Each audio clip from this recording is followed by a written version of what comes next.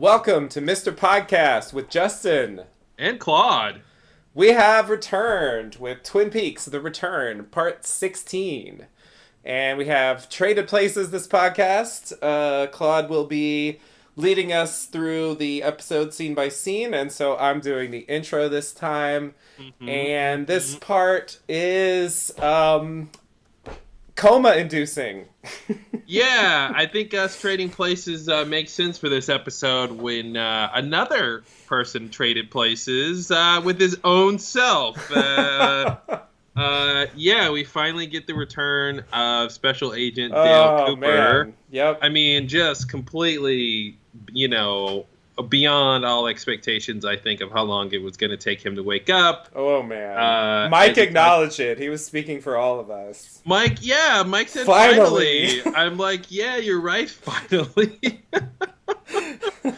I mean, I know Mike is like, is it future, is it past? But still, he's like, about time you wake up. Exactly. Even when you live out of time, that took forever. It still took forever. Yeah, man, what an episode. Yeah, we talked about it last episode, that it seemed like Dougie / Cooper was gonna be awakened by electric bonk to the head, basically. Yep. And we got that confirmed here. We had him in this coma, which again was just to buy time. Delay I guess. Tactic, yeah. That really, and I guess a little bit of a misdirect of is he awake now? And right. It's kind of like, oh well, he's in a coma, and it's like, is that better or worse than when he was just Dougie? When right. Dougie was awake. Yeah. But yeah, wow, what a huge episode. I mean, not only that, but then, we have to talk about the second biggest thing, which I think would be a Miss Diane Evans. Oh, boy. Yeah. Oh, man. Yeah. Man. I would say there were three bombshells. There were three bombshells. Certainly the Audrey thing would be in there. Oh, well, then there's four bombshells. Oh, God. What's the fourth bombshell? Richard and Mr. C on the rock. Okay. Yeah. Yeah. That was probably number 4. Yeah, I'll put Audrey as 3. Yeah. Yeah, because that was a huge turn. Very much. I mean, the Audrey thing was hilarious because we finished recording the podcast kind of right before the episode aired, part 16, and so I remember you said. Oh, I think they're just going to go to the Roadhouse, That was the craziest thing I thought could actually happen, was that they would just pretend like none of the craziness, weirdness of them trying to leave had happened, and they're just gonna go. There's not gonna be another scene of them like, maybe we should go to the Roadhouse. It's just they're just gonna cut to the Roadhouse, and they'll be there. So you were right about that. They totally, went right to the Roadhouse. We just saw them arrive there, in the middle of an Eddie Vedder performance, which is a little strange. Or Edward Louis Severson.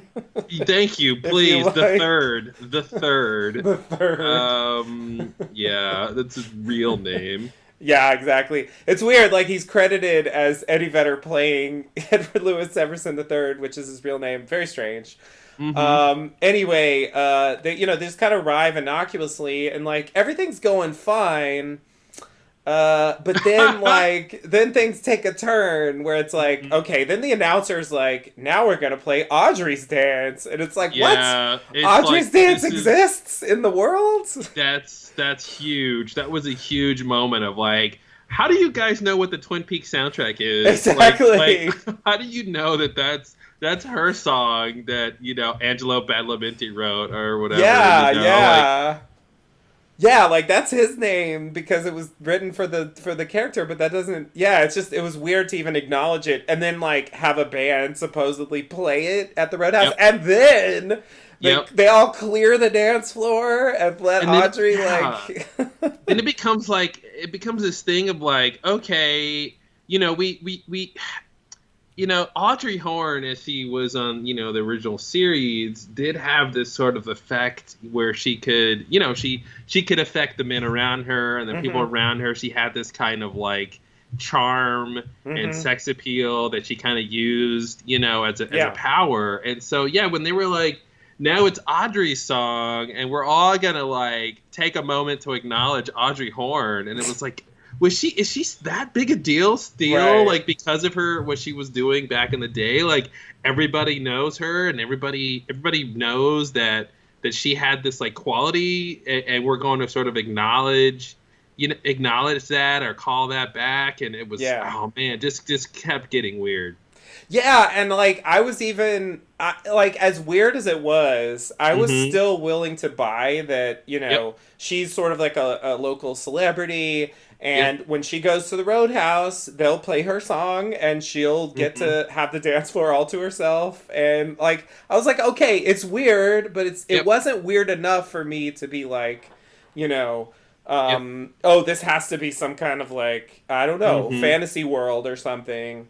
But yeah, then when like I don't know, like it was weird how it broke, like, and it reminds me a Yeah. little bit of Club Silencio or something, where it's like Yes. having this experience in this musical sort of context, like Mm-hmm. is the catalyst for some kind of awakening. But yeah, like some guy like comes in and hits somebody with a bottle, and that sort of like shatters the illusion somehow. Literally shatters the illusion. Oh. Yeah, yeah. I think that's something there, and I think you're right about the Club Silencio connection, and there's also something about violence here being a thing that, Yeah.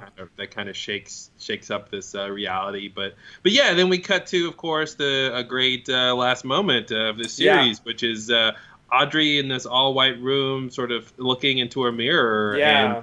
and sort of, Cooper awoke in this episode, and it looks like Yeah. she woke up a little bit. Yeah. But the question is like, where is she and Yeah, what you is can't she? tell. And it's so it didn't help.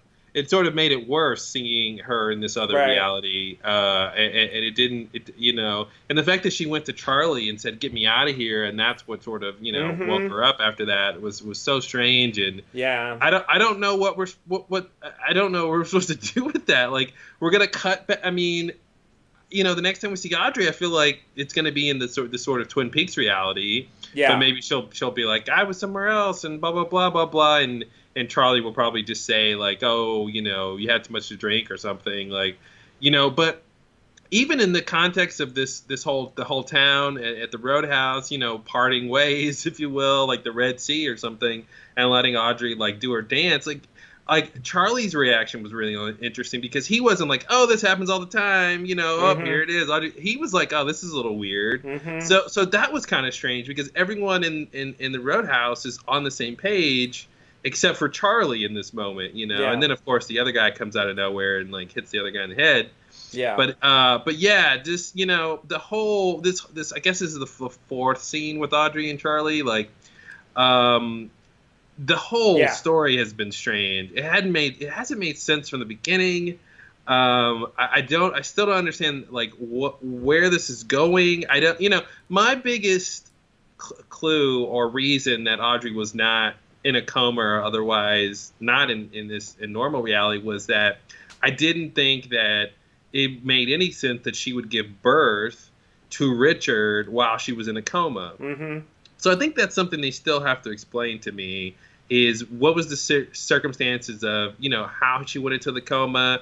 Has she ever woken up since the bank explosion, or Mhm. was it she was awake when Cooper was there that night and it was after that, or like was she awake when she gave birth to Richard? Was Richard just like a cesarean section and they Mhm. didn't need her awake? They were like, oh, she's pregnant, and clearly she. Yeah. Maybe they thought it was John. What's his name? John Right. Wheeler. John Justice Wheeler. Yeah. Yeah, like maybe they think it. He's not that they would necessarily know they had sex, but Right. maybe Ben was like, who's the other the guy she was around back then? And it's Yeah. basically Cooper or him. Right. And so yeah, I'm curious about how they're going to make that work, because that was, like I said, that was the biggest reason I was like, no, this has to be real reality, because how could she give birth in a coma? And I'm sure there's like medical ways that can happen, but just in terms of storytelling, I thought like that didn't Mhm. really make any sense. Yeah. Yeah.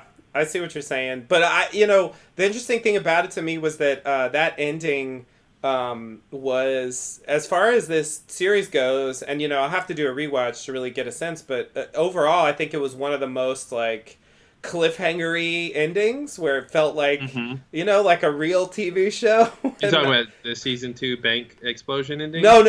The Audrey like waking up in this like white room, looking at herself in the mirror.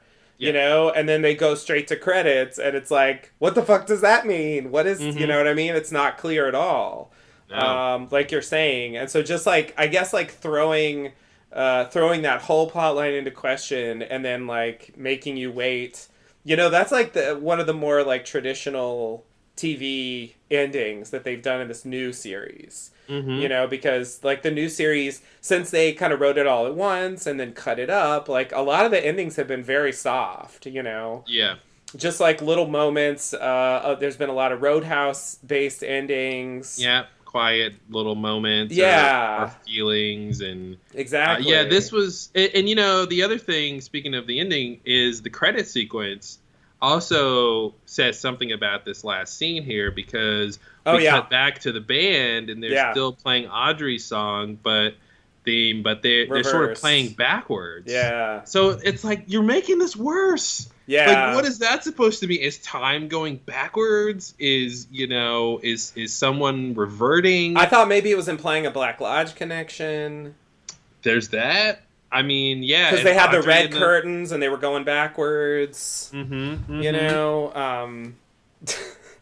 I mean, what? Audrey's in the Black Lodge? I don't have a clear what that is, but just that's what it seemed like it was referencing to some extent. Yeah. But yeah, I don't know exactly what they caused her coma somehow. I don't know. Well, and that's the thing. And I do wonder if they're going to conflate the coma. If, is she in a coma because of what happened with Mr. C, or is she in a coma because of the bank explosion? Right. That might be unclear at this point. Yeah. I mean, I think Doc Hayward said she was still in a coma when he looked in on her. Mm-hmm. So that would make me think that she was in a coma when he did the deed, and so I would assume that she had been in a coma, since then, and she doesn't even know. Yeah, which would be crazy, but also it's the return of Bing skepticism. Maybe Bing skepticism isn't the right word, but let's say the return of Bing is a red herringism. Okay, meaning what? Meaning like I'm starting to have my doubts about how important or significant the Billy is missing.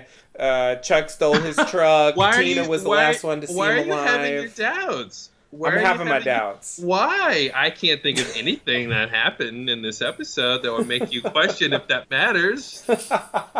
Well, here's the thing, though. I mean, what you have to reconcile, though, is still this idea of her having this like outside knowledge, right? Well, that's what. So it's all called into question, right? If this Roadhouse sequence is part of her fantasy, then it then starts, all of the Roadhouse sequences could be not real. I mean, maybe not all of them, because there are some that tie, like James and Freddie, they go to jail. Like, it's like, that can't be. But, for example, the two millennials, one of them who was Tina's daughter, that could totally be in her mind, and maybe maybe it's just a weird coincidence. Maybe Farmer isn't Billy. And maybe Billy like represents something, but it's just a weird coincidence that that in her fantasy world, like, it's someone who got their truck stolen, and there's some guy named Chuck involved, and it so happens there's a guy named Chuck. Well, there's a lot of tangents here I want to go down. Because I was going to say, you also have to throw in the Bing scene at the diner. With this too, because he's the one who mentioned Billy. Yeah, that's where that starts. Oh, well, hey, fantasy double R, fantasy Roadhouse. Well, maybe that explains it. Goes back to the editing thing. The editing thing that you were like, that doesn't mean anything. Hey, okay, there we go. Maybe it's the return and the the not return of Bing skepticism. It's like maybe Bing per se doesn't matter, but maybe that scene was more significant than I gave it credit for. Yeah, there's so much to unpack there. You know, it's still strange if she's creating or in some reality that does have some connection to truth. It is weird that Billy is missing and Farmer is missing, and we still don't have any clue. I mean, they legitimately, you know, made that a part of the real world, at least as we can imagine, with it being Andy involved. So, you know, they're connecting that real world to someone who's missing, and we still haven't, you know, really figured that out. So I kind of wanted to start off by having a crackpot theory that maybe, you know, kind of following what you were saying with the Roadhouse not being real is maybe all of the Roadhouse scenes with, you know, not with the main characters on the show, but maybe all the ones with the young people is Audrey imagining. Yeah. And this is what she thinks like young people are like today or are going through, or the things they think about. Zoo animals. That would actually connect to her, like, thematically, you know, with this whole idea of her youth being sort of, you know, maybe unfulfilled or tainted by Mr. C or something. Yeah. So that would make sense of something she would be thinking about maybe in whatever reality she's in. Yeah. But that's so weird. And again, you know, and that was another thing that I was like, I don't think Audrey's reality is a dream, and I still don't think it's a dream. But I was like, I don't think it's, you know, because otherwise they would tell us what it is. You know, usually if it's a dream sequence, you know, Lynch makes it clear it's a dream sequence, and the story's, you know, no worse for knowing it up front, you know. Yeah. And so in this case, they're definitely playing a long game and trying to tell us what's going on. And, you know, I would say it's in the same vein of what they did with Diane and what they did with Dougie, and this because they have this other idea they're trying to communicate that's new. And, you know, you don't know going in that they're trying to communicate some new idea until they, like, tell you what it is. So I'm thinking something like that's going on. I just don't understand what it really means for Audrey. I mean, it doesn't seem like it's as simple as Audrey's a tulpa, right? Like, that doesn't really make sense unless it's like an inverted tulpa where it's not that other people are you know, their consciousness are sort of creating a person, but like, or, you know, a bead in the Black Lodge or whatever is creating a person, but like, a person is creating a reality, you know, and this is all under the umbrella of, you know, we live inside a dream, you know. I was gonna bring up Monica Bellucci because I was thinking, you know, maybe Audrey is the dreamer. Maybe that's kind of what that was hinting at in a weird way. And, you know, in this doesn't still tell you what it means. Well, I agree. Because if she's dreaming the whole fucking Twin Peaks, you know what I mean? Like, if Cooper's like, we got to go to Twin Peaks. And they get there and Twin Peaks isn't there or something. Right. Or like, we've got to go. No, you know, they get to the airport. They're like, well, where's Twin Peaks? You know, there's no place on the map called Twin Peaks. And he goes, it's in Audrey's mind. Sure. You know? But like, see, I feel like she has a version. I don't think every scene we've seen is in Audrey's Twin Peaks. But you know, she's the dreamer who dreams and lives inside the dream. That doesn't necessarily mean that you know, that everyone is living in there. And I guess I'll throw out the possibility that the farmer scene is also a part of her dream, you know, because there has not been independent. That's why Andy was wearing a Rolex. Oh my god! That's a great theory. Yes. Why not? No, that explains the Rolex. That's actually a crazy, weird, but yet, you know, somehow reasonable explanation. Yeah, and because there's been no outside acknowledgement of that scene, and maybe the like fuck with your brain part of it is that it is the truck that Richard had. And, like, that's, you know, that's the kind of thing where you're going to have to chalk it up to, like, tapping into universal consciousness, or somebody sent it to her, some kind of weird supernatural influence, or they're just like trying to throw us off. But like there has been nothing about that scene outside of the scene itself. So it's like it is. I don't know. It makes me want to throw that in along with the double R scene, like you're saying, the millennials in the Roadhouse seems like prime candidate for that. It's a little weird that Renee's husband is Chuck. That seems like a real scene, but maybe that's just a coincidence. I mean, I want to throw Richard in there. He's, we started out with him at the Roadhouse. Richard. So I want to. I mean, I know, right? Exactly. But I just feel like the division between which Roadhouse scenes are in her mind or not is so weird, because I would want to put Richard in there. He's a millennial, being weird, but obviously he has connections to other people who shouldn't be in her dream world. Right. But anyway, it's just a weird thing to kind of figure out which scenes like make sense there, and I do wonder, like, now when we do the rewatch, I want to see what the patterns are with Roadhouse scenes, like which ones have certain kinds of bands, which ones have the dialogue scenes, which ones don't. Like maybe the Audrey ones are only the ones with the millennials in the booth. Yeah. Sort of a thing. Like the one last week when the two, biker guys moved Ruby out of her seat and put her on the ground and she screamed. Like, is that in Audrey's mind? Yeah. Is that Audrey's Roadhouse? Or it definitely could be. There's nothing in it that has to not be. Mm-hmm. And maybe thematically it would sort of make sense. And if she's and why isn't she dreaming herself in better situations? And why isn't she like dreaming herself into other storylines?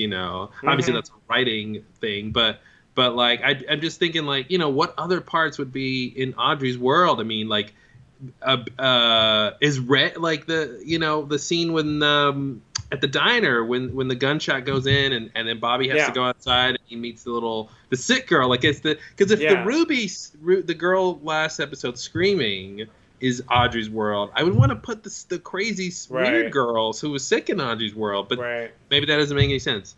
But it seems Chad's new Jesse's new car, like it, like what? And then of course this connects directly to Diane, right? Because she's like, I'm in the sheriff's station. Yeah. Which, God, of an episode with a lot of strange lines, that might have been the strangest line. Yeah, that's a weird one. I'm starting to think that Diane might be Nido, and possibly also Judy. Oh no! Sorry. So wait, what? I just gotta throw it out there. Was Judy like Diane undercover and she was using the name Judy or something? But she's really Diane. Is that the kind of thing you're thinking? Yeah, that's what I had in mind. Something like that. Yeah. Yeah, and whatever happened to Diane, which, okay, I gotta get this out in the open because, I mean, obviously the Diane thing was like a huge reveal. I'm just gonna say I'm pretty sure that way back when we first got the clue that Diane was like, there was something up with her working with Mr. C, when she got that original text message, the dinner table conversation thing. Mm-hmm. I'm pretty sure that we brought up the idea that she was a manufactured version of Diane and just rejected it because, I think we thought that if you start going down that road, that way it leads to chaos. Like, if anybody can be a manufactured person, like, the story starts to just become like unmanageably it's like it just gets ridiculous. And so I think we just immediately were like, nah, it's not that. And so we started trying to come up with other ways, and I think that's why we just never came back to that theory, even though like that was it. It's not, I mean, listen, I don't feel that bad of not guessing that Diane was, I'm going to use the word tulpa, even though I don't like that word.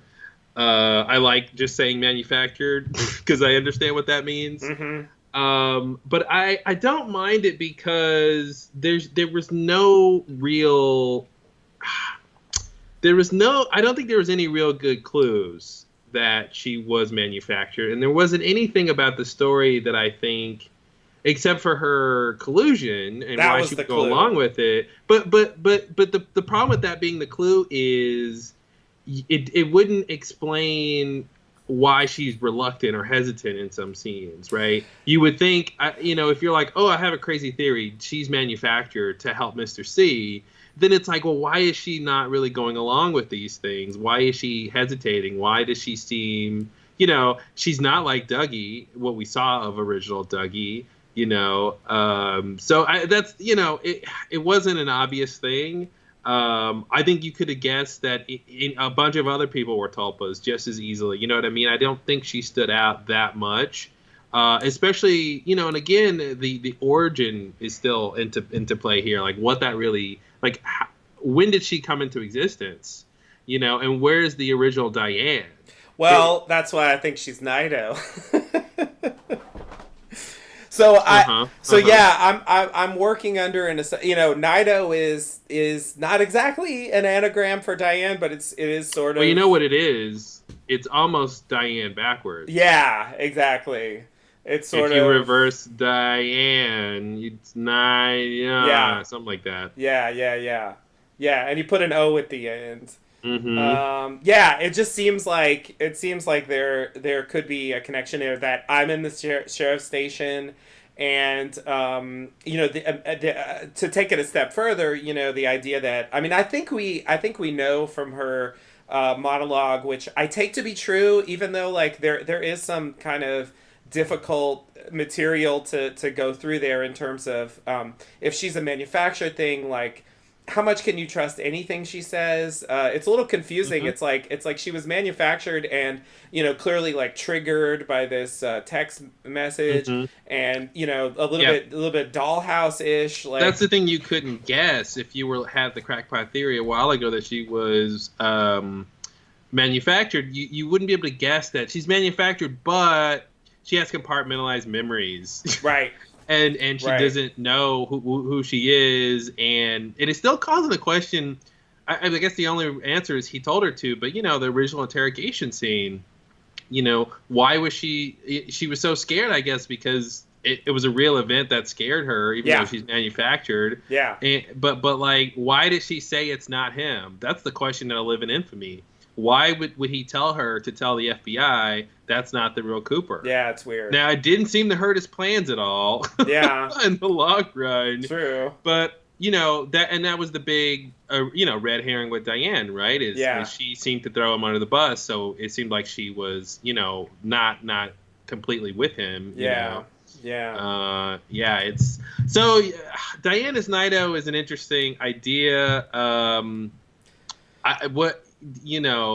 What does that mean for the American Girl is another question. Oh God, that's a hard. So what I was gonna say is, I think from her monologue, we get that so we find out that Mr. C definitively visited her like 3 or 4 mm-hmm. years after the original Cooper disappeared, and all that stuff happened. We'll talk about that. But then she was taken to, I think we can assume, the convenience store. Mm-hmm. And I believe that, either there or via there, she was taken to the place where the other Diane was manufactured. And so my crackpot theory is that, you've referenced a couple times that when the manufactured things like degenerate, there's this like flash and Mike like shields his eyes. Mm-hmm. And I think you even brought this up in the last one, that maybe this was an explanation for Naito's eyes, but I was going to say specifically if Diane was there,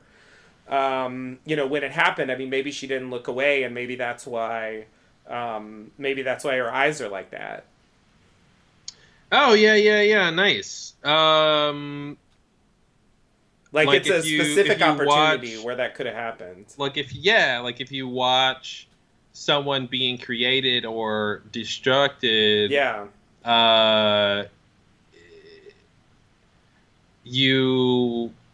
your eyes get whatever that is. I thought when it happened this time, I because I want to see the time when I want to see what happens when you don't shield your eyes. So I was hoping Mike wouldn't shield his eyes and then something would happen. But a quick aside before we get back to the main topic, I do want to also mention we didn't see the vomiting face this time. True. Which is different. And we got to talk about that. Yeah. But yeah, that's an interesting thing how Naito could have gotten that. I do think you're right though. Like I take her monologue as true, and I think it, the idea that she went to the convenience store and they, probably walked upstairs Yeah. and then went through somewhere, probably I'm assuming to the Black Lodge. Yeah. And then somehow she was manufactured. It seems like you need a gold bead and like DNA from Some the hair person or something. and yeah. then so you're sort of thinking that Mr. C manufactures Diane. I get, why we'll talk about, and then all he part and of the then, plan. the best plan ever. Man in Black has nothing on Mr. C's plan. I swear, Man in Black from Lost is like elementary school plan compared to and his involved like time travel and impersonating people, and it's still like elementary. So Diane, maybe sees her doppelganger or her other get created. She doesn't shield her eyes. And I'm thinking maybe even the eye shielding. I was thinking maybe the flash is like what copies the person or something. But Dougie or Cooper got manufactured, but I guess maybe whoever did that covered their eyes or something. Okay. I guess it doesn't work. You should be able to manufacture people without them being there, I guess. Yeah. So I'm trying to piece together the Naito part. So somehow the original Diane is transformed into Naito, and then put in. Somehow she gets to the purple place. Yeah. But one question is, was she waiting on Cooper there? Or surprised to find him, but somehow she knew way that once she found him, to get back to Twin Peaks, you climb to the top of the box in space and you press the button or lever, and like that's so weird. Yeah. And why would you get an Asian actress to play someone who's going to end up being Diane? That's why I still think that doesn't really make sense. But I mean, that'll have to be a very weird element if that's actually the direction they go. But it does feel like there are at least some clues pointing that direction, so it's enough to be a crackpot theory. And people have said, Diane has a sort of Asian influence in her wardrobe or her style. Yeah. Sort of, maybe that's some sort of connection. Yeah. But this idea that she's also Judy, it's not usually good to compound story elements. Right. But sometimes it is the answer. I mean, maybe she isn't Judy, and maybe Judy was actually a red herring, and because from what we learn in the coordinates, so we're gonna have to talk about what my original intro. What I was planning to say is we got these 3 bombshells, but the thing that's really burning my brain is the coordinates. Didn't help. All of it. Every mention of coordinates in this episode was confusing. Holy shit! I'm so confused by the coordinates. Because the ones she sent him, he had already gotten 3 before she sent hers. I know, but the timing is weird because when he sent it, it was undelivered, and then she got it, and then it seemed like she got it twice, and it's she didn't get it twice. She unlocked her phone and then saw the message in her. That's how I took it. She's on your lock screen, you'll see a message that you have. And I think that was the first time she saw it, and then she unlocks her phone, and now she's seeing it in her actual messaging app. But I thought she looked at it again because so the first time she sends the reply, which is the coordinates. Yeah, she sees it twice in that time. Though she looked at it twice in that scene. Okay, but she actually looks at it again. Later in the scene with Gordon and the guy. She looks at it again to sort of make herself remember, I think. But her reply wasn't there, so it made me think that he sent it again. It doesn't really make sense. I thought that was a framing thing. We didn't see the other side of the phone where her response was, but I don't know that for a fact. I'm not too stuck on that because I feel like, I mean, certainly it seems clear at this point that she was like going back and forth messages with Mr. C, and so like the slight punctuation issues and like various discrepancies there were not like a huge deal. So I don't want to, but it's just like the timing of it seems really crucial. And I'm starting to. It's like okay. Anyway, the point I was gonna try to make originally is that it seems like it's possible that Philip Jeffries actually, because we talked about the idea that the reason he didn't want to talk about Judy is that, you know, in part he wanted to protect Judy, and you were like, very valid point. Well, he had no problem sending sending Mr. C to Judy, like giving him information about Judy and Judy's location, and it was like, well, yeah, that's true. But then in this one, the possibility is now open that he was trying to lead him into a trap. And so, that kind of changes. I mean, the Philip Jeffries storyline starts to get called into question. It's sort of, it's starting to seem like, maybe the Philip Jeffries, the real one and the fake one, were actually collaborating. Which should mean there's no fake one. Which should mean there's no fake one, but it sounds like maybe there is a fake one. But maybe there's a doppelganger Jeffries, or yeah. Well, the thing we're about close to say here that I'll just say is, Jeffries said to Mr. C he had already met Judy, and Diane is a person that Mr. C already met. True. Very true. Now, so you're suggesting, which I didn't think about this, so Mr. C says, I got 3 coordinates, 2 of them lead to the same place. Here's the place where 2 of them lead. Are you saying that one of those 2 that he got was the number that Jeffries gave him, that Jeffries says was to Judy? Yes. You're thinking that was coordinates. Yes. And that was one of the 2 places that led to this place? Yes. So you're thinking 2 separate people tried Ray, to kill him, but Ray a third person and Philip Jeffries, and then I'm sorry, what you broke up? What did you say? Oh, Ray and Philip Jeffries. That's my thought on that.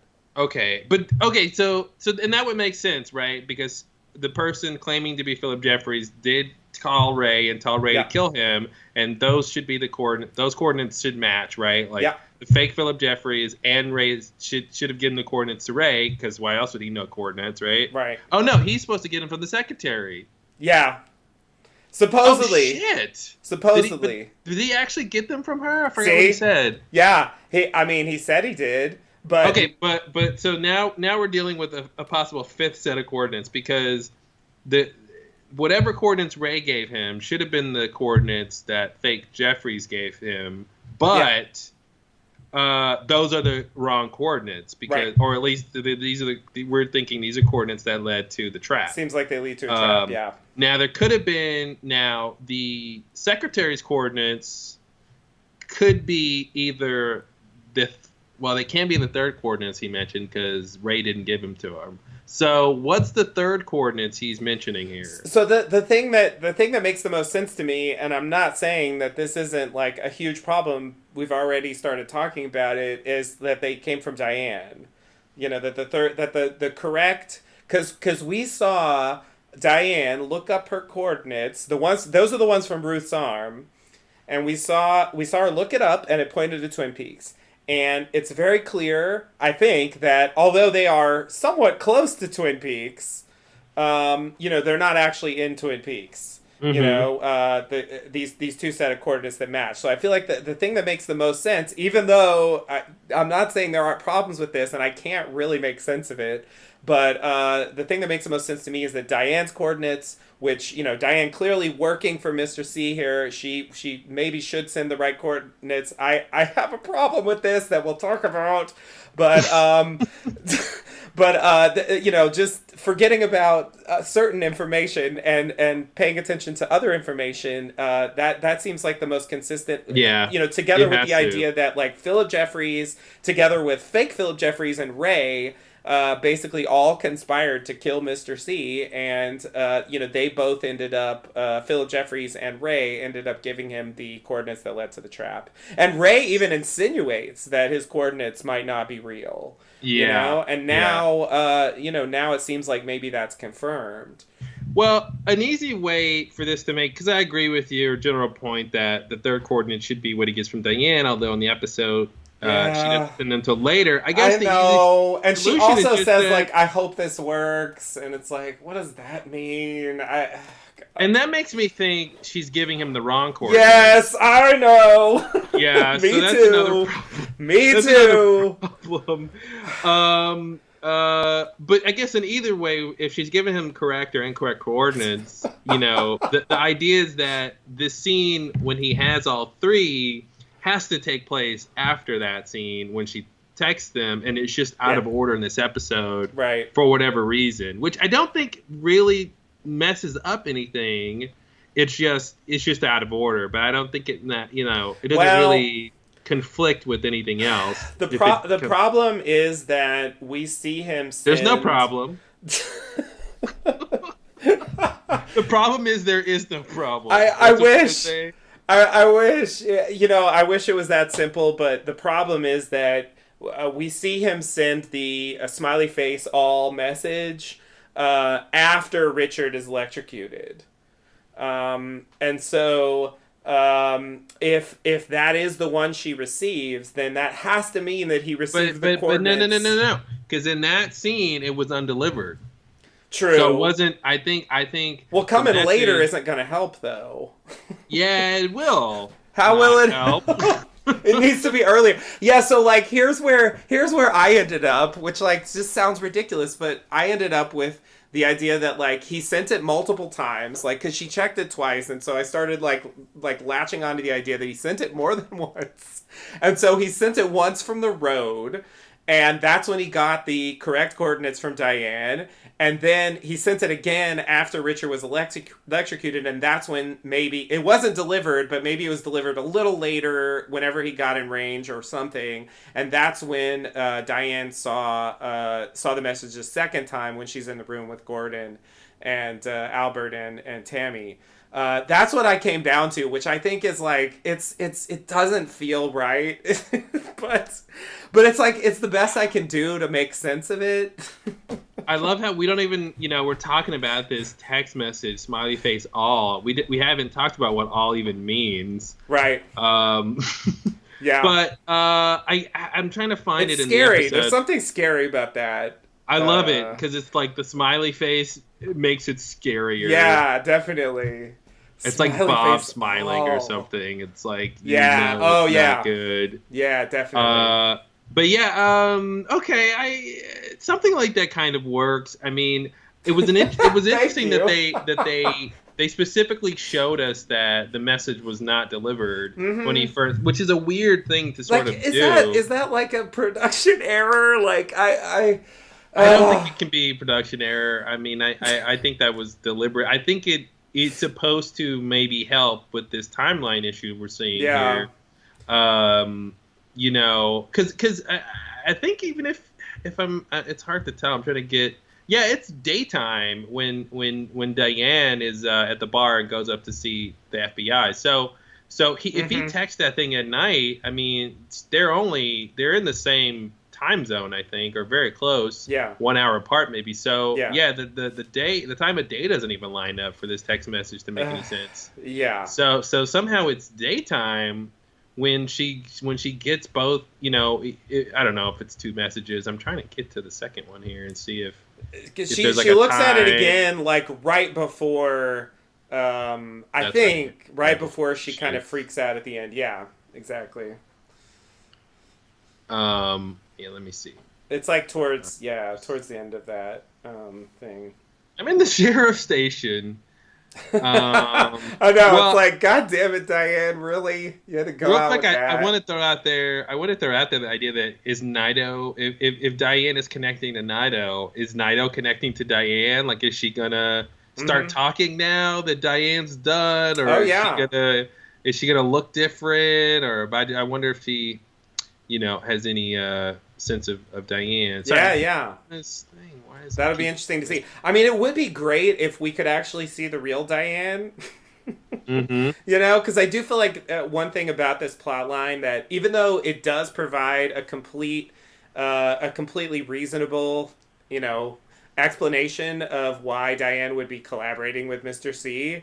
Mm-hmm. It does not give us the satisfaction of actually seeing. I mean, I guess, it's a Yeah. copy. It's, there's aspects of it that were like the real Diane, but this whole like bitter, alcoholic Diane Mm-hmm. is a fabricated version. It's not clear Mm-hmm. to me that she was living that kind. She was still working at the FBI when Mr. C came to visit her.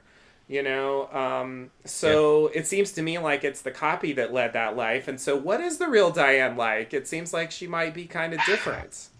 Yeah, and that's what's weird is that this whole idea that, with the original series, we never saw Diana on screen. And it seems like the joke Yeah. here is that we We're never still not. did. We Yeah. still never actually got to see her. Yeah. We don't know if, we assume this is what she looked like because the manufactured people are sort of Yeah. doppelgangers. Right. But did she have this hairstyle? Right. Did she have Not this fashion necessarily. sense? Dougie's hair was Dougie, different. Dougie and Cooper had completely different styles and Yeah. everything. So okay, so it's weird. There's some production issues here, I think, because when she first sees the text message, let me see. It says her phone says 1632, which I guess is 432. Yeah. And then She's on when European time. when she unlocks the phone, when we get to it, she's like, I remember. What do you remember? Mhm. When she unlocks the phone, then it's 1644. So somehow 12 minutes passed in like 3 seconds. But okay, it's around 4:30. Okay. When she Yeah. gets it. Now later in when she's with the FBI, it's I believe it is a different time. Let me see. Sorry, I have to. Yeah. It's hard to do technology. Go to the thing. Yeah. Yeah. Uh, And I do feel like some of that could just be production issues. Yep, yep. And it's hard to untangle that when you're dealing with, but also, just story wise, because like even the daylight could be a production issue. Because that happens sometimes in stories, like that the daylight just doesn't line up between storylines. But when it gets down to something really specific, like when he had the coordinates, it's like it's frustrating to not be able to untangle that, and I wish they had just shown him like send it from the road, and then like it would have been easier to understand what was happening here. Because then I could just rest on that. Because like if it's not that, if she actually sent one of the fake coordinates, which again, if she sent fake coordinates that matched somebody else's fake coordinates, then it's like, well, how is that possible? I mean, who, Well, then you go, did Philip Jeffries manufacture her? Oh God. That doesn't make a ton of sense, but yeah, it's so weird. And then Ray gave the real ones. Like it's like, what the fuck? Yeah, so it says 1550 Okay. when she gets him the second time. So it's a full hour later. Yeah. Okay. It took her an hour to walk upstairs. I know, right? It's like there's no. That was the other thing. It's an hour earlier. Is that what? Yeah, the time. 50 because you said 16. Yeah, the times don't match up. It was an hour. She time traveled back an hour. Or it's okay. From the phone, it looks like it's saying that at 15:50, the second time is when she. It says that's the time for the message. That's not the time on her phone. Okay. So Okay. it's basically saying that there's a discrepancy when she got the message. Right.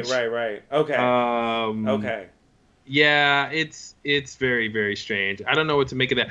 All of it. I don't know what to make of any of it. The smiley face, the time, both messages not delivered, 3 coordinates. I mean, take your pick. I don't know anything. I mean, Yeah. This is completely unraveled my brain. Like, Yeah. The The fact coordinates that were bad enough already, by the way. they were already bad enough, and they were so bad recently that no one was even talking about coordinates anymore. Right, And then right. all of a sudden he's like, "Oh, I got 3 Yeah. coordinates," and I'm like, "What? You weren't even what? See, Huh?" I think that's the thing that we didn't really guess, which is that Philip Jeffries' numbers were coordinates, and so Well, I even think though, we didn't guess that they were like a location. Yeah, for yeah, sure. like even though like it seemed like oh he's moved on from the coordinates, he's just going for Judy. It's like oh there's still coordinates, and so we're still talking about coordinates, even though it's not the coordinates from Hastings' secretary or Ruth's arm or Ray or whatever. Oh man. Whatever Oh gee. source you want Wait. to. So there's But wait. I'm There's questioning altogether whether Hastings' secretary even had the coordinates. You know, don't do I that. have to. I have to. Don't start at the beginning and question. Oh God. Because Oh man. I think Ray was corrupted. You know, corrupted maybe isn't the right word, but Ray was kind of a double agent. I think from the beginning, and so the you know I think he might have even lied that she had them. You know, and was always planning to give him some fake ones. You know. See, I don't know. I kind of feel like whoever hired Ray to kill Mr. C did that after he was working for Mr. C. That's kind of how it feels to me, but that's no way to tell. It could be. Which would make me think like it was true. Ruth, Hastings' secretary, did have the coordinates, But but just the way because at some point he was given the ring, which I don't think he had the ring the whole time. I feel like he was given it in jail. He specifically said that. So I feel like something changed, prison. right? I feel like there's a moment where something switches, and the Philip Jeffries imposter, whoever he is, did what he did, and he's sort of like, okay, Mr. C needs to die. Because I think the difference is when Mr. C did not go back into the Black Lodge, I think Philip Jeffries' plan has to change there. And I think that so if Ray is already working for Mr. C at that point, I don't think Ray is being told by Philip Jeffries to kill Mr. C because fake Philip Jeffries is expecting Mr. C to go back to the Black Lodge. Yeah, well, so that's why the conversation between Ray and Daria that Mr. C records. He basically says if he doesn't go back in, then you'll have to do it. That's right. So I think they realized that he was supposed to go back in, but if that didn't happen, they were supposed to kill him. And I think that was in place, pretty early on. I mean, it's possible that wasn't from the very beginning, but that's early enough. I mean, that's at least before the event. So. Yeah, so I think. We don't even know why Ray and fucking Daria are with him to begin with. Well, he goes to pick him up, and it's like part of this network or something, and it's like I don't know, like someone managed to. Yeah, it makes no sense. You almost had it, and you realized, there's nothing, because it's like, who are these people, and why are they working for him to begin with? It's like this farm thing, and Hutch and Chantal, and like he's just got this like he had this access to these crews, these networks, these people. Even the box thing kind of fits into that, where he just for some reason but it seems like someone, and it seems like maybe it was Philip Jeffries and his friend who likes to pretend to be him, who might be from the Black Lodge or something. Decided to like plant some people or maybe they got word that that's who he wanted, and so they specifically like recruited them, maybe just offered them money or something. Because like Ray insinuates in that first dinner scene, like, oh, those coordinates are pretty important to you, and even in the car after the prison scene, he's also like, yeah, those coordinates really worth a lot, and it almost seems like maybe they're implying that Ray would be willing to give him the coordinates, the real ones, if he was willing to pay, that he would be up for switching sides if it was worth his while. Like maybe, Mhm. maybe that's the deal with Ray. Like it just came down to the fact that Phil Jeffries Yeah. paid better. Because like Mr. Maybe C we don't wasn't know. We don't offering know why. anything. I mean, yeah, it's unclear why they're even doing any of this.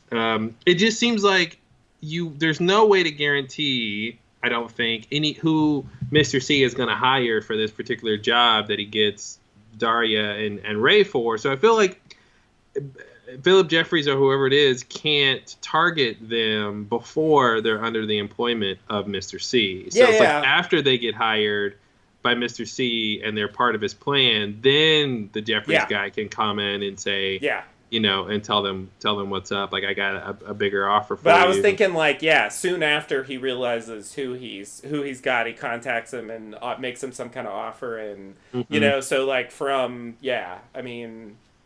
early on, but not necessarily he knows beforehand. Yeah, it's a lot. Still doesn't make sense. Not really. I didn't Hastings say. Did Hastings confirm that the secretary had the coordinates? I don't think he did. And that was part of the thing that I didn't understand about the Hastings story, because there was no part of the story where... now, we probably should review the record, but I'm pretty sure he never said, I gave the coordinates to my secretary. I think that was something that Ray said. That was something that, was... That starts out with the problem we talked about before, where why did Mr. C just go directly to the secretary, if that was even true? And then B, why didn't he just go directly to Hastings? Like, it still didn't make any sense why he was farming that doesn't add up at all. This part of it out. And he didn't have anything else to do. Like, he's done a lot with his plan, but he really at that point wasn't doing anything else. Yeah, true. Yeah. And, I mean, that part isn't... none of this new stuff really helps, like, explain that. And, like, what if he was there at the site when they met Major Briggs, why didn't he just get the coordinates from Ruth's arm at that point? Mm-hmm. If he wasn't there, why wasn't he there? Yeah. Like, he should have been there. He was in town. He knew about it. He was specifically spying on them. Like, it's like the woodsmen fucking show up. It's like, Yep. It doesn't make sense. And then, then the secretary thing is this extra level of, like, I don't understand. I never got it. I never got why. It seemed like a plot device, but now it's like, it's more than that. Was it just a lie that maybe Ray was trying to buy time? That's what I'm trying to say. Oh, yeah, the secretary. That possibility is open now, I think. Because I don't think we have independent confirmation that the secretary really had the coordinates. Mm-hmm. And so that makes me think that was a ruse the whole time. But then... And why didn't he just say Hastings has it? Yeah. And like, oh, Hastings has it, I'll go get Hastings. Yeah, I know. But then he gets arrested before. Like, everything could have worked out if he was just like... Yeah. I mean, worked out the same if he just said, like, I'm going to get Hastings. Yeah. Yeah. Oh, I agree. All right, well... There's more to talk about on every single thing we've mentioned. Yeah. You want to get into the episode here? Oh, you ready to actually dive in? Well, listen, we could spend another hour on the general topics here, but I think there's a lot to really dissect. There's people who get dissected, and right. Yeah. I guess we'll get there along the way. Whatever it is that whatever else we might want to bring up. Yeah, we've set the table now. So now we need to have a what was the line? Around the dinner table, the conversation is lively. Yes. Exactly. Do we know what that means yet? Nope. I mean, it's like... I have no idea. I gotta say, a lot of shows, the last, 15 years or so have used like cell phones and text messaging as part of the plot. But I gotta say, this is one of the most interesting uses of texting, in particular for story, Yeah. and it's used in a very weird way. Yeah, it's very interesting. Kind of going back to that little scene with Lucy, where she sort of freaks out Oh about cell yeah. phones. Yeah. So it's interesting how much cell phones, sort of contrasting that, like how much they have been at play in the story, and really sort of function in a way that you couldn't do otherwise. Yeah. It'd be weird. You'd be hard pressed to kind of get the same kind of thing without text messaging. Yeah. Yeah. It does seem like, I mean, phone calls, I don't know, it does seem like the plot would have to be somewhat Mhm. different if they didn't have that. Yeah. It definitely works really well for that. I guess now that I think about it, around the table, I always get it wrong. Around the dinner table, the conversation is lively. Now that I think about it, it makes me want to say that it's some kind of trigger code. You know, Hmm. because what she sends back was like information. They have Hastings. They're gonna take him to the site. Um, you know, Yeah, yeah. Unfortunately, that does seem that way. Now it makes me think the cow jumped over the moon was a message to yeah. Diane. Oh, that's a good point. Yeah, That's a good and point. we'll just streamline who he's been talking to with codes and just say it's all been Right. Diane. Yeah. And Yeah. then, was that? I forgot how the timeline works. That was after was it? No, that was before her interview with him, right? Was it? Because I think I you're think right. we see Gordon do the interview, Yeah. and then he does the scene where Yeah. he does the technomancy on the phones, Right. and he says the cow jumped to the moon, and then I think Daniel later. Yeah. So maybe, I mean, was that a message either to Diane, or I guess the whole manufactured thing is weird to me, and the way time works in the Black Lodge, like.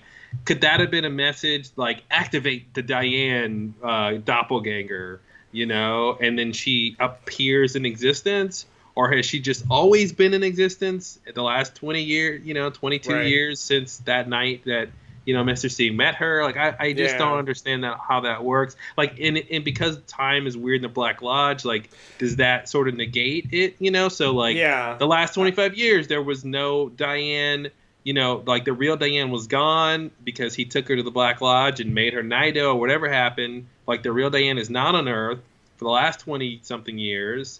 And then he calls and says Cal jumped over the moon. And then someone in the Black Lodge like sends the Diane doppelganger to Earth. And then she just appears back 25 years ago and lives a life. Oh. Or she just appears now in the bar where Albert finds her. Sort of Well, so contemporaneously. if that's true, then there have to be some implanted memories or something too, because when Hmm. they come out of that first interview, that's when Albert's like, I know where she drinks. So they have some knowledge of Diane at that point. But They're is not that saying where she she's drinks? missing or something. That was the problem. Is that where she drinks recently, or is that where she's always drank? Even Well, if she was with the FBI. but it was definitely before Cal jumped over the moon. So Hmm.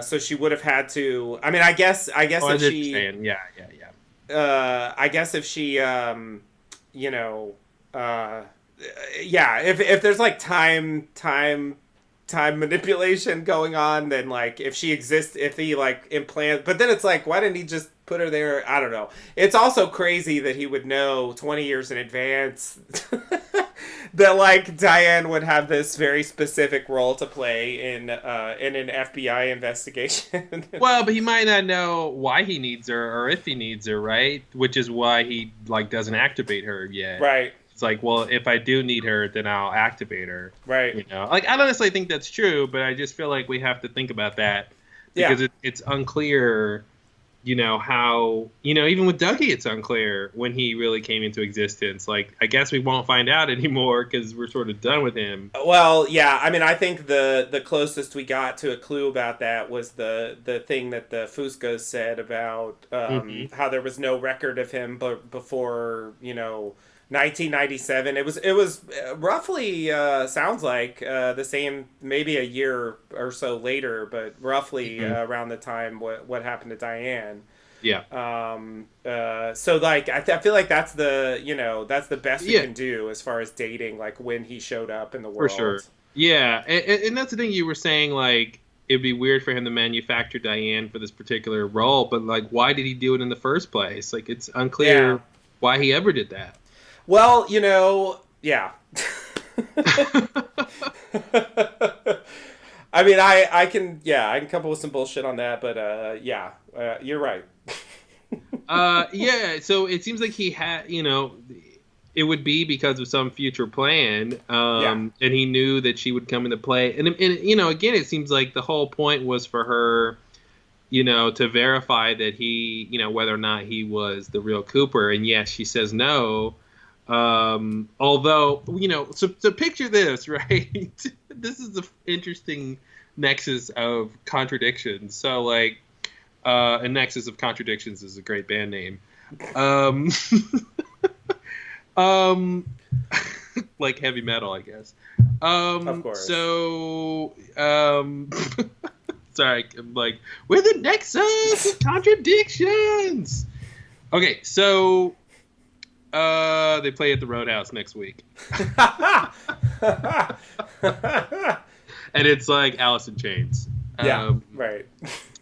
Okay, so what was I saying? Okay, so yeah, the nexus of contradictions. So you have.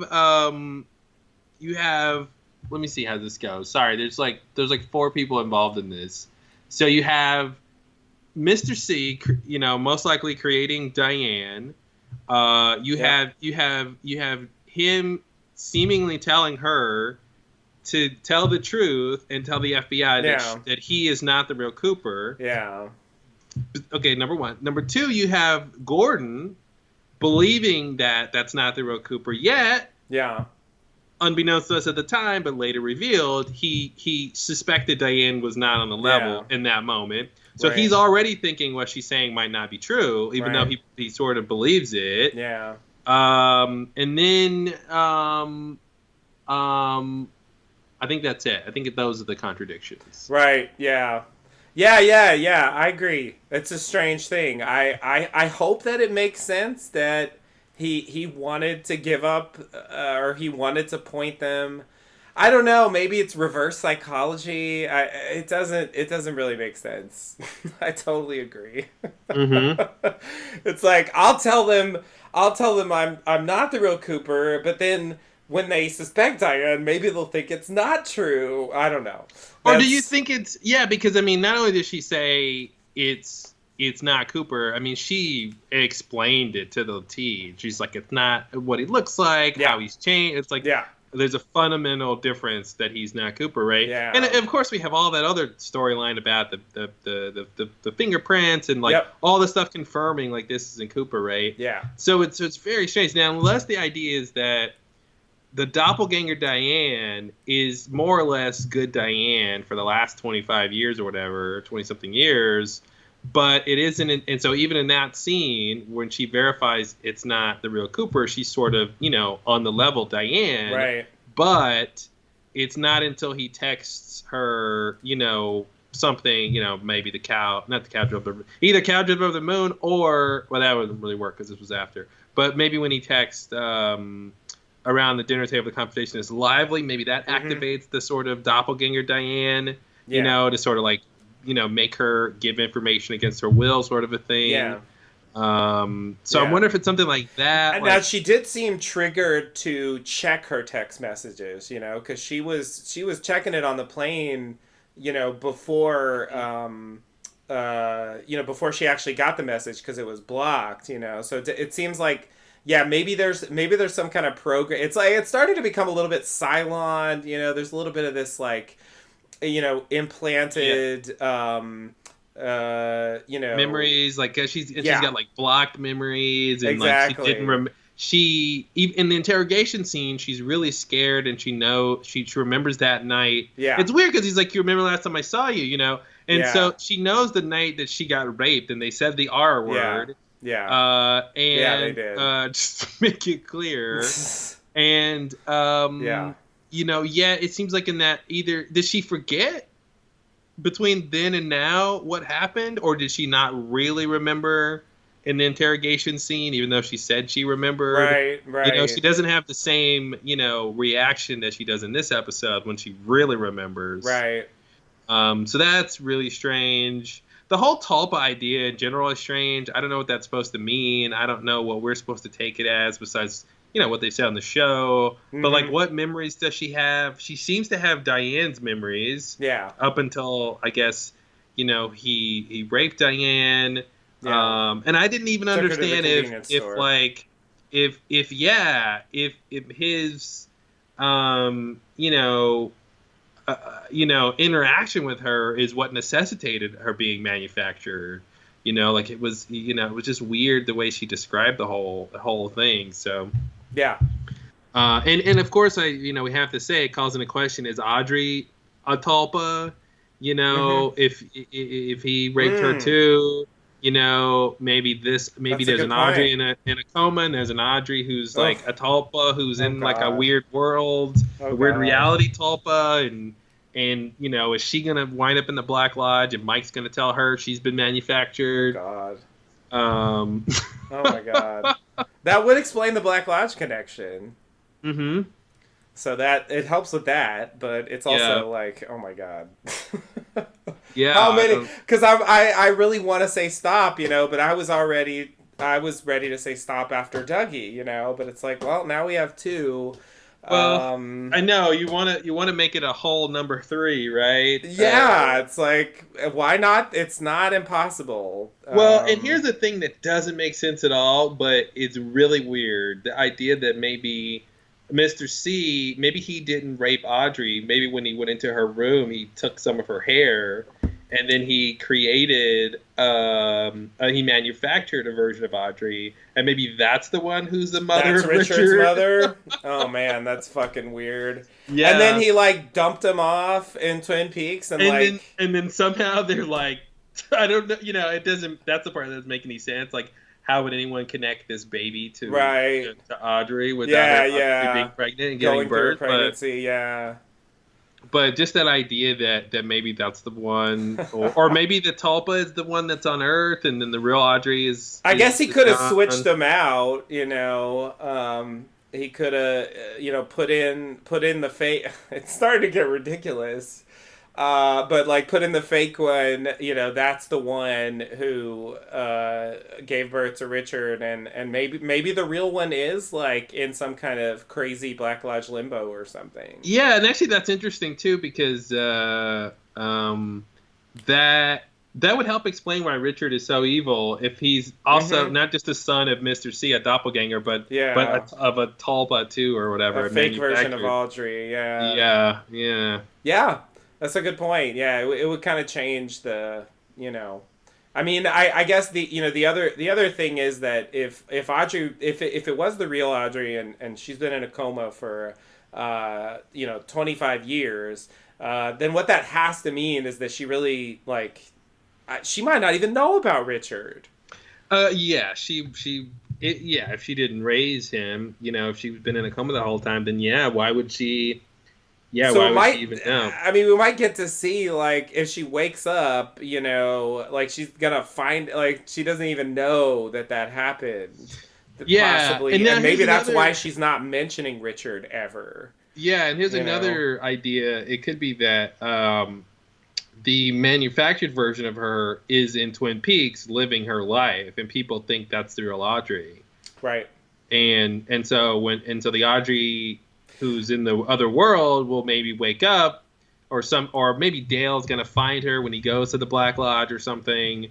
He'll maybe rescue her, and she'll come back to town, and there will have been some other Audrey living her life the whole time. Right. But I guess if the fake Audrey's still there in Twin Peaks, assuming there is a fake Audrey, I would assume she's still in a coma, because that's the best for the story. She's not then I go back to that whole thing with Richard and Frank's investigation and going to Ben, and she never even comes up. To me, that's more consistent with the idea that she's still in a coma than that she's just out there living a life. Yeah, I think it's better for the story if she's in a coma, and it gives him less to sort of explain. Yeah. But yeah, I was just thinking, since the Tulpas we've seen have been in the real world, I'm like, well, maybe it's out there being like normal Audrey or something, and nobody notices it, or. But yeah, I guess I could see a situation where Mr. C goes to her room. I feel like maybe he wakes her up somehow, or maybe she stays in a coma and he takes her to the Black Lodge and she's in a coma in the Black Lodge, and that's why it's such a weird scenario. Mm-hmm. Yeah. But I still can't explain the birth, though. Yeah, that now has to happen in the real world. I was also trying to hope that Richard was manufactured somehow. Mm-hmm. But like the way he sort of dies in this thing was very strange, and I thought, well, maybe he's a Tulpa being disintegrated or something. In a way, he's manufactured. I mean, biologically. So Hey, hey, it's biology. So I don't know. Is there a way that Mr. C could have like taken some? But that's the other thing that's really weird about Richard, though, is if Audrey's been in a coma this whole time, then this picture that he saw, he would have no context. The picture that Richard said he saw of Cooper, as FBI agent Cooper, would have no context. I guess maybe Ben could say that that's Agent Cooper or something. But, It seems like Audrey's the one who told him who that is. Right. Yeah. That's true. Well, let's jump into the episode. It's a tough one. There's so much unknown there. Yeah. And I guess, I just feel like, well, I mean, we're going to find it out next time or never. Mm-hmm. Yeah. So that's a nice thing about being this late in the game. I think he could have found out. But yeah, maybe she was awake and then something happened. There's two comas. Jade give two rides. Audrey give two comas. Yes, exactly. I could see Cooper finding that out and going, yeah, Audrey has two comas. Huh. I could too. Yeah, I mean, he's Cooper. Let me just say, I'm going to say it too. I mean, I know we're going to get to it, but I was really taken by how like immediately he was making up for lost time. I mean, it wasn't like, oh, I'm groggy, what should I do now? It was where like, am I? I know exactly what's happening. I know exactly who I am. I know exactly what's been happening. I know what's, nothing fazed him. Mike was like, hey, the other version is still out there. And he's like, great, I know what to do. Hey, and not only that, I need you to make another one, and it's like, what? He was ready for that. It's it was complete. And he knew what it would take to make it. Yeah. Do you have the seed? Like, what? He understood what the seed was. Come on, Cooper. Which is like, why do you even know that? Like, you weren't around to even see the seed. So why do you even know what the seed is? Did you learn that, like, in your 25 years? Oh, no, that's right. Didn't Mike show him the seed?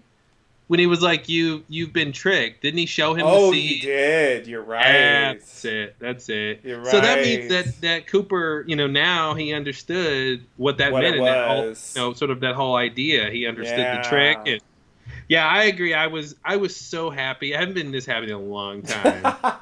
When Cooper woke up and he was just ready to go, and I was just so. It's your old friend finally coming back. I mean, 15 parts, and you're waiting for the main fucking character of the show to really be back in the. We've seen him before as Cooper at the beginning of the show, but like actually back in the real world as Cooper. Yeah. And I love the line. I knew it was coming when Mullins was like, "What about the FBI?" And America waits with bated breath as he turns and goes, "I am the FBI," and it's like mic Yeah. drop. It's just Yeah. it's such a good moment. The Twin Peaks theme like swells at that Oh, point. It it's was very great, like man. When the Twin Peaks theme started, Yeah. you know it's all coming back full circle. Yeah. And it feels like coming home. It was such a good feeling. And I want to say before we jump in the episode, I love the Mitchum brothers so much. I don't think I've ever seen these characters before. And I've talked a lot about them, how they're the gangster archetype. Yeah. But they're nice guys, Mm-hmm. and they're sort of overly nice in a way that's actually appealing and not like off-putting. Like the scene in the hospital when everyone's Bushnell's there, everyone's being jovial. They're talking to Sonny Jim, and they're just so like selfless is really the only word you could use. They're selfless in this way that's really remarkable, and I'm just like, I can't believe these characters. They don't mean that much to the plot, but like they're so unique and yeah, it just hit it home again in that scene at the hospital. And then of course they're like, we're gonna stock your house. Mm-hmm. Like it's just above and beyond any sort of normal rational response that people would have to like them getting their rightful money and stuff like that. Like they went from like, we're gonna fucking kill Dougie Jones to like, he's our hero. We're gonna do like, it's not even about money anymore. Now it's about us personally. Yeah. And you know what I mean? And like they're even going so far as to get themselves maybe even in trouble with law enforcement, to help out Dougie. And it's not like, oh, you need a plane? Great, there's a plane. It'll take you where you want to go. It's like, no, they're along for the ride. They're going, yeah. And the Mandy and Candy and Sandy are coming too, Apparently, yeah. And I just thought another really interesting sort of scene with those guys where they're just completely playing against their character types.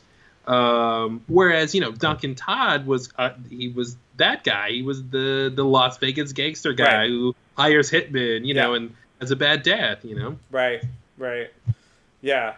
It's kind of a fake out because the first scene with them, they're like beating up the first casino manager because of how much money Dougie won basically, and then they're like looking for him, and then there's the whole thing with Anthony, and they're like gonna kill him, and then like there's this huge turn there, and it just got out of control where it was like, you're just gonna drop everything you're doing and go with him to this random place that has nothing to do with you. Like I was just like you could lend him the jet. You don't have to go.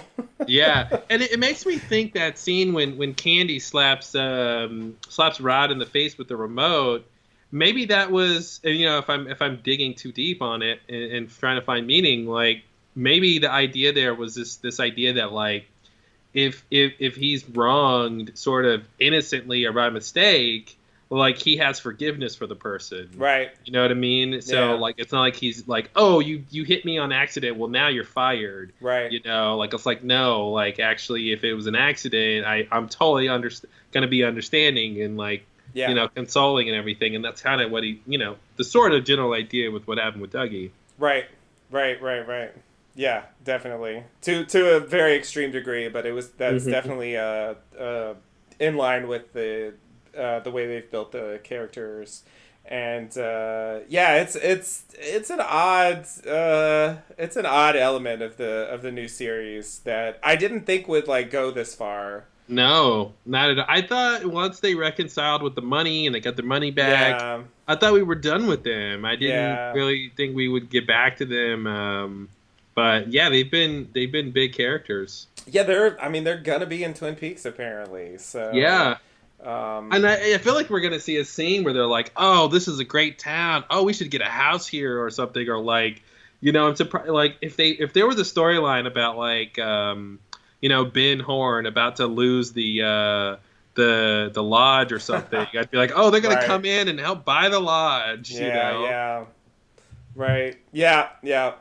That's a good point. I could totally see. And the fact that they're coming to Twin Peaks, I wonder if if there's something else Cooper's going to need, some other resources that they might be able to have that he could get, immediately. Yeah.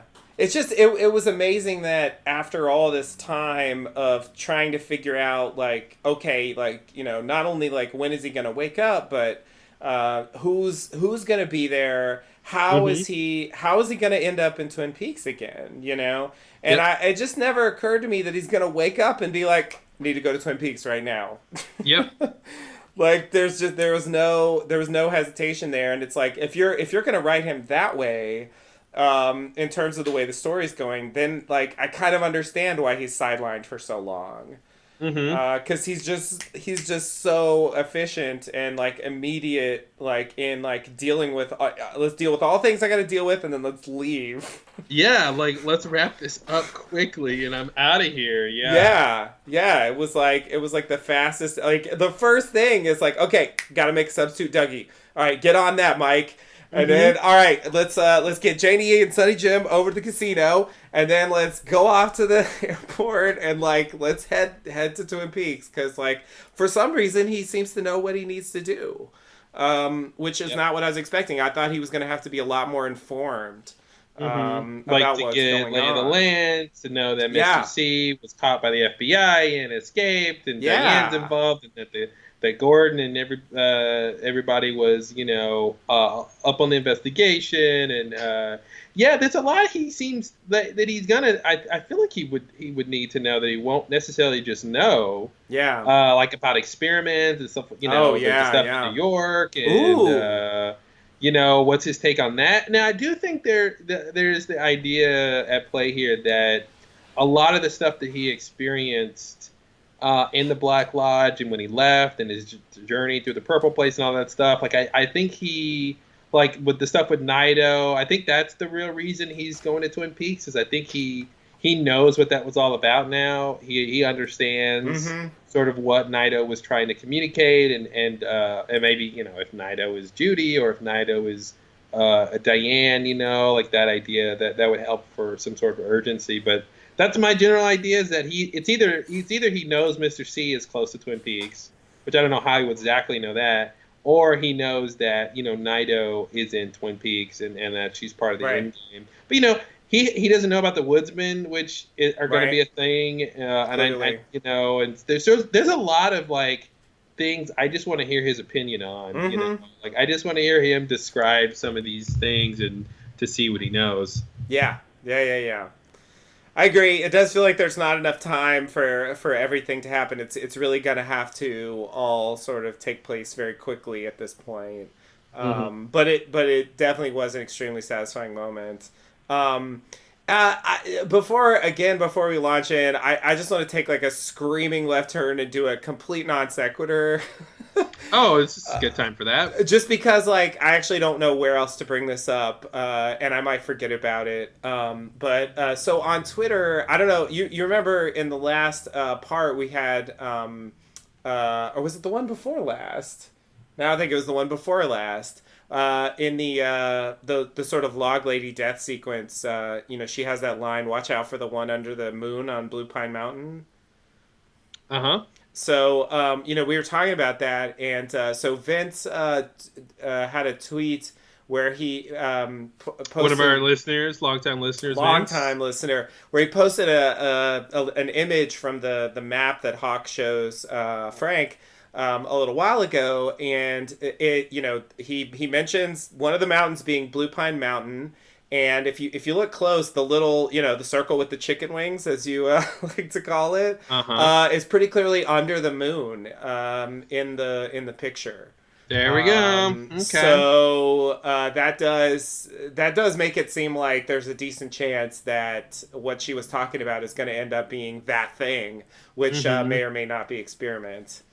So I just want to throw that in, because that actually, I usually don't go too far in with props, but that's pretty convincing. Yeah, that's a pretty good one, and and the fact that Margaret and Hawk have talked a lot, and there's that line about them talking in person, like she could actually be referencing the map explicitly. That's true. You know, like he showed her this map before, and this is exactly what she's. So it's not exactly a metaphor that relates to the map. That she actually is saying, "Hey, she's talked about the map." Yeah, yeah. And when Frank asks, he's like, "You don't want to know anything about that," and like, so yeah, maybe he and the log lady have actually discussed that thing.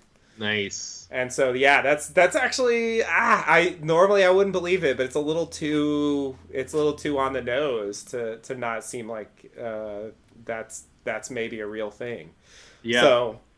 So yeah, I just want to throw that in because that might come into play here in the last part of the show. Well, good call, Vince. Vince is always reliable for good feedback. Yeah, definitely.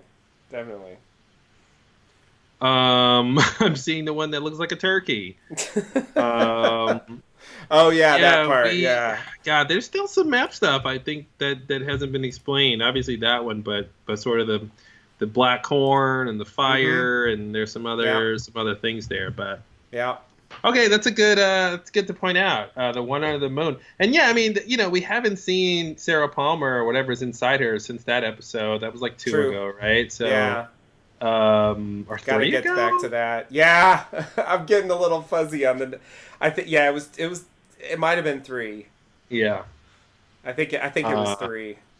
Yeah. So I mean, and that's Mr. C and his plan. I swear, I really hope. I feel like I don't even want to say this because I feel like there's the chances are very slim. But I hope the show doesn't end without me really understanding his plan. I really hope I can understand, like when the plan started, like what was involved. Was this a 25-year plan or a 5-year plan or a 5-day plan? Like when did this all start and get into place, and how does he know some of the things he sort of seems to know about the woodsman, about the Black Lodge, about the convenience store.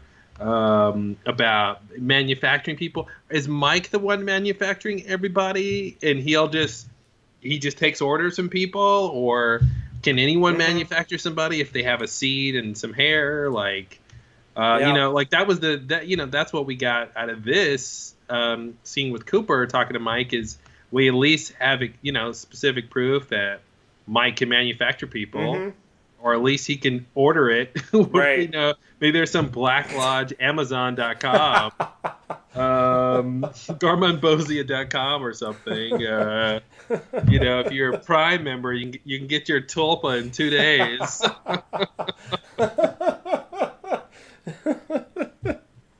Oh, geez. Yeah. Sure. All right, you want to get into the episode? Let's do it.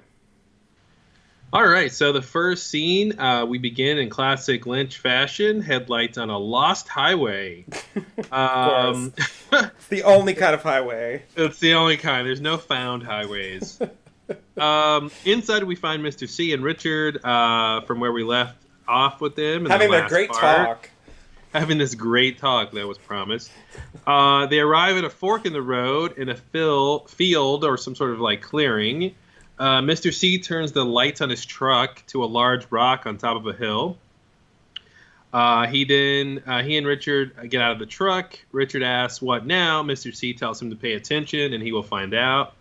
Mr. C tells Richard he is looking for a place. Do you understand a place? Mr. C tells Richard that 3 people have given him coordinates to the place, and 2 of the coordinates match. What would you do, Richard? He asked. Richard says he check out the 2 that match. Mr. C says Richard is very bright. And they are close. Daddy. Pretty soon you're going to be really bright. And I mean literally bright. I mean bright as in you're going to be on fire. He didn't say that. So Mr. C says Richard's very bright and they're close to the 2 that match. Mr. C and Richard head up the hill. Meanwhile, Jerry Horn. Oh my god! I forgot about this. Yes. Comes running out shit. From another hill, overlooking the clearing, and is seemingly surprised to see, quote, people. Jerry awkwardly looks through the binoculars. He sort of makes them a monocular because he's only looking through one. Yeah, and the wrong ones. And he sees Mr. C and Richard walking from the truck up to the hill. And then he says, "Dear God," in some sort of response to what he saw, which, okay, stop me whenever you want to. Okay. I mean, we actually specifically talked in the last podcast about Jerry Horn, like what's the next step for Jerry Horn. And I just, this wasn't what I thought it would be. I didn't think he was going to just kind of walk into another plot. I do literally think that, ran into another plot. I do think that this gives some kind of indication that they are reasonably close to Twin Peaks at this point, because I think Jerry Horn can't be too far from Twin Peaks. Yep. So that's one thing I take away from this. Another thing is that he uses like not only one binocular. I don't know, one ocular. I don't know what is it when it's just one ocular. But he looks through the wrong end, so the thing actually looks smaller and farther away. Is that what he's doing? Yeah, he's looking through the big end. You're supposed to look through the small end. Oh, I didn't catch that. And see, yeah. It's all kinds of wrong what he's doing. So I think he doesn't even get magnification. But one thing I was wondering about this is like, does he know who the people are? Like, does that have something to do with the Dear God? Because I didn't really understand that reaction either. Does he recognize Richard? Obviously, a part of his family. Does he recognize Cooper? So I think you make a good point. I was going to say, just from how it was shot, it didn't look like he could identify who the people were. Right. And you make a good point that he's even looking at it wrong and not getting magnification. Because if you watch the what they cut to, it's a very small circle. Yeah. In the big black screen, sort of making the point. So that'd be the reason why I think he's not recognizing him. But then it's like, well, why is he saying "Dear God" and people? And what is he expecting to find? Why was he running here in the first place? Yeah. Like the we talked famously about contrivances, and so so the first strange contrivance or convenience is like that. That the three coordinates lead to very near, two of them are outside of Twin Peaks and the other one is probably in Twin Peaks or is Twin Peaks. Yeah. So it's strange that all the coordinates are in a similar location. And then, of course, it's strange that, like, Jerry runs out just in time to see this event. And can this still be from the drugs? Like, is this still because he had one bad hit of his special marijuana and now 16 parts later or whatever, he's still on this trip? Like, it's got to be more than that, and it almost parallels like Audrey's thing of just him being in his own story, and actually a lot of the Twin Peaks, I mean, Ben's kind of in his own storyline, he's had some people come in and out of it, but the whole thing with I always forget her name, Beverly. Which remember we were asking about Ben cheating with Beverly and her husband was gonna get mad. That was like 20 parts ago. Yeah, that's clearly not. I mean, maybe we'll have one scene about that, but it's clearly not going to be a huge thing. Yeah. That was just character stuff for Ben. And more stuff, and like they had Ashley Judd, so they decided to give her another scene. I don't really know why we got one more scene for Ashley Judd, ladies and gentlemen. Let's just give her. She's got another 20 minutes before she wraps up. Let's put her in a scene. I don't want to get too far in a tangent, but we were just talking about Audrey, and I just remembered that and we were talking about Ben. I was thinking about the Great Northern and. The idea that, when we last saw it, James was there, and he's sort of in the basement and he hears the noise and there's a door. And, that's and the noise, right? I feel like I didn't register that, or if I did, I forgot. I saw that online, people saying that's the same noise that Ben heard. Yeah. I didn't recognize it as being the same noise, but it is something. When I listened to it, it sounded like It did sound like the same noise to me, but it was kind of muted. Mm-hmm. But I actually listened to it back to back with the noise that is in Cooper's hospital room, that Bushnell hears. Good call. Which is definitely the same. And it did sound the same. So I think it was like maybe muffled by the door. I'm not really sure exactly what we're supposed to think, but I do think that was the same sound because I listened to them back to back and they did sound sound the same to me. It's weird. That actually makes it worse. Oh, good. because I was gonna say, like, if the sound that James heard is the same sound that Beverly and Ben heard, that's great. It's in the same place. Yeah. Why would Bushnell hear that sound? I have no idea. Now it makes the sound even crazier, and Yeah. it's right before Dale wakes up. Yeah. You know. But I wanted to connect that to another idea I heard people talking about, which is the idea that Audrey could be in that room. That James is outside of down there. Like she's somehow in the other, some locked in there, or she's living out some sort of psychological drama in there or something, but maybe that's the all white room. But, why Ben wouldn't know, I mean, whether or not he knows he's down there is a whole question that doesn't make any sense. But, why he's, why wouldn't he know where the noise is coming from or have some idea, something like that. But anyway, all those random things are sort of kind of connected with that room, potentially. That's true. That's a good point. I did start wondering also if Billy, like, maybe Billy is Cooper. Like, Billy is some kind of stand-in for Cooper. And the fact that he's missing. That's interesting. Just because, like, if those characters don't matter, then what does that stuff mean? Like, what does that represent for Audrey? And I was just thinking, like, what, It was the first thing that popped into my head that she might have some kind of weird, like a displaced fantasy about. I almost made it work, man. I was going to say, okay, so Charlie in her dream, Charlie's a C, so he's Mr. C. Oh, God. And I'm like, oh, okay, Billy's Cooper, so B. Right. It's Cooper and Mr. C, and yeah, she likes Billy better, but... She likes Billy better, but I can't connect Billy to Dale Cooper unless B... He's the Bueno Cooper. He's the Bueno Dale. Can we use Spanish? Why not? Hey, I agree. Yeah, Billy, William, yeah, I can't quite make it work. The but name something like that. Linked. Yeah, something like that seems plausible. That is a good point, though. If she is not living in real reality, then what does that stuff mean? And what does it relate to? And and it's weird. Like, is her going to the Roadhouse? I mean, I guess one question is, did it work?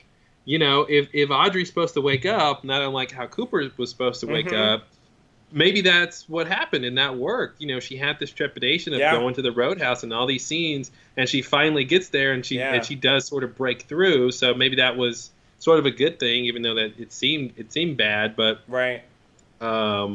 you'd have to ask why does the metaphor of going to the Roadhouse mean? Why is that a metaphor to her waking up or facing some sort of block that's preventing her from waking up? So that's kind of weird. Yeah.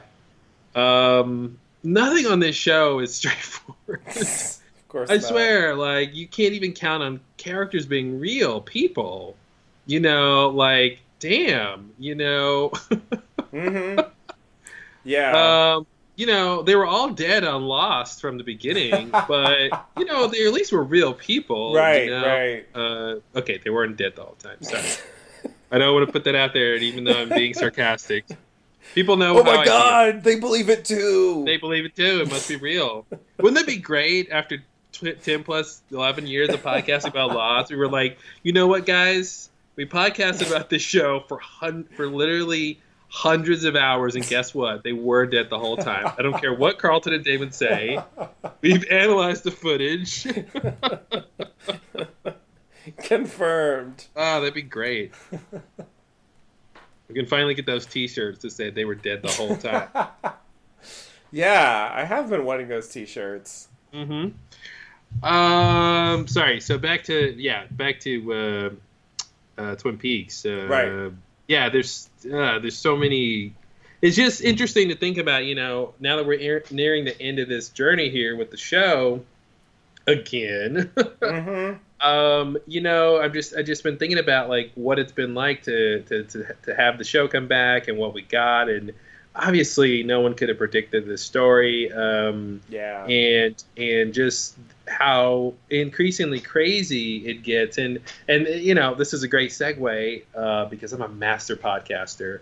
Back to the scene that we were about to get to.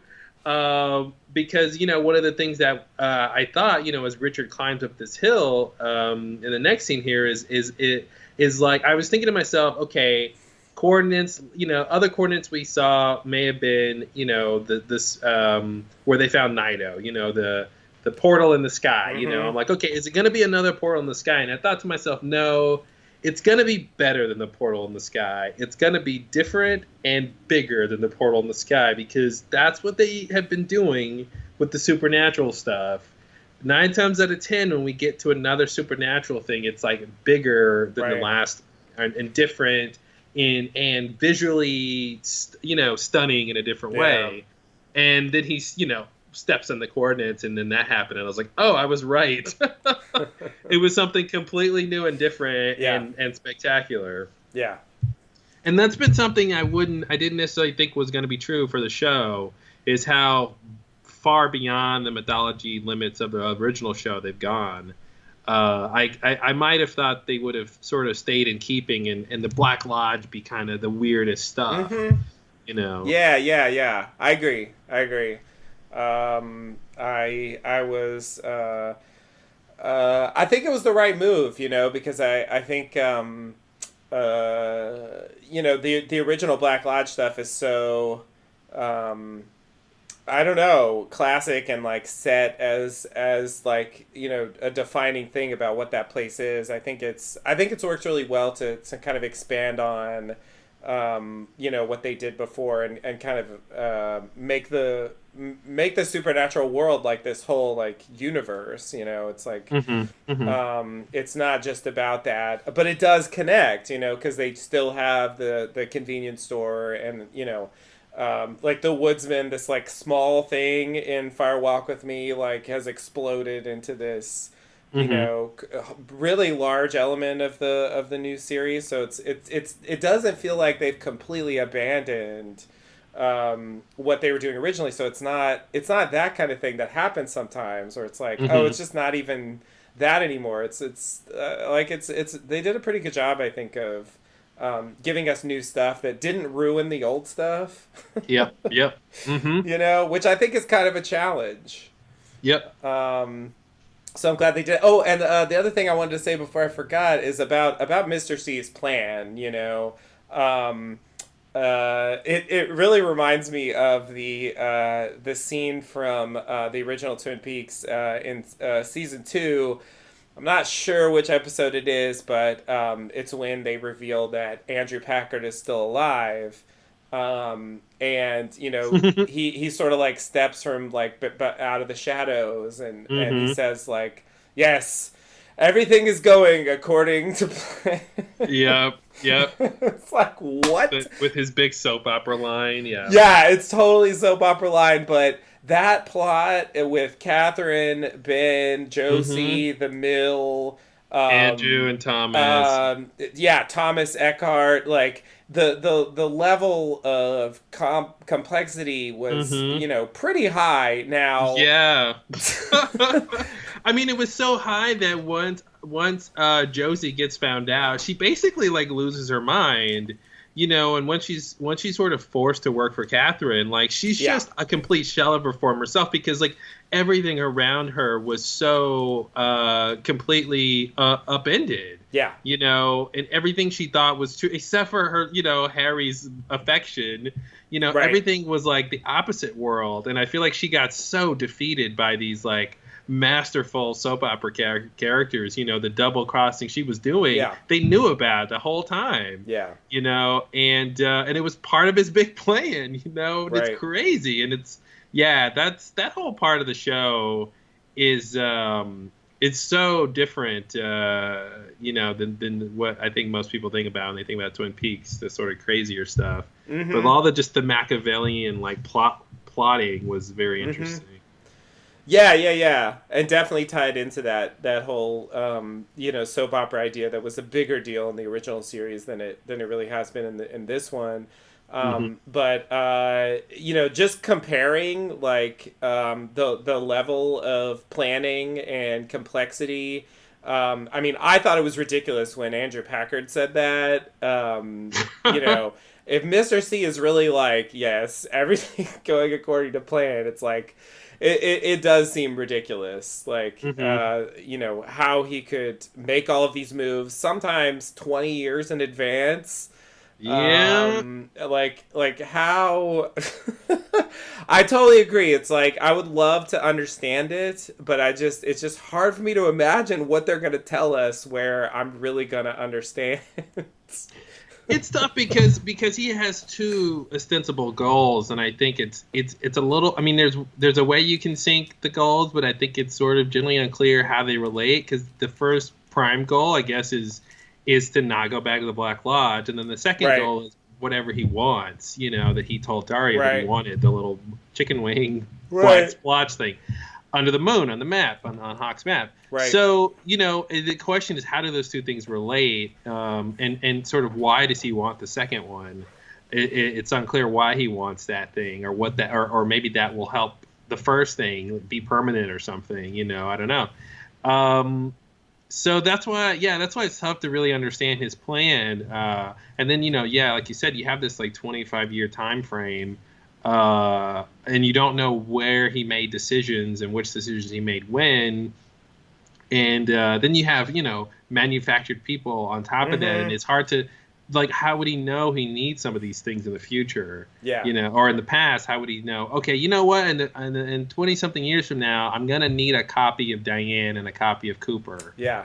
And this will be important. And it'll just be okay that I let Dougie live a life and have a family and I'm somehow assured that he won't end up dead before I need to use him, or if he does, then by any causes. I mean, they even say Dougie was in a car accident. So so it's like, I guess he either knows he'll be fine, or he's like, well, I don't have. I almost wonder if he's like David Lynch himself, Mr. C. Because Lynch famously says, basically, like, if he has creative roadblocks, or like like when they asked him about casting for season 3 here, they were like, well, what do you do if you can't get an actor you want for a part? That's sort of a general question for him.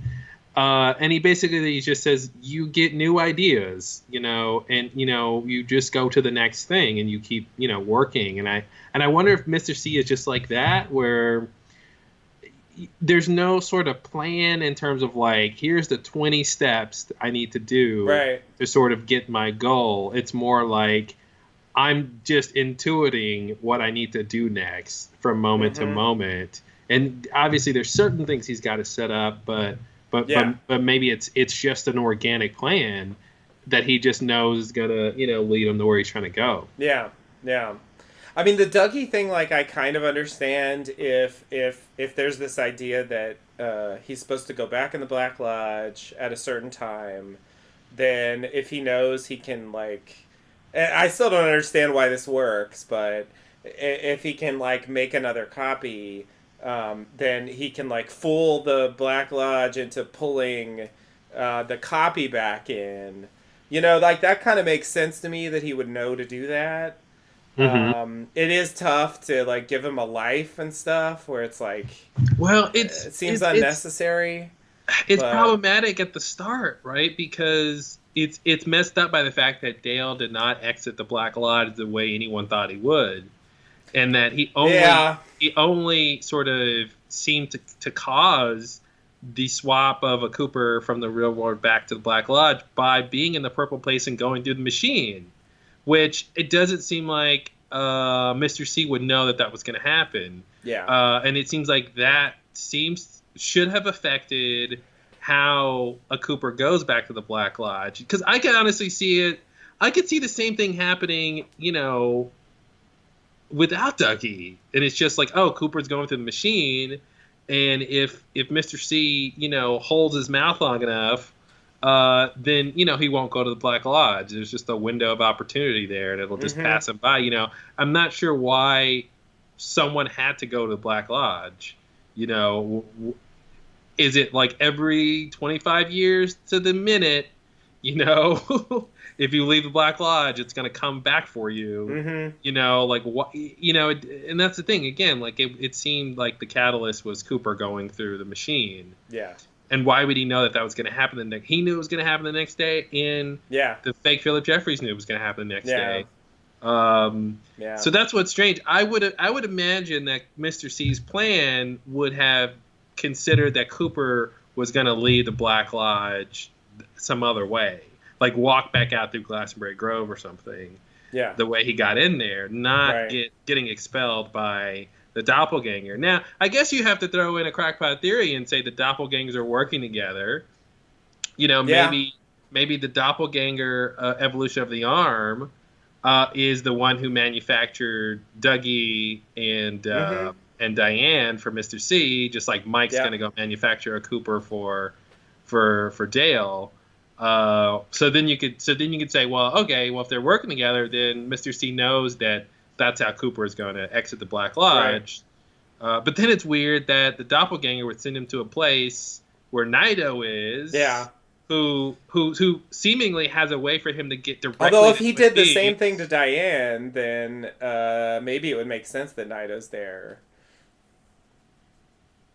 Yeah. But that helps the plan. But the problem is.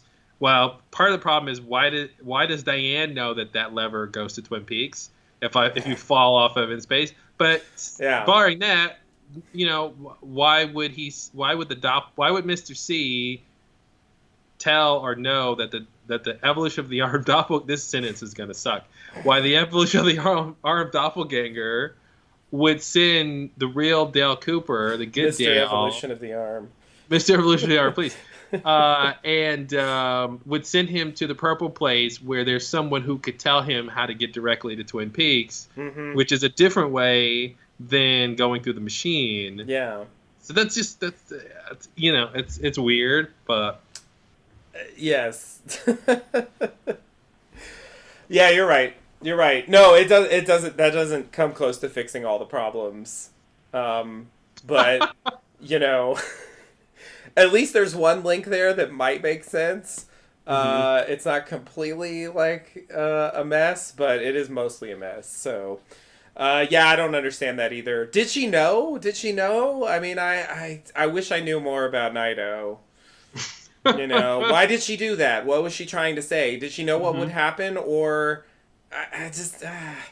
Yeah, the problem with Naito is she was clearly trying to communicate something the entire time she was there. I mean, both about which machine he should go into. Yeah. And then it's like why, and I guess maybe that's the idea. She was basically saying, hey, don't go to the real world through these machines, because either one of those. One is maybe like you can't go through it, number 3, and then 15 is like don't go through that one because that's Mr. C's plan.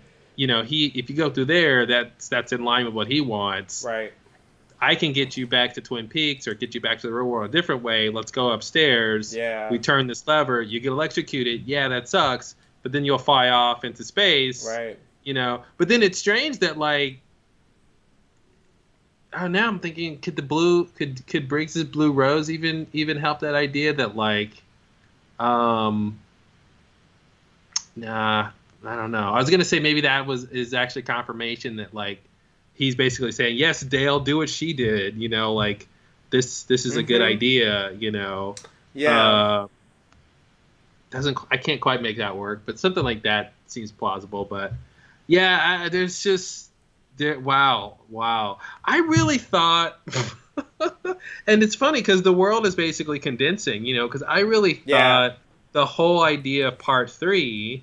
Was that, Dale was sent out into non-existence or into some other sort of universe or something connected to ours through the Black Lodge, and that the idea was there's just this infinite amount of realities out there and people and beings and situations and conscious entities going about their day-to-day lives as a conscious entity is wont to do. And that Naito was one of them, and she had her own journey that he came in contact with, and had a life before him and had a life in something after. Wherever she fell off into space to was some other interesting place. Like each star that we saw was another place he could have gone to.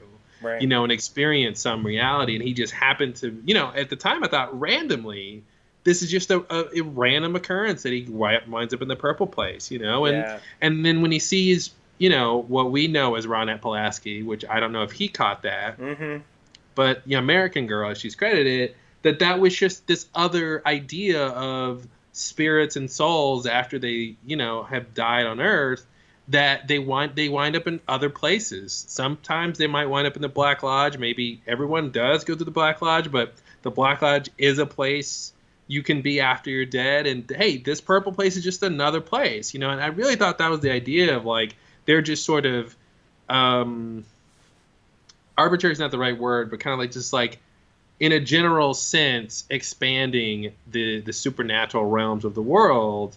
And what it seems like is they did expand the supernatural realms of the world, but in a really concrete way and in a sort of more smaller focused way where like these different places we saw are linked more explicitly than could have just been any place. So like he goes to the purple place for a particular reason, because Naito's there, because she's important to the story, and she's important to the story because, he winds up there, like these things are related somehow. And that's something I didn't get before. And it makes me think we're going to understand American Girl. I mean, if we're going to figure out who Naito really is, I think we're gonna get American Girl. And that's the thing too, Ronette Pulaski, I guess, was still in Twin Peaks when the show was over in season 2. Yeah, she's in the finale of season 2, Yeah, so did Mr. C rape her and trap her in the purple place? Was he just going after like all the women that Cooper all the women that Cooper came in contact with, not all of them clearly, but I'm wondering about that, and again the question of Annie, we have to ask in terms of in light of Diane, was Annie a Tulpa? And definitely. And I guess what you'd have to say about that is this idea that like why wouldn't Norma remember her? If once a Tulpa's work is done, do the people who think they're related to the Tulpa just forget them? That's I don't know. Yeah, it's a good question. Hey, Annie Watch continues. For one more week, we get to wonder. Are they gonna somehow bring Annie into the story in some way that makes sense? Obviously it's not going to be like she's not going to get 8 scenes, but are they even going to have just some lines? It's not going to be the Heather Graham show for the next hour. I doubt it. I mean, hey, I think Cooper has to. I think the cops in Twin Peaks have to mention this started for them with Laura's diary mentioning Annie, that there were secret pages hidden in the bathroom stall, and I really hope someone comes up with a better idea of who it was, because I think they left it off on Leland. Which I don't want to take that as being true, and if that's the last thing they say, I'm going to assume they want us to think that's true. Maybe Dale will be like, oh, it was Philip Gerard because of some reason. Which seems like, that seems like it makes more sense, but... Or my friend Mike did that, he told me he did that for some reason. But so... They're like besties now, so... And it's kind of the same answer. Gerard and exactly. Mike. So I was just thinking, they're gonna have to mention that, and I just feel like if Cooper hears about Annie, he's gonna have to say something. Now, maybe because he's got this sort of sense of what's happening now that he's awake, maybe he'll say, "Oh, Annie, she was a tulpa, right?" You know, like Yeah. maybe he'll just intuit that Right. based on what he knows now, Yeah. or maybe what happened in the Black Lodge. Maybe in hindsight, we're supposed to sort of understand is is an idea that she was a tulpa or something. I don't know. Yeah. But Yeah. yeah, so or maybe that's even when she was created or something. Like maybe she's oh, that doesn't make any sense. Sorry, that didn't make any sense. She was already in Twin Peaks. Yeah. I was gonna say, wow, maybe Wyndham Earl created her in the Black Oh my Lodge and then god. sent her back in time to. Oh my god. Well, that would be a loophole plan. That Yeah, would be but again, crazy. it calls into question Maddie. You know, I love, you know, my favorite like Maddie scene is when she's just like, you know, all I know is that Laura was my cousin and I loved her, and like if this place feels like a dream and all that stuff. I mean, you know, I think if there's any big line from the show that really um, is sort of the underpinning, I think of this season is Philip Jeffries. You know, we lived inside a dream. Yeah. I really think they're unpacking that idea in a bunch of ways, and really sort of trying to say something about not just the nature of the supernatural stuff on the show, or not even just the nature of Twin Peaks as a town, but like even calling the question our reality. And it made me think about Lost. Famously, Carlton and Damon, the showrunners, said after the show ended that the two questions they were trying to answer with the show were what's the meaning of life and what happens after you die. Right. And I was thinking about those two questions for Twin Peaks, like, or what are the questions that Twin Peaks is like trying to answer? And a big one is what's the nature of reality? Mm-hmm.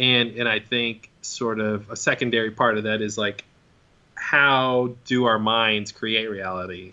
Mm-hmm. And it's sort of what do those two things mean? Yeah. Yeah, it's very, very interesting stuff.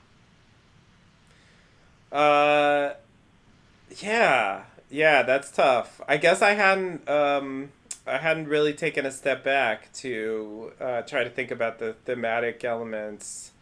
Um but I do think that, generally speaking, you know, uh a lot of stories that Lynch has been drawn to are stories that do involve, you know, playing around with, the nature of reality, and also like how people, create realities for themselves for various reasons, Mm-hmm. Mm-hmm. or choose to view the world in a way that like does the work of creating a reality for themselves. Yeah. Because I can definitely see stuff like that happening in Lost Highway and Mulholland Drive and Inland Empire, Mm-hmm. and I think to a certain extent, also Fire Walk with Me, and you know, Yeah. um, you can see those elements in there. So it's definitely in line with that stuff. Mm-hmm. To focus in on that, and I do think it is a step up. I don't know if up's the right word, but it's pushing it further than he has before to actually have, um I, to actually literally have, like, you know we made these fake people, you Yeah. know Mm-hmm. Mm-hmm. because like in Lost Highway, there's this whole thing with Patricia Arquette's character, like, changing hair color and changing name, and Mm-hmm. there's a picture and it's two of them and then it's one of them, and um, there, like, it's, I feel like there's a kind of a similar idea there, of kind of, manufacturing a character that serves a purpose. Mm-hmm. But they never literally said that that's what happens. Yeah. you know, it's kind of like, I don't know. They didn't give it, and not only that, they didn't give it a name, Right. you know, and like couch it in a sort of real world, you know, mythology. But actually, you know, now that I start talking about it, now that I've seen this, and I know, you know, Tulpa is this whole like Tibetan thing, like it makes me think that, you know, in a way maybe that was the idea in Lost Highway. That that the mystery man like manufactured this second Patricia Arquette character, um, you know, for the purpose of you know, teaching this guy a lesson or punishing this guy or whatever it is he's actually trying to do. I'm not 100% clear on that, but whatever his goals are, like, you know, she's in line with them. And that's kind of revealed by the way she gets up and walks in the cabin, and then she's gone and he's standing there. Yeah, that definitely was true.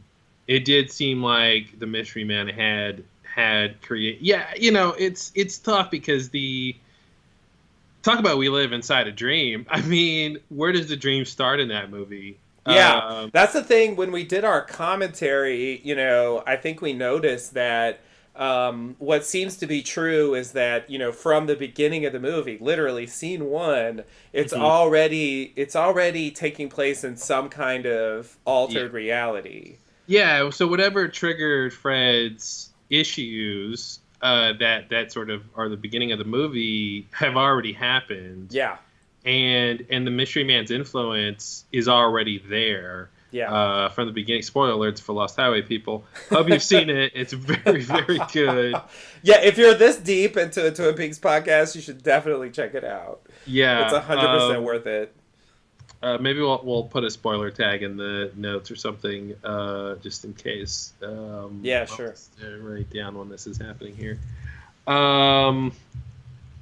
But yeah, that's interesting. And, you know, that's actually a good point, though, is you know, getting more Lynch and getting more Twin Peaks will, you know, we can see what he does with this season, and it will help us, you know, with a new perspective on his other works, and can kind of look back and, you know, because it's funny you mentioned that, because I was thinking about let's just keep on the Lost Highway tangent here. I was thinking about the person behind the dumpster, that the actor who plays Duncan Todd in this show. Yeah, he's in Mulholland Drive, and he talks about, and it's you know, we talked about this before with Gordon Cole's dream of Monica Bellucci. It was very similar to this guy's dream, where he had this dream that he was at Winkies, and that he you know that he was really scared. This the same sort of bite setup. And then when he goes behind the dumpster, he sees the sort of dirty person who's very reminiscent of the woodsman from Twin Peaks. But it made me think that, you know, this idea of like being the dreamer, but also in the dream, and this idea of, you know, I've always been fascinated about his reaction to seeing the person behind the dumpster, because you don't really know how to take it. It's overwhelming, to say the least, to him. And maybe there's fear or something, but there's just this sort of unidentifiable thing that happens in reaction, you know. And it made me think, you know, maybe the person behind the dumpster is the dreamer, you know, and he came into contact with the person responsible for his reality or something like that, you know.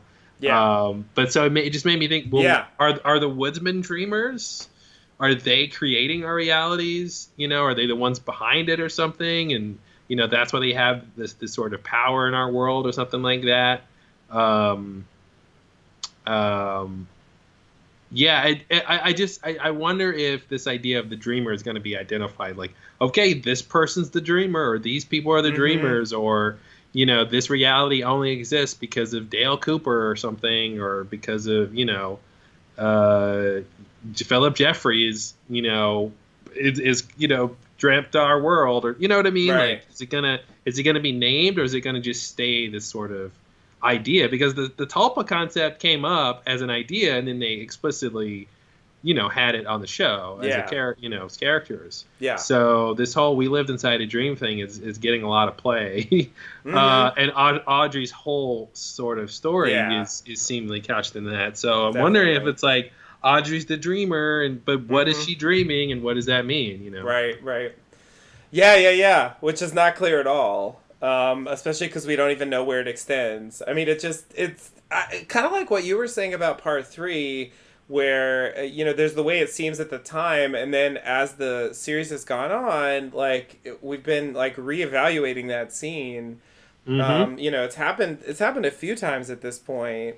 Um, like the Audrey thing, not just for her own story, but it actually retroactively like creates this weird mystery about basically everything in Twin Peaks. Like, Literally everything to do with Twin Peaks is now, is that real? yeah, exactly. Like, come on, of course Norma didn't go into business with some guy Right. and come up with several restaurants. Norma Yeah. didn't do that. Come on, that's fake. Yeah. Yeah, it's not. I mean, it's not out of the question. Like there's some of those things where I'm fairly comfortable that they're real, but then yeah, a plot line like that, it's like, probably not. I think that's real because we had the Big Ed reunion, and it's like, would they really make that? Like that's just Audrey's dream. I mean, I get they could do that technically. Hmm. Hmm. I don't think that's to pull the rug out from under that, to give us that moment and then say, that it didn't really happen. I mean, it's harsh, but I think technically I could see that happening. I guess the stuff involving the sheriff station and all that, like I feel like that stuff is not part of Audrey's crazy dream. That seems like that's stuff that Cooper's going to interact with, and I don't think Cooper is part of her dream either. I don't think her dream extends to the entire show. And then I dreamed about a box in New York, and Hmm. there was Sam and Tracy, and then the experiment came in, and it's just like, come on, Audrey, you didn't, you don't get all Hmm. that stuff. So I don't want to give her credit for the whole show. It's a little too much. So that I draw the line there, but that it does leave a ton of room. Because there's just so many of those weird little elements and I would be tempted to say Jerry Horn, until Jerry Horn waltzed into the Mr. C plot. Yep. Like once that happened, it's like, well, I guess that really happened because Hmm. I do think the Mr. C plot really happened. Yeah. So It does. It makes me wonder if there could be a way that the story, and I can't quite make this work, but that the story could be something like, again, we go back to Lost, sort of the idea of being trapped on the island, like the idea of being sort of trapped in a reality, and so the idea that maybe Mr. C, maybe he knows that this world is not the real reality or something, oh god, and the coordinates sort of lead to the real reality, oh my and that's god, and so I don't know if it's Audrey or someone who's the dreamer has sort of encapsulated him in their dream world or something like that, and he's trying to escape. Something like, I wonder if it's something like that, this idea, like, because even the lines here with Dougie or with Cooper being in a coma, and several of the lines about electricity and comas, I feel like they're, and of course with the I feel like they're trying to tell us something there. I agree. With reality and electricity and comas. Oh my, Yes. I don't know what exactly they're saying, but I feel like there's this could be foreshadowing for us to really Yeah, fundamentally ask ourselves what's the nature of the reality we're watching, yeah, and like you're saying, how far does that extend? But in terms of Mr. C having his ultimate goal, like that would be a big goal if he's trying to like yeah. get out of, now how that relates to the Black Lodge and him going back, if he's like in a dream world and all that. Maybe, I don't know, I don't want to go there, but Yeah, it does make the whole thing pretty weird, which is why like I generally want to say that like some of that stuff isn't a part of that, but it is, yeah. like, When Janie E said, yeah, people can be in comas for years. I was like, after the Audrey reveal, and I went back to that, I was like, yeah, that Yep. does seem like it's kind of hinting something. Yep. That seems like it's all about Audrey. Exactly. It's a way to sneak it into this scene where it's kind of plausible that she would say it, but yeah, Mm-hmm. it's really, kind of like the atomic bomb poster behind Gordon in Yep. that one scene where it's like it's not really clear why that's there or why they're even showing Mm-hmm. that, but later on it's like, Then oh a bomb yeah, goes off. that's obviously a very significant event in the story of this world. I mean, Mm-hmm. is that when the dream started? I mean, that stuff. Like Yeah. Audrey better not get credit for all that stuff. Well, yeah, you're right. Oh my God. But that's what I was gonna say. Like, maybe the overall point that they're gonna make is that all realities are dreams. That that whatever Yeah. you would call a real reality, someone's dreaming that. Yeah. And so that way it sort of doesn't sort of make anything we've seen less important or something. Right. Or say that the first two seasons like didn't really happen or don't really Right. count if all world or it's really like maybe they could have their cake and eat it too in a way, Yeah. and sort of make the world crazy, but sort of make us not lose like interest in what actually happens. Right. It's just a different perspective on it. It's not necessarily like Mm-hmm. a big plot reveal. Yeah, yeah. Yeah, it also makes me think, there's been a lot of talk about magicians on the show, and maybe is that what a dreamer is? Someone who can do magic, or magician is someone who can dream. um, all right, you want to go to the next scene? Sure. Well, wait. What's the next scene? The continuing. Let's see. The next scene Are we still- is I think Richard going up the hill. Okay. Yeah. I just want to make sure we weren't past that. Nope. Okay. Okay, so I lost let's track in the tangent. I know it was quite a long tangent. So Mr. C and Richard make it up to the rock. Mr. C tells Richard it's right up there on the rock, the coordinates that is, and that he's 25 years his senior, and Richard should get up there. He tells him the locator will beep when he's close and make a continuous beep when he's there. Let me know what you find, Mr. C says. Richard makes his way to the large rock. Jerry looks through his monocular again as Mr. C watches Richard climb on top of the rock. The locator starts beeping. Richard C walks closer to the location and says, I'm there, and immediately begins to sparkle like fireworks. And Mr. C and Jerry watch on. Richard disintegrates from his limbs to his head and fizzles out. Jerry loses it. Mr. C is disappointed and says, goodbye, my son. Pause on that. Yeah. And walks back to his truck. Jerry sort of gets mad at his binoculars and calls them bad, and he smashes them. Mr. C texts smiley face all, but it's not delivered. And then he gets into his truck. Yeah. So, Oh man. the story of Richard Horn. Yeah. What a story it was. I love how like he's like, get in, we'll talk on the road, and I remember we talked about it, and I'm just imagining like, oh man, they're gonna have a long conversation where he's gonna lay it all out, here's what happened, here's your history, blah blah blah. I don't even think Richard even maybe he guessed, maybe he had some faint. I don't think you know.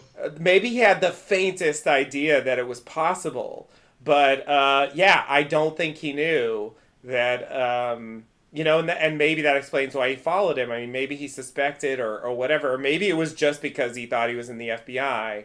But it doesn't seem like he ever really found out. And it's like, okay, and also I think what I have to throw in is that the opening thing with the giant where he talks about Richard and Linda, and fucking where's Linda, god damn it. Wow. Anyway, that I'm still holding on to that means that even though Richard apparently dies here, well, I say apparently, I'm pretty sure Richard dies here. You don't explode on screen usually without dying. But I don't. I think maybe his story's not done. I think maybe he will show up in the Black Lodge or in some kind of, one of those like crazy supernatural contexts. We've definitely seen dead people show up there. Because I feel like the something more has to happen than this. But it does seem that it's the end of his real world story. Yeah, wow. Well, what's interesting about the way he died, it did look painful, and it did look like he was sort of being disintegrated, as I mentioned. But I also wonder if he was being transported somewhere. Like it just looked like that. It just looked weird, in like he was sort of burning or something. But then maybe he did, like you're saying, like he's got more story left, so maybe he actually just went somewhere. Yeah, it could be. Now obviously it seems like this was a trap for Mr. C. Right. The two people who gave him coordinates wanted him to die. That's how it comes off. But I do wonder if that maybe he'll just end up in the Black Lodge. Yeah, I mean maybe that's the thing. Even it's still a trap for Mr. C, but it just goes to the Black Lodge. Yeah. It calls into question what Mr. C thinks happened. Does he think Richard's gone to the Black Lodge, or does he think he's dead? I love his reaction. It's so oh. It's like, yeah. What does that mean? Oh. Well, and it's like he clearly suspected something. Oh, yeah. That's why he sent him up there. He did a bin with his bunny thing with the sonic fence, the lost thing where it's like, hey, you go first, and we'll just see what happens, and then maybe I'll follow. Yeah. It's a little interesting that, if Richard didn't follow him, then Mr. C would have done what? Just gone up himself? Good point. Yeah. So so we talked about his Everything's plan. going according to plan. Yeah, that's why he fathered a son, so he would follow him. That's what it seems like, doesn't it? It seems like he had the only reason Richard was alive was to be here for this moment. Which is totally ridiculous. But yeah, again, I mean, the plan is completely ridiculous. Yeah, it's a good. I didn't really think about that. It was very convenient that he was there. Hey, the line between contrivance and writing shows up again. Yeah, there it is. Rears its ugly but predictable head. But yeah, we also get like his clear confirmation if it wasn't clear already, which I think it was pretty much. I mean, everyone thought this, when they first introduced him. Yeah. Literally, it was like day one. Oh, he's Mr. C's son. Like that was just because he's a bad guy. Because he's a bad guy. He's got to be his son. Yep. Yeah, that's pretty much it. And then, when we got the Doc Hayward scene, and he was like, "Yeah, he was." I think he looked in on Audrey Horne. It's like, yeah, there it is. Yeah, there it is. That seems to have been totally right. So he finally says it out loud. I feel like it would have been clear even if he didn't. But is he defending goodbye, my son? He's just speaking, colloquially. He's saying my son, but he doesn't mean my son. Come on. Yeah, I love how he's being like sort of like a father in weird ways in this scene, like immediately, right? I don't know if that's us. I don't know if that's the script or the actors or the audience making that, because like the stuff that he tells him, he could say to anybody, but because we know that that's his son, it comes off like fatherly advice. Yeah. And it comes off like he's grooming him to be a bad guy, and how to think correctly. You're a very bright young man.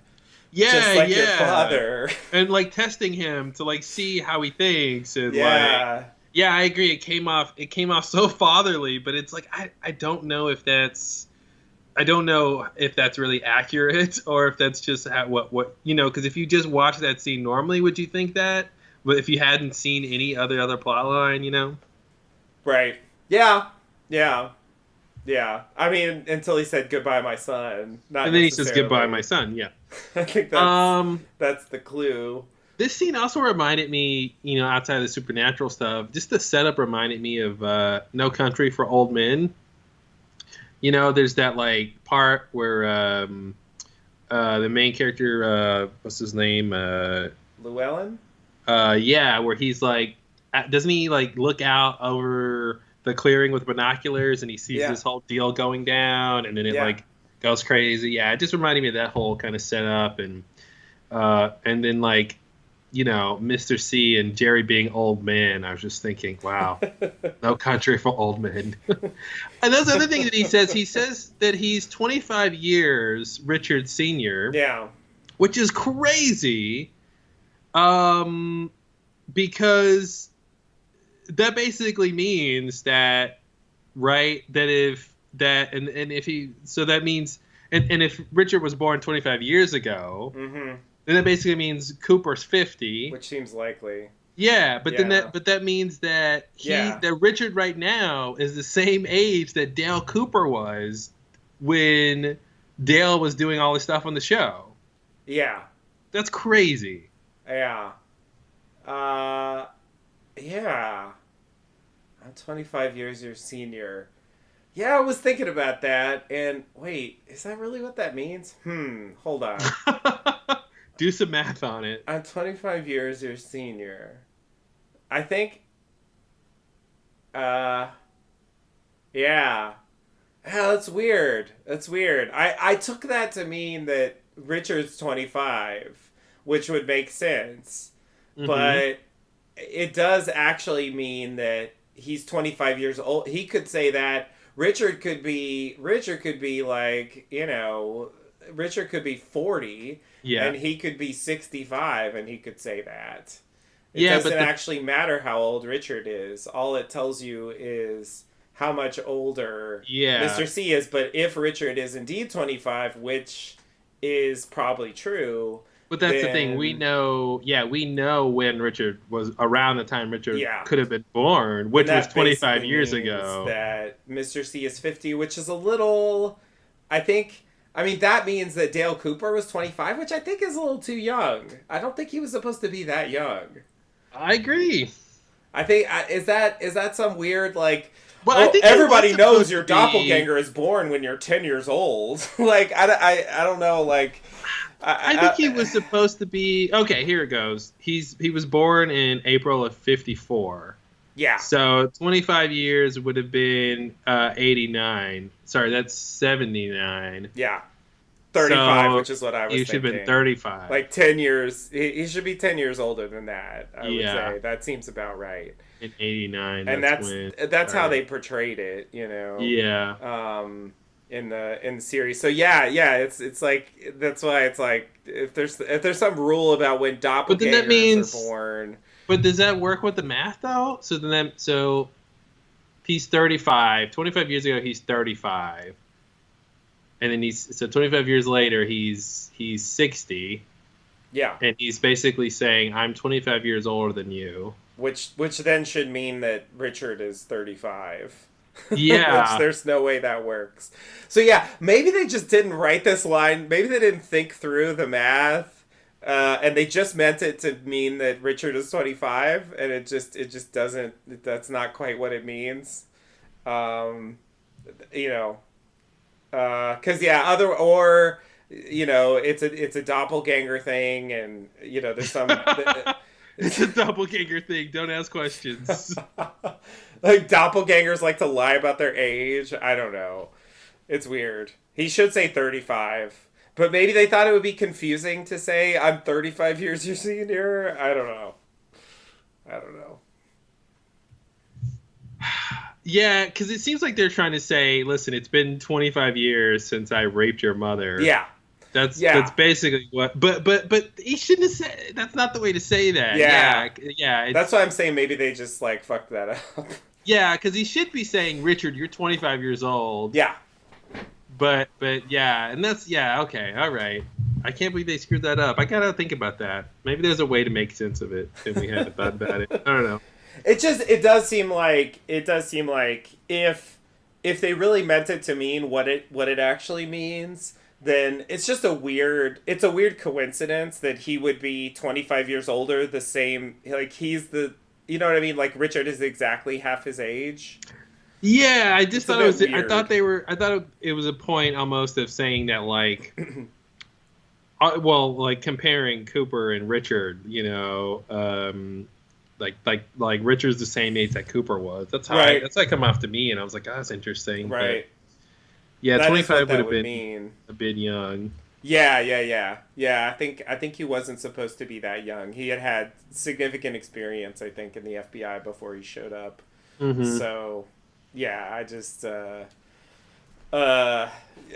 yeah. I'm gonna say that they intended it to mean that Richard's 25, and that's just not how the words work. Sorry, guys. Or it's just a continuity but if error. they They do meant mean what they that, then it does said. mean that Cooper's too young. Yeah, Still, yeah. Well, I mean, that's the thing. Like, or they just mean, yeah, it's the same thing. They mean that, yeah. Anyway, whatever they mean, it doesn't help. It doesn't yeah, work with the Cooper age. Okay, right, right. Yeah. all I mean, right. it's either a retcon, like a weird retcon, or a mistake. Mm-hmm. I would say. Like Cooper was 25. Let's just say that now. Okay. Whatever. Oh man, I'm 25 years your senior. I guess we'll have to wait for the final dossier to get that answer. No. I really can't wait for that. Geez.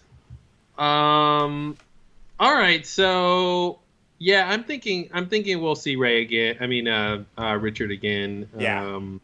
Yeah. I think he might really be dead, but I do think we will see him again. Yeah, he still has a weird plot line. I guess clearly nothing's gonna happen with Red. Like, nope. Red just did the world's greatest magic trick for no reason. That was it. I don't even see that plot line coming back. I mean, I know we're still on a cliffhanger with him being with Shelley, but like at this point, I feel like they don't even need to deal with any of that, and they could just wrap up the show. Yeah. It'll just be weird. I think we'll get a scene about it, but I agree that it's not necessary at this point. It seems like they have plenty to do to fill the time. But I expect it to tie in. It clearly it won't be a lot. No. I mean, yeah, definitely. I think the Red thing was like extremely tantalizing, but it was clearly a lot less than we thought at the time. Mm-hmm. Well, unless he's just got some big part to play in the end game in Twin Peaks, which I guess is possible. But I guess I have to hold out hope that he does, because maybe he knows Mr. C. Maybe. I mean, maybe this is gonna turn into like Stephen King's It, where like all of the like random like people in the town have to band together to defeat the demon, so it'll be like Cooper and the FBI, and you'll get what's his name, the British guy with the Freddy, the British guy with his power glove, right? And you'll get Red with his magic abilities, and they'll all go up against Experiment or something. Like, I don't know why there's so many people involved in this, this whole thing at this point, unless they're all gonna converge. I was thinking Red might end up on the other side. Maybe maybe he's on the bad sides, and maybe Sarah Palmer too. Yeah, I mean, whatever, Sarah. I think that's the thing they're probably going to go up against. But I'm just thinking with Red's magic, he's going to need to help the good guys. Like the bad guys, whatever Sarah is big enough, I think, alone. Whatever's under the moon, I don't think needs any allies. But yeah, I mean, Red seems bad. I guess that's why, basically, just because he came off as extremely threatening. He's a drug dealer, et cetera, et cetera. It's, I mean, the same reason why Richard, seemed like he had to be a bad guy. Mm-hmm. And he ended up being tied in with Mr. C. So just going by that pattern. Yeah, but if you throw in that he's with Shelley, he does have a good side. Well, and maybe it's that trope where like he's a bad guy until the real bad guy shows up, and then he's like, "Oh no, we got to kill this thing." Yeah, You it know, could and be because he that. doesn't have any real beef with anybody. But Shelley was, I mean, she was with Leo. I mean, maybe there is that idea that she's drawn to these bad boys. I mean, maybe Oh, she's sure, not sure, bad sure. I to don't think he's like. Shelley, I don't think he's a good but guy, but I'm just saying, like, when the end game comes, he could be hmm on the good guy's side. yeah, You know, it's because he's not possible. like he doesn't want to see the end of humanity. You know, he might Yeah, not want the destruction of the world or maybe not. whatever. You know, How am I gonna get rid of all these drugs? I know exactly. He's got real world problems. But Drugs, drugs, yeah, drugs. I was sure there would be a follow up, and yeah, I'm pretty much 100. I mean, maybe somehow if he is involved in the end game, they will find a way to sneak in some kind of confrontation. Richard will be like, "I told you not to call me the kid" or whatever, and then he'll do something crazy. Now that he's gone to the crazy world, but it just can't be like it can't be that much, Hmm. I thought it would be a bigger deal. That he would be like, "Hey, I told you to do this. Like, what happened?" Yeah. So yeah, it's I mean, maybe Red's whole. I mean, yeah, maybe they'll give us another scene with Red, but maybe the whole point of that magic scene was just to give Richard a reason to like be speeding through town to mm-hmm, like kill the kid and then like start his whole journey to like leave town to wind up where Mr. C is. right, You know, to finally meet his doom. Like maybe that's the whole point of that scene. It wasn't about, oh yeah, Richard's really gonna have to hook up Red with drugs, or find a way to get it to the town. It was just more like yeah, Richard needs to be really scared so he can go off and be speeding through town. right, Like maybe yeah, it's just about that. yeah. And it had to be something really crazy to rattle him, Mm-hmm. and Yeah. yeah, yeah, yeah. That's a good point. I mean, at the very least, that's what it did. Yeah. So it just, but on a show like this, you throw something out there like that, and you just don't think that it's, a mere contrivance.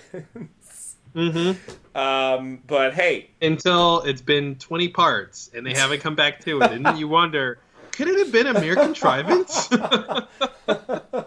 yeah, well, it's true. It's true. I also want to say, so far, we have not had any owls except that one time Yeah, that yeah. we Off heard screen, owl heard an owl. noise. Yeah. So I'm still listen. In the next two parts, I want to see some owls. I want to see Annie. I want to see Heather Graham show up. And I need Special Agent Dale Cooper to drink some coffee and eat some pie at Norma's. Well, I think that one's definitely gonna happen. That before the end of this show, I swear. Yeah, there's no way they don't get to that. I don't necessarily want to talk about it now, but I just before I forget, I wanted to talk about the idea of Briggs being a tulpa Oh God. because we saw Not Briggs. Et tu, Briggs. Ed two Briggs, yeah. Because we saw Diane's head pop off when she dissembled, and so we saw his head came off Yeah. when he got the coordinates. So it made me think maybe he was also manufactured, and I guess we talked about that before, perhaps that the real Briggs died in the fire, and this guy was manufactured or Oh, something. yeah. That possibility's there. Oh God. Mm-hmm. Oh God. Could it be that? Ooh. Could it be that? Ooh. Yeah, whatever you're thinking, that's what it is. Ooh. Maybe that helps with the coordinate plot somewhat. Oh, Um. good. If it's just like it's just too much, but maybe it's true. Just if Mr. C created Briggs, also, and but then I guess he didn't go into the real world. I guess he stayed in like this crazy sort Mm-hmm. of zone, convenience store, Black Lodge, Purple Place universe. And maybe he sort of assigned him the task of getting the coordinates.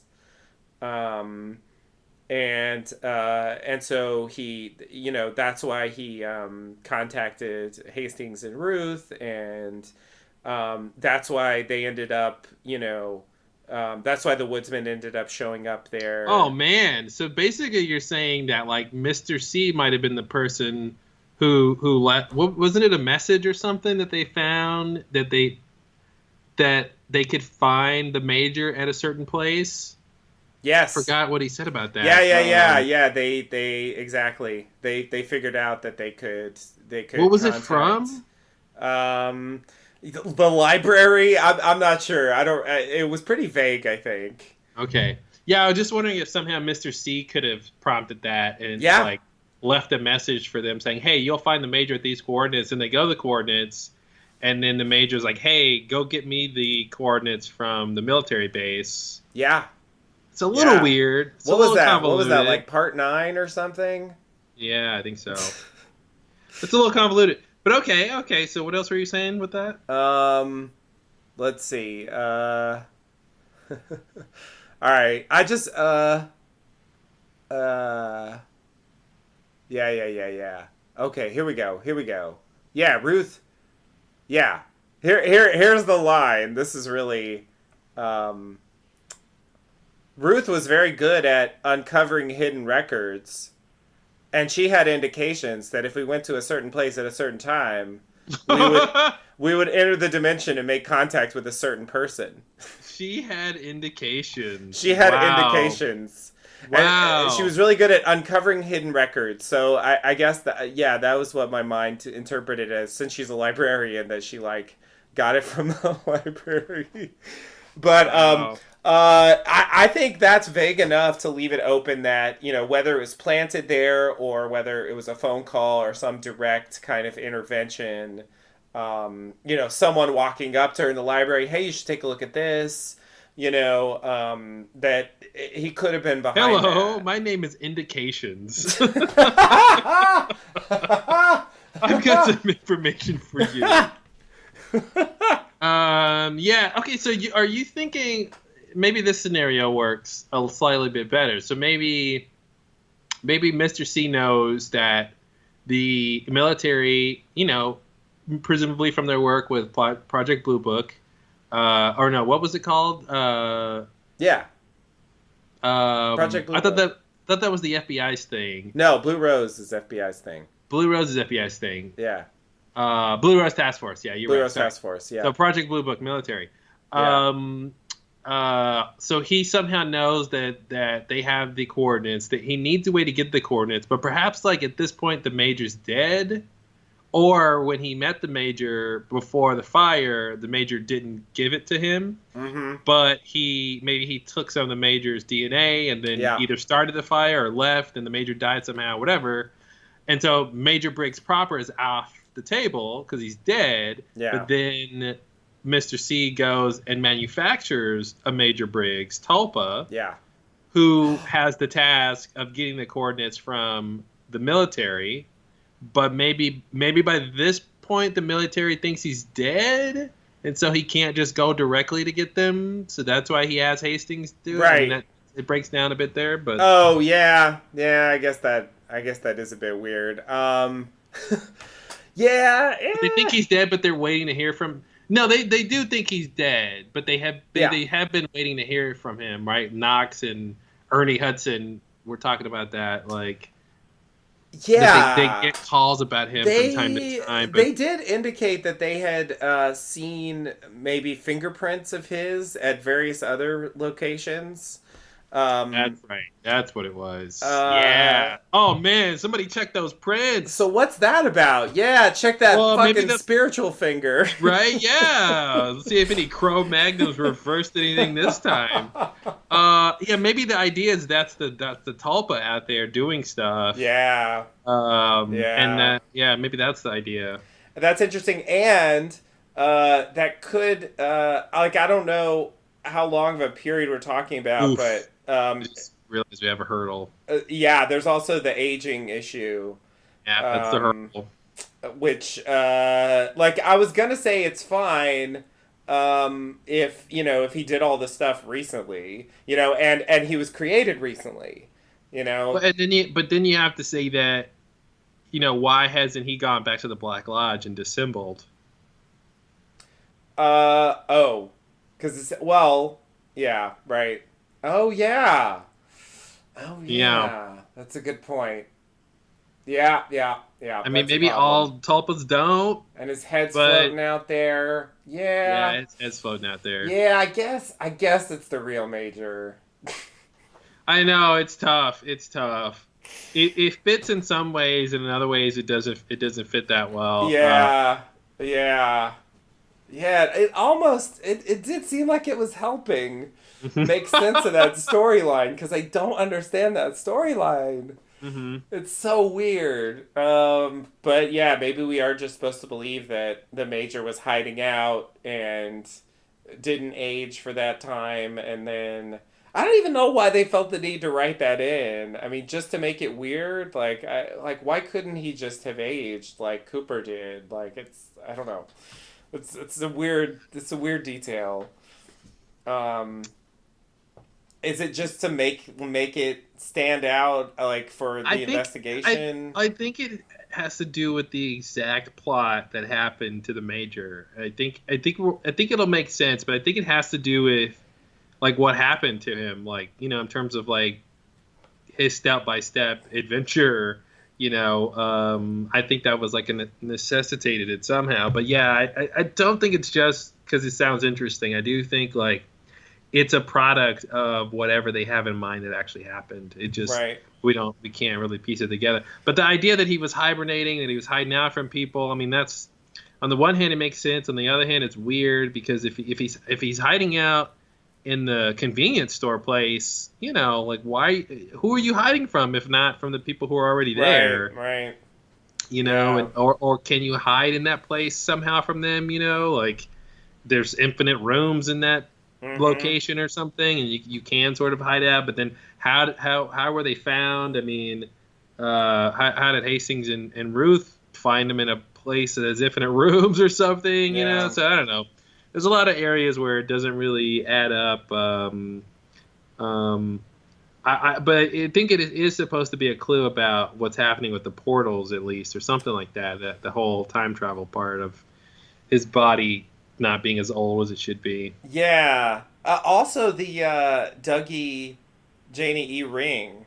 Like who put that there and why? Oh, we still Still we not still clear. haven't. Yeah, that was my original. I give up. That was my Right. I original. Like, remember. there's no way to even theorize about this, and I stand by that. Like, I still think it's completely unclear, and nothing has really helped piece that together. Like, besides like Mr. C did Yeah. it to lead them to, but Yeah. it didn't really help. Nah, it didn't help.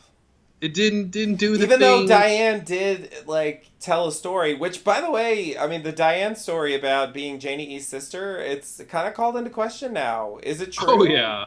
Yeah. Like I like now I'm kind of doubting whether it's even true. Well, the problem with it, if it's not true, is it takes away one thing that was great was explaining Janie E. Right. Because the E would be for Oh Evans, yeah, that's and they're right. just they're just calling her nickname Janie E. Right, right. And maybe there was a class where there was a Janie R, or Right. there's another Janie, so they had to go by Janie E. Like that really was nice to have put to bed that little Yeah. trivia thing. Um, Yeah, but so maybe it still is true. I mean, some of the stuff she said probably was true, mhm. but it's just I don't know. But then it's No, it's like fair though. It calls into question for sure. I yeah, and mean, it's like why did she even say that? I mean, it doesn't seem like it really helped hmm anything, which I guess makes it seem like maybe that makes it more likely to be true.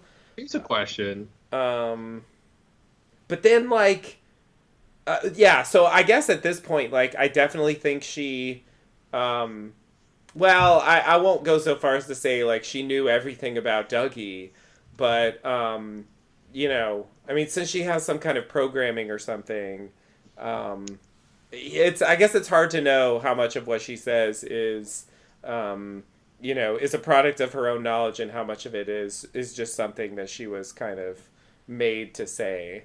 hmm Well, yeah, especially because at the end, when Mike tells her she's been manufactured, she says, "I know." Mm-hmm.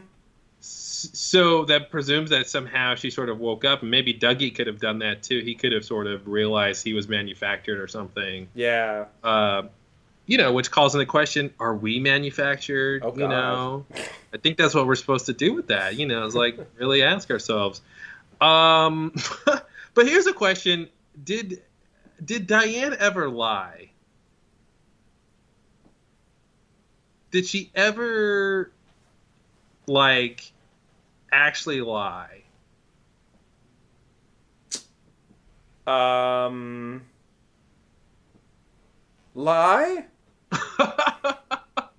I know I'm putting you on the spot to try to remember every Diane line. Yeah. But Yeah, I'm doing my I'm best. just wondering if there's a way in which, even though she's manufactured, she's working for Mr. C, that everything she said could still be true, and she could have sort of in a way been. I mean, obviously she was hiding certain things, right? And she was not saying certain things. Yeah, a lot of that stuff No. doesn't count as a lie. She was passing on information. She was definitely Yeah. collaborating, but yeah, in terms of lying to them, it's not clear. The stuff she said about Janie E and Dougie was accurate. Mm-hmm. Yeah, that's where that came from. I'm thinking like maybe for the most part, in a sense, like everything she said to them was true. Yeah. Yeah. It does seem that way. 'Cause yeah, I can't really. I can't. Yeah.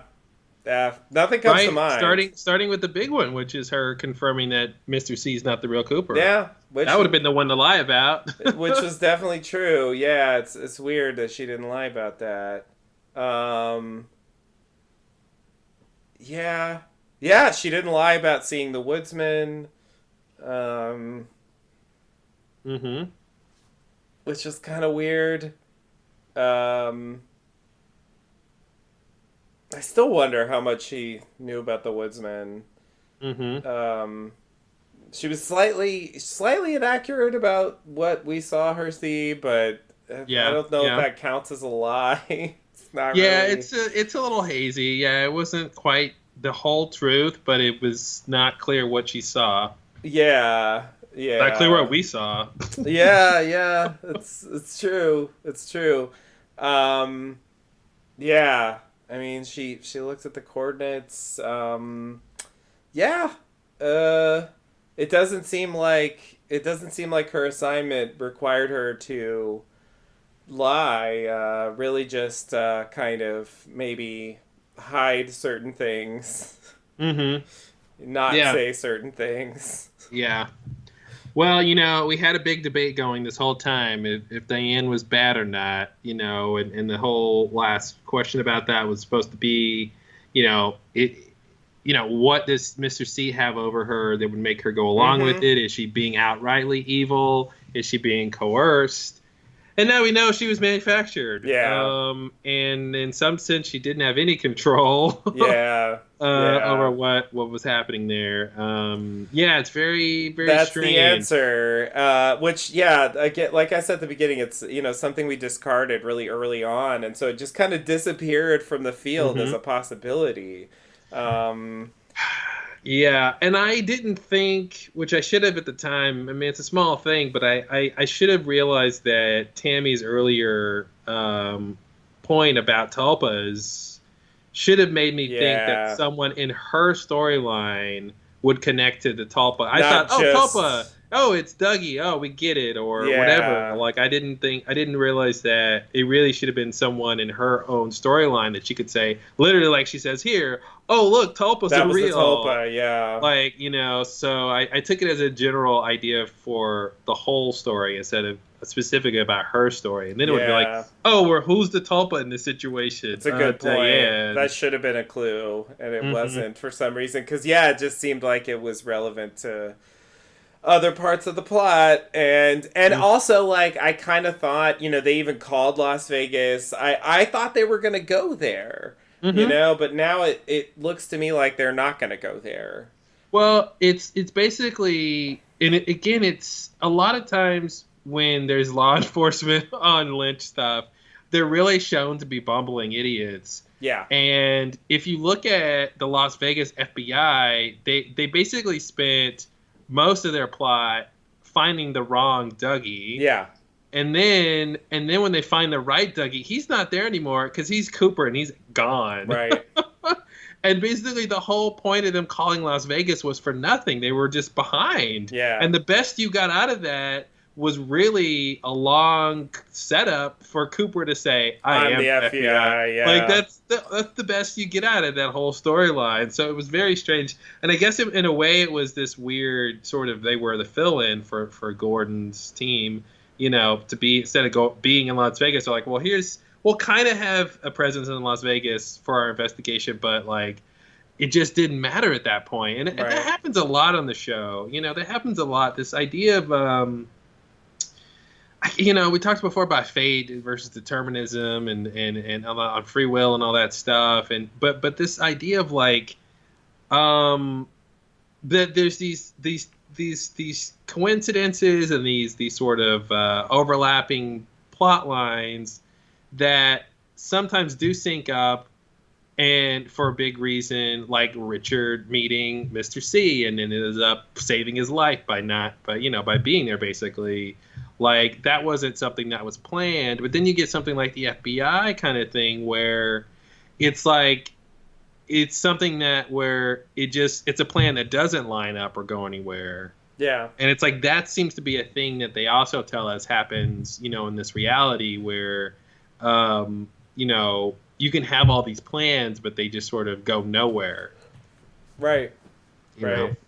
Yeah, and there were teases in there too of the, you know, the Fusco's, like, getting the fingerprints. And, yeah, good point. You know, it seemed like, surely that will alert the FBI, and, you know, and then when they ignored it, it was even like, no, that's okay. There'll be an alert or something that they were accessed. That nope.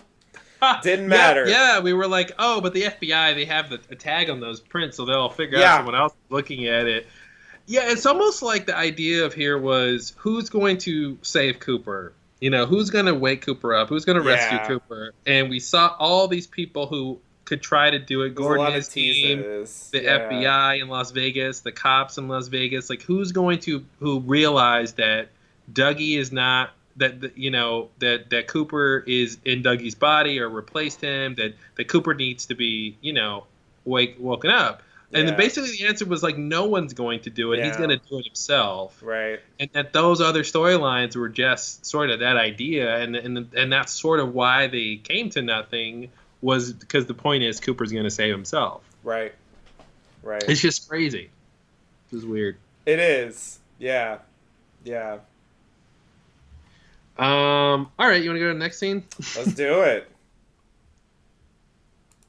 All right. Where are we? I gotta find a better way to keep my place in my notes. Okay, so, all right, next scene. We open on a row of houses and find a black van parked outside. Inside, Hutch and Chantal, dressed as painters or some sort of work people, stake out a house while Chantal snacks on Cheetos. Garmonbozia. Hutch asks Chantal if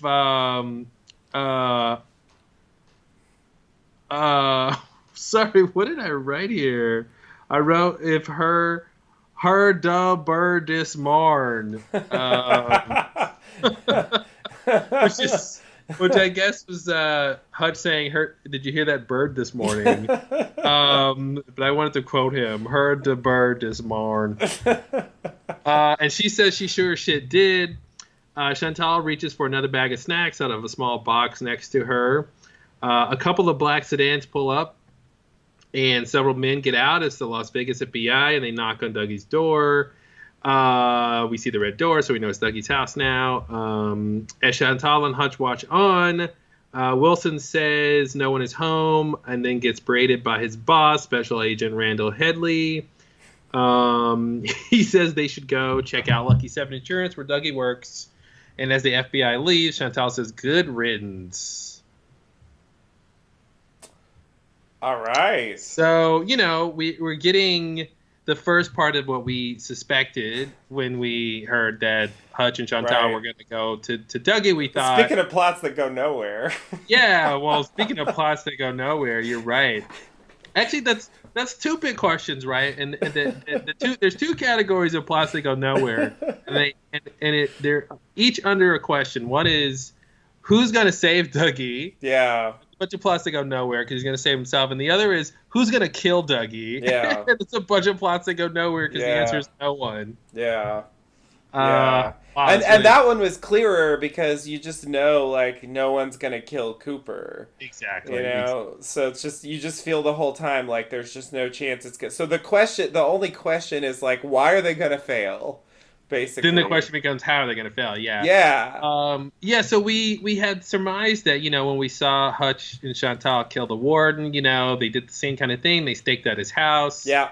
And then they were ready to like snipe him from a distance. So we were like, oh, they'll probably do that for Dougie. So we see the first part of that, right? Yeah. They're here. They're staking out the house. Yep. And then Waiting for him to God, show it's gonna go downhill so fast. And yeah, there's just, I guess Mr. C is just going to be like, wow, it's hard to find good help these days. I mean, how many people have failed to kill this guy? And again, like, this wasn't his plan. You know what I mean? He didn't plan to have 20 people try to do this. It was supposed to be the first ones. He thought the first ones were going to get it done. Yeah. Yeah, it's definitely... there's been a lot of contingency plans going on there. Clearly. And he's been like passing on the problem, basically like Duncan Todd ended up having to deal with the problem. Yeah. For a lot of the time. And yeah, just, now that he's out of the picture, really it's just down to these two. Like if they can't do it, then, no one's going to get Cooper in Las Vegas, clearly. Yeah, it begs the question why he didn't just do it himself. I mean, I know for story reasons why he didn't, but it seems like if it's such a big deal, and it also seems like how much time does Mr. C think he has to get this done? Before one of them has to die or whatever. Because it took a while. That's a good question. Yeah, I wonder. Well, I do think the, did you call me 5 days ago was one of those things where I was like, oh, actually, not that much time has passed. Yeah. I mean, some of these storylines are maybe shifted around a bit, but, the fact that Chantal and Hutch show up, kind of indicates, how the timelines line up, and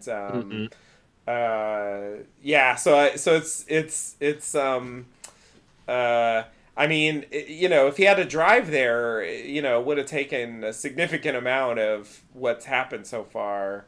I guess he could, maybe fly there or something. But I agree that, like, in a practical sense, it does seem like it should be important enough, but it's I don't know. I mean, it's, contrivance, obviously. Or does he not even know that Cooper is here, and he thinks it's still just Dougie? Like, now I know he saw Dougie go to the Black Lodge. And actually, maybe that answers my question, because he saw Dougie go to the Black Lodge, yet he still thinks there's a version out there for him to kill. He saw Dougie go to the Black Lodge? Yeah, remember when Dougie... I'm saying Mr. C did. Dougie appeared to him outside of his car, remember? So when Cooper's... Did? Yeah, remember when Cooper is, like, coming through the machine, and Mr. C is driving, holding his mouth, and Dougie's vomiting... when Dougie goes to the Black Lodge, Mr. C looks out of his car, and I guess he recovers. I guess this is after the crash, and he sees Dougie sort of appear before him sitting in the chair. He does? And so that's how he knows. Yeah, that's how he knows that Dougie is in the Black Lodge. Holy shit. I don't remember that at all. You don't remember that? No. Wow. I okay. hope I didn't make it up. So do I. That's interesting. I didn't remember that he had any... I thought he just assumed all that. I didn't realize he actually saw it. Yeah, I gotta find it now to be sure that I know what I'm talking about. But that would have been part two, 3. three. That's what I Yeah. meant. Yeah, gotta be 3. Oof. Yeah. Oh, here it is. Oh, Nido. I mean Diane. I mean Judy. Oh man. If you're Diane, I give up. Just saying. Just saying. I so quit. All right, let me make sure. Oh wow. Yeah, that's one of those things that Oh, the vomit. Oh God. Come yeah. on. Yeah, they really pushed it with that. Um like I assumed that he knew the rules and and that just kind of determined how it would go. And I guess I assumed that he knew what that meant. Like what was supposed to happen was that Cooper would go out, he would go back in. Um, so I assumed he knew that what would happen instead is Cooper would come out and Dougie would go back in. Mm-hmm. And Mm-hmm. that's why he had people there ready because he knew that Cooper would be there, and maybe he also knows the rule about why there's a rule about this. I don't know. Wow. Um, if you go Oh, through a here it is. loophole, then one of them has to Yeah. die. Yeah, so Cooper's Mr. C's in the car. He's holding his vomit in, and so this is immediately after. So I forgot about this. When Dougie goes to the Black Lodge, he flies out of the screen in a Yeah, thunderous sound effect like Diane does. So yeah, I didn't yeah. even remember that. So and that's right when Dougie starts seeing the red curtains. Yeah. So then they cut to Jade's like, Dougie, what's that? Mm-hmm. Then they go to Mr. C. He's covering his mouth. And yeah, then you see red curtains sort of over Mr. C's car, but then he Yes. looks out the front, and yeah, he sees Dougie there. So he does know Okay. that Dougie went to the Black Lodge, Okay. Okay.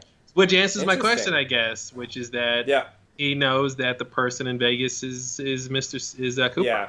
Yeah. Yeah. Yeah. Yeah. Yeah. Here's the problem: he shouldn't think that it's regular Cooper, right? Because if he why would he expect regular Dale Cooper, awake Dale Cooper, to still be in Vegas this whole time? Yeah, well, maybe he knows that it has some kind of that it's going to have some kind of brain trauma effect or something. Maybe he knows He that knows, he. but Mike doesn't know. Well, you got me there. Yeah, he lucked out. Yeah, I don't know. That is weird. That is weird. Yeah, how much was he keeping tabs on Dougie? How much was he even aware of what he was doing? Because He doesn't have anyone watching him for most of the time. Dougie's being around there. I yeah, mean, it once he does gets out seem of the yeah, for such a meticulous planner, it seems very sloppy. to let your Um, literal nemesis like just walk around yeah, and like plan whatever and yeah, yeah, and he's about to make a clean break from Las Vegas with no. I think no. I don't think Mr. C has a clue that that's happening. No, but I was wondering if there's some way I don't think they didn't hint at this in this episode, but maybe there's some way Mr. C knows when Cooper's awake or not, like he can feel the difference or Mm-hmm. something, and then maybe that had something to do with when he texts Diane or something, like because and we'll get to it, I guess, but when the text message all, one question could be, like he says kill the FBI and she says how many or whatever, and then he's saying all of them. So Right. maybe he gives her that order once he could tell that the real Cooper's back. So like shit's getting real, so let's move on to the next part of the plan. Right. I mean, like I said, they didn't give us any hint of that, but I was just wondering maybe if that's a thing somehow he can sort of sense that. But otherwise, Yeah. yeah, I agree. He has no idea, and Right. it They sucks for could his totally say character. that too. If it's doppelganger stuff, like Mm-hmm. it's Mm-hmm. plausible. It's plausible that that's how he knew Cooper wasn't awake, and that's how he will know that Cooper is awake. Yeah. Yeah. But he doesn't have a direct like normal way to know, I guess. Yeah, for sure. Because Chantal and Hutch, they make it through this scene all right. They make it through a couple of other bits all right, but they're not going to make it out of this one. So. Oh man, and Mr. C was so in love with Chantal. Yeah. One of the things I didn't realize, or at least I forgot, was that Hutch and Chantal have the same last name. So that means presumably they're married. I think they're married, yeah. Which I didn't catch that before. Like Hutch is for their last name. Hutchins, yeah. So I just his real name's Gary. Yeah, Gary Hutch Hutchins. Which is like, why don't people call her Hutch? She's a Hutchins. Yeah, it's true. It's true. Mr. and Mrs. Hutch. But yeah, it made me think just about that whole thing where, he was trying to farm his wife out to Mr. C for sex. I was just like, I'm still trying to wrap my head around that. Like, why that was a thing. Yeah. And, I don't know. I don't get like, I don't get a ton from them. It's really hard to know but they have had more scenes than some characters. In this show, and he's not on like the Mitchum brothers level of niceness or anything, but like he didn't do anything that seemed, I don't know, like violent or controlling, or he didn't really do anything that I guess I would associate with being like some kind of shitty criminal type abusive husband. Wait, who are you talking about? Hutch. Oh, yeah. Like in all of his scenes, he seemed kind of laid back and very, I don't know, very like personable, which is it's accommodating. A bit odd. Yeah. So that's why he was offering his wife just out of niceness. Yeah, is that what it is? Because, like, he got her the dessert from the place, and, like, you got me the ketchup packets. Well, that's all they had, Yeah. And so it's, like, it all seems like, maybe that's what it's about. He's just, like, a good host. It reminds me of, because it's Tim Roth, it reminds me of Pumpkin and Honey Bunny in Pulp Fiction, and the way that he was also very, like, sort of accommodating to her, and sort of what's the word, not emotionally available, but like understanding of emotions, I guess, or sympathetic, I guess, to use a word everyone knows, right? That's the word I was searching for. That's a good one. So it reminds me of that kind of thing too. Maybe that's the idea for casting Tim Roth, but that same kind of we're a hit couple. But like, we've got a good marriage too. We've got a good relationship. Like, we have our problems, and but we'll keep everything going. Yeah. It's just, I don't know. Sometimes we work for evil doppelgangers, and sometimes we don't. Yeah. Almond Joy has nuts and Mounds don't. So that the whole thing with Chantal and Mr. C definitely feels like a weird. I guess it goes in line with some of his other plot lines, but she was all about it. So Yes. It's like Diane, even Tulpa Diane didn't seem like she really appreciated what happened to her on any level. So, and Audrey's situation seems like it could be, traumatic, even if she doesn't even know yet. It didn't seem like that. What's a little strange now that I think about it, I was trying to put this together, and this is going too far probably, but Hutch did ask if Chantal was on the rag or whatever, whatever he said. And you know, so because you know, maybe to explain why she's so irritable, but I wanted to put that together with how much she's been eating and snacking, and wonder if they're trying to tell us she's pregnant. Oh God. And like maybe, you know, maybe they'll never actually say it on the show, but I wonder if that's the idea there, that she's actually pregnant. Are you saying like with Mr. C's like second? Well, no, child? I wasn't necessarily You're not going saying that far. Okay. But you could. I mean, you'd have to go ask who. I didn't really consider who the father would be, but just the idea that like a little sort of subtextual tragedy here, because it's not clear that she's pregnant, but just an idea that that's some extra tragedy to the situation, you know, this character. Because I was just thinking, like you're saying, like how they've been portraying this person, and like the idea that like of all the women so far in the show, Chantal's made it out pretty, aside from her massacre here, you know what I mean? But like she's like done pretty well. She's pretty self-satisfied with her choices and like what's been happening, even though she's doing bad stuff. So I was just thinking, wow, she's doing pretty well for considering all the women. But then I was like, you know, yeah, she dies. And I was just thinking about, you know, like, yeah, even Hutch was like really understanding of her situation. And he asked if she was, you know, menstruating, all that stuff. And I was like, oh, how could this be worse? Oh, it could be worse if she was pregnant. Right. If, like, you know, she just didn't find out yet or didn't tell him. Yeah.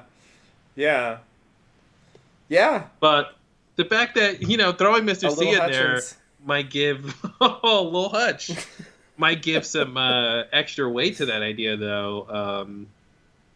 If it was another Mr. C child. Yeah. It's like, God, do we need another one of those? Well, you know, Mr. C, Mr. Seed, seeds create life. You know, just saying. Right.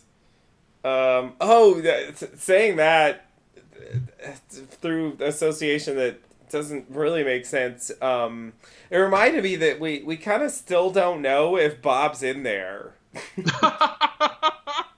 Oh God, I forgot about Bob. Talk about what about Bob? Yeah, and you're right. Fake Philip Jeffries was the one who wants Bob, but if he's collaborating with the real one, maybe they all want Bob, and you know, and it really is just about bringing Bob back to the thing, to the black, or maybe they want to even trap him or do some extra thing with Bob. But maybe they want to throw him a retirement party. And this is all an elaborate ruse. Like Mr. C's in on it, and he's trying to get Bob back for his retirement party, where everyone's trying to throw him this party, but it's like a surprise party. So he's that's why all the secrecy and all the plotting. They just want to you know, give him that you know, 500 years on the job or whatever. Or 50 year. Thanks for your service. Exactly. They give him a gold watch. A Rolex. A Rolex, please. That's the watch you're supposed to have. And he's like, this is for you. Oh, God. Go away, Andy. I know. Don't show up, Andy. Don't show up here. Are you involved in this? I'm Dream Andy. Speaking of Andy, yikes. Speaking of Andy, you know, that montage he saw at the fireman's place, where we saw Andy show Lucy something in the sheriff's station.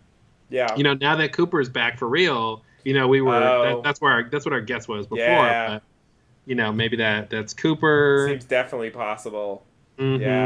Yeah. And they kind of screwed up because we know what clothes Lucy's wearing, because, you know, she has different, you know, Andy's always in uniform, but she's wearing these sweaters and stuff. So as soon as we see that sweater again, we'll know where we are. Yeah. So that might even like tip us off to like what's going to happen. That's true.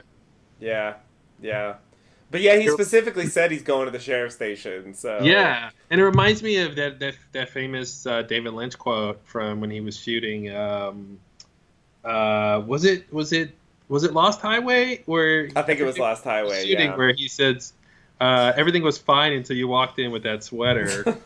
Vest. It was Vest. Oh, Vest. That's right. Yeah. But yeah, it makes me think of Lucy's sweaters.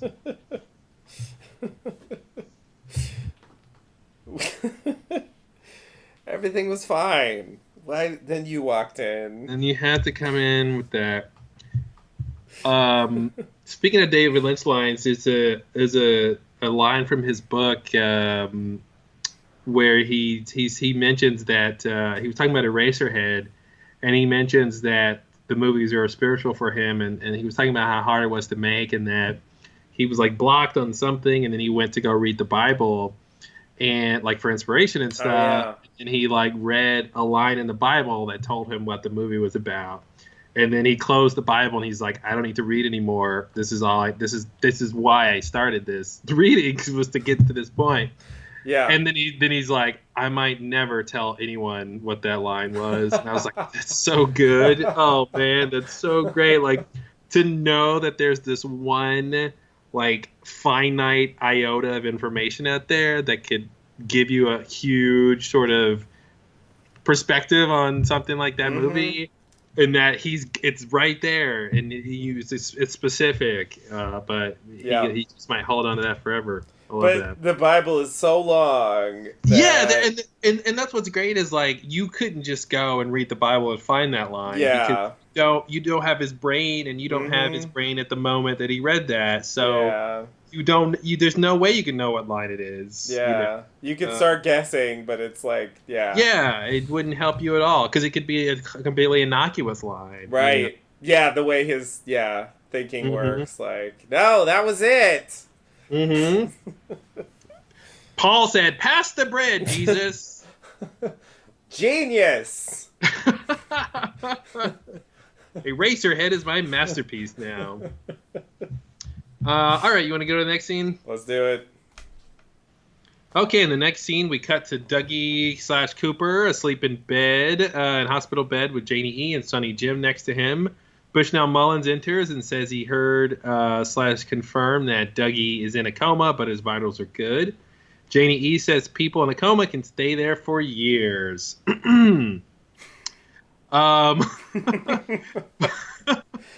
Meaningful throat clearing. Yeah, and I underlined there, as in like a place, and I'm like, where could someone in a coma be? Oh yeah, like coma world. Yeah, it's interesting that she said there, not can be in a coma for years, but be there. Like there, you don't think you usually say there when you talk about people in a coma. Like, you know, people can be in a people in a coma can stay in it for years or something. I don't know. There was an interesting choice to me. All right, Bushnell says that won't happen to Dougie. He's right. Sonny Jim asks if a coma has something to do with electricity. Janie E says no, but Bushnell says in this case it did. It just literally did. The Mitchum brothers arrive with a giant bouquet of flowers. Bushnell introduces Janie E to them, and she introduces them to Sonny Jim. It's a whole jovial time. That it feels like the end of It's a Wonderful Life or something. Like it's just everything's just except for Dougie being in a coma. Like everything's great in this scene. Let's see. Janie E tells Sonny Jim that the Mitchum brothers are the people who got him his gym set and the new car. The Mitchum brothers says that every kid should have a gym set. A Sonny Jim set. A what? A Sonny Jim set. They say they've seen situations like this before and brought food. The D girls, Candy, Mandy, and Sandy, enter with platters of food. The Mitchum brothers say they aren't going to stay. They just want to be as helpful as possible and pay their respects. Bradley says Dougie looks good. Janie E says the doctors are hopeful. Rod asks Janie E for a key to their house so they can stock it. Bradley leads in to look at Dougie and asks, so it was like what? Electricity? It's like they couldn't hammer home electricity more. You know, electricity is a thing. It's just it's such a thing. Yeah, huge thing. All right, you want to stop here and talk about anything? Pretty straightforward. Yeah. This is pretty much just. I mean, the main thing is establishing what happened to Dougie after he. It's starting to feel a little weird calling him Dougie because I agree. This is the last time you can call him Dougie. yeah. I guess now that I mean, especially in light of what comes later, when you realize that Cooper was seemingly aware of everything that happened Mm-hmm. while he was Dougie, like, and he just couldn't, I guess, like control or communicate. Um, like he had a very limited ability. Maybe that's what some of those reactions were, but anyway, uh, you know, we sort of wondered if Cooper would be back after sticking the fork in the electrical socket, and the answer is basically yes. But this was sort of a delay tactic that when you first watch it, you're kind of wondering how long this coma thing is going to go on. So I was Yeah. nervous about like the possibility that he be in a coma for until the finale. Could he be in a coma until the end of this episode, or the end of this part? Mm-hmm. I was sort of worried about that since they had now set up that thing, and now there's this whole thing. It's like, oh, we'll bring you food and we'll stock your house, and to add extra things to spend time Mm-hmm. on. Mm-hmm. Does this have to? How long do we have to drag this on? And it really, like, the stocking. I mean, it's just kind of It's like the answer is not much longer. not at all. So Yeah. little We more actually only time. yeah, we only get like one Dougie in a coma scene before Cooper comes back. So Yeah. they really did get to it quickly in this episode. Yeah. Relatively quickly. It's pretty fast. But yeah, otherwise, like, besides that reveal, this is definitely mostly just functional, bringing the characters together, who were involved in the Dougie storyline on the positive side, I guess. Mm-hmm. Um, I love the Mitchum brothers so much. This whole thing. I was just trying to think again, like why did they come off so nice to me? Besides being selfless, I think the other thing that plays against their type is it all seems very genuine. They don't seem like sycophants. They don't seem like they're putting on too much of a show.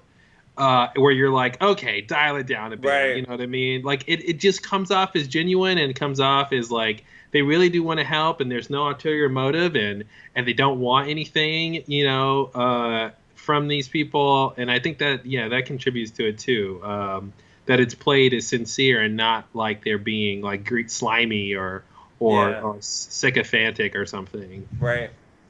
Right. But so this is a weird thought. If Cooper, okay, so let's look at it this way because I'm trying to figure out why was Cooper ever Dougie? Why was he ever in this sort of low powered state or something? Mm-hmm. And of course, electricity. So I'm thinking there's different states of consciousness, right? So we see there's being in a coma, right? Yeah. Obviously. Then there's this middle period, middle ground where Cooper was Dougie, where he was conscious, but he didn't have his full faculties. And then there's like regular Cooper. Yeah. And then it got me thinking about how the socket, when he put the fork into the electrical socket in the last part, that took him from, it sort of put him into the coma, but on his way to sort of waking up, going to the next higher powered state. And so that was kind of, we talked about it before, the old bonk on the head, the old TV trope, story trope of changing your behavior by getting hit on the head, and changing your consciousness. And it made me think, well, if that bonk on the head, if that was a bonk on the head, then what was the original bonk on the head? What made Cooper turn into Dougie? And the thing that we could attribute that to is when he came through the socket originally into Dougie's house. And so maybe that being fried by that electricity was what turned him into Dougie in the first place. Yeah. And that was the original bonk on the head.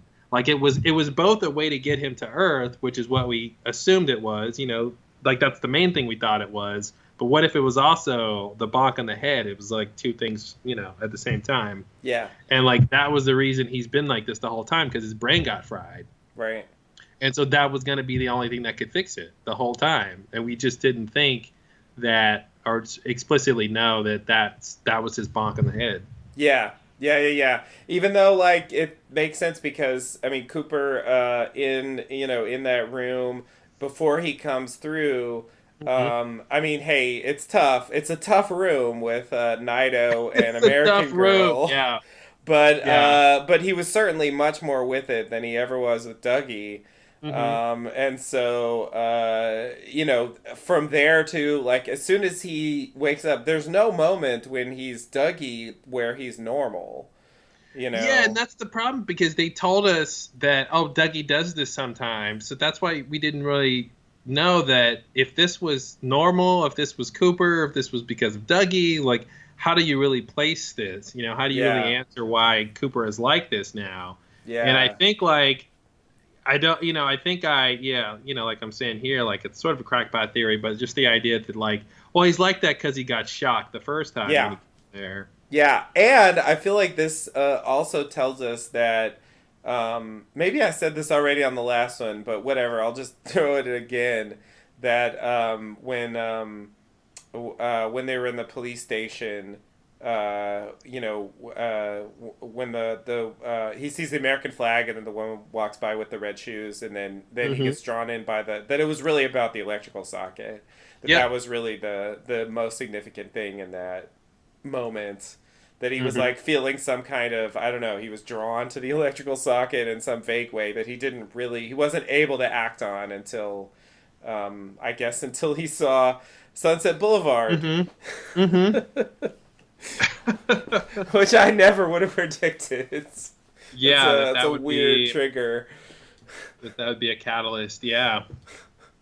I mean, the Gordon Cole thing, I get that, but yeah, I think you're right. I think that's got to be what it was.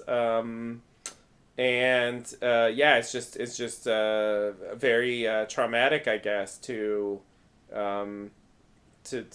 have that much electricity when you're going through that portal, and so the brain didn't work for a while.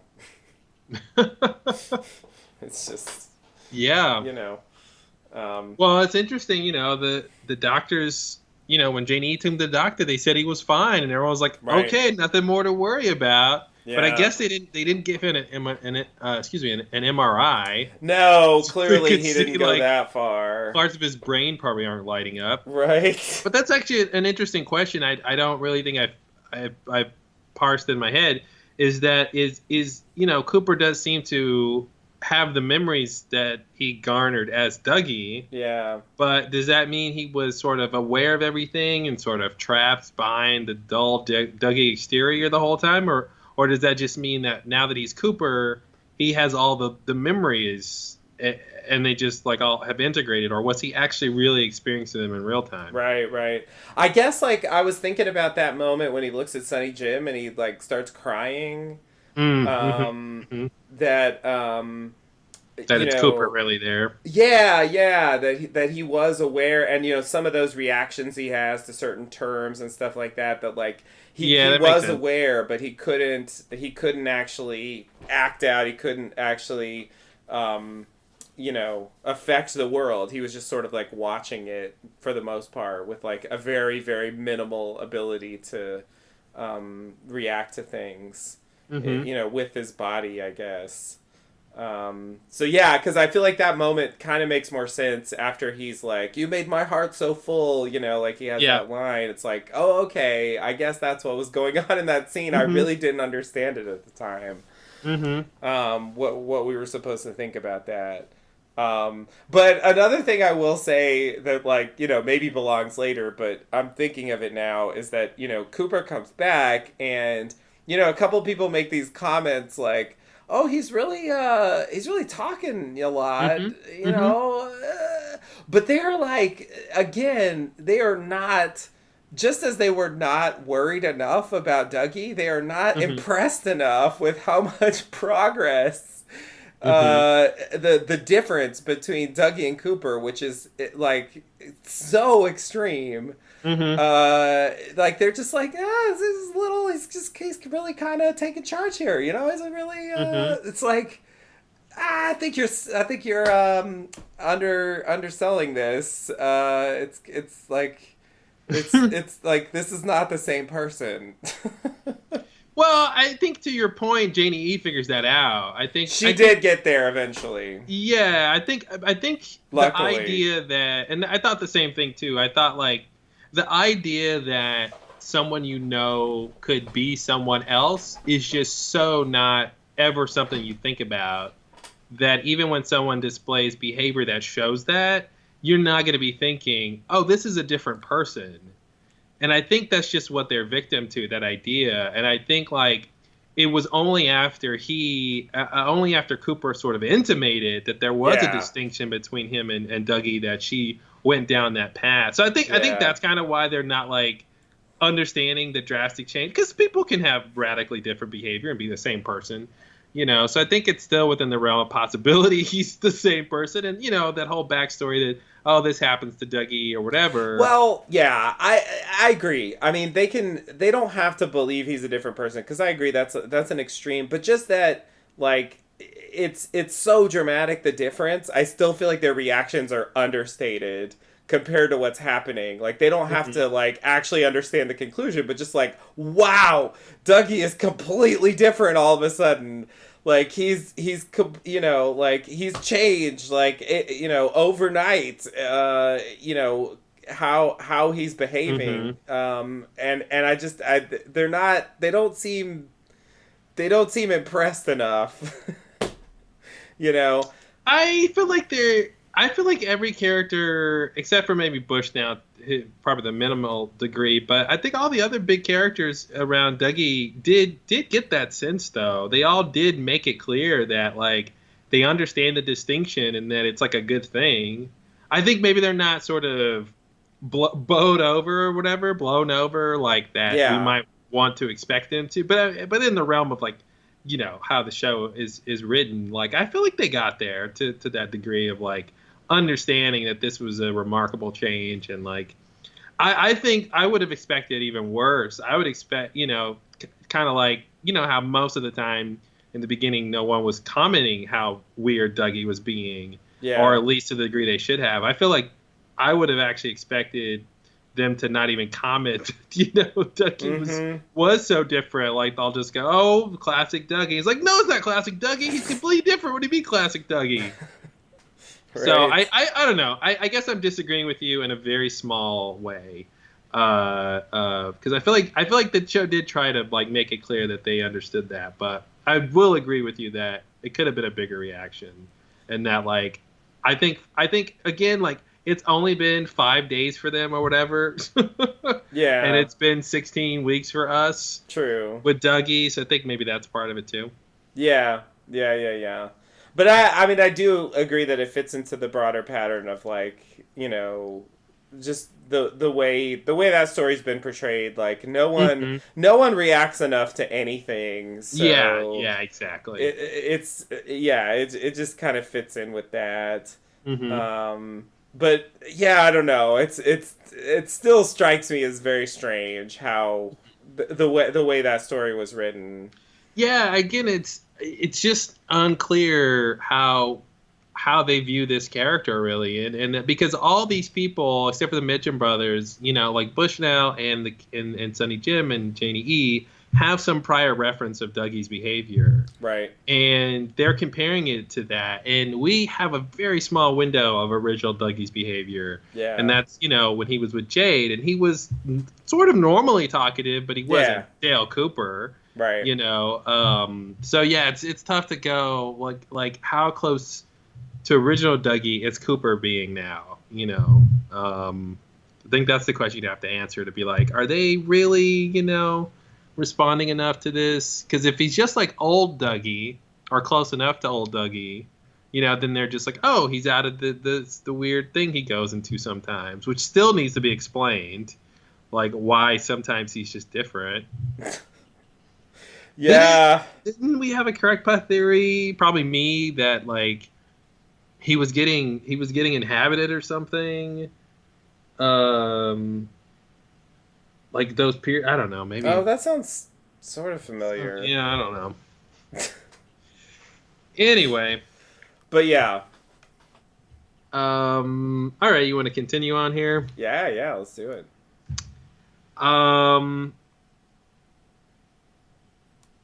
Oh, that's another thing I was going to say about this scene when they were talking about electricity and comas. I was going to say, tie it to Audrey and say, like, if Mr. C raped her like while she was in a coma, like maybe somehow, electricity gets put that in the mix somehow, and then that caused her mind to like stay trapped somewhere, So basically, like Mr. C plus electricity with Audrey equals her mind going somewhere. I'm going back to Janie E saying people in a coma can be there, so this idea that like her mind is somewhere else. Right. Yeah. Her sort of mind palace or something like that. All right, so what's the next scene? It's this scene. So the next scene is Gordon back at the FBI's hotel room, or wherever they've been in the last few parts. Gordon stands in a room full of machines. He's either thinking or listening or both. It's unclear what he's doing, besides standing and being very well framed in this awesome composition. I really enjoyed this shot. It was very nice. I love the chair sitting right behind him, but he's not sitting in the chair. He's standing in front of the chair, yet there's this like sort of dramatic pull to the chair, and this is going to be the chair where like Diane flies away from later. Yeah. I don't know. I really enjoyed that. Yeah.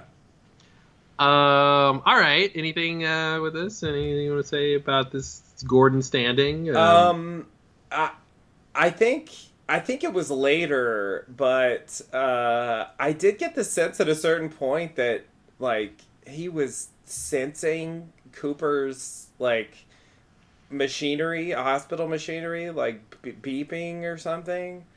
I feel like the shots like kind of implied that was happening, which is weird. I don't know what to make of that. But also, he has this moment where so when Diane comes up, she's like standing outside, and she doesn't like knock or anything, and he's just like, "Come in, Diane!" Like he knows she's there. Yep. So there's something weird going on with Gordon.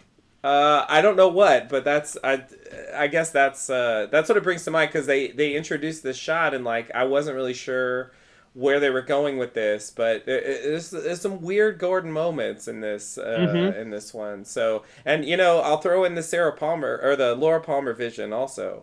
Yeah, which is still he has yet to explain or talk about that. Yeah, that's I feel like that's got to be a thing at some point.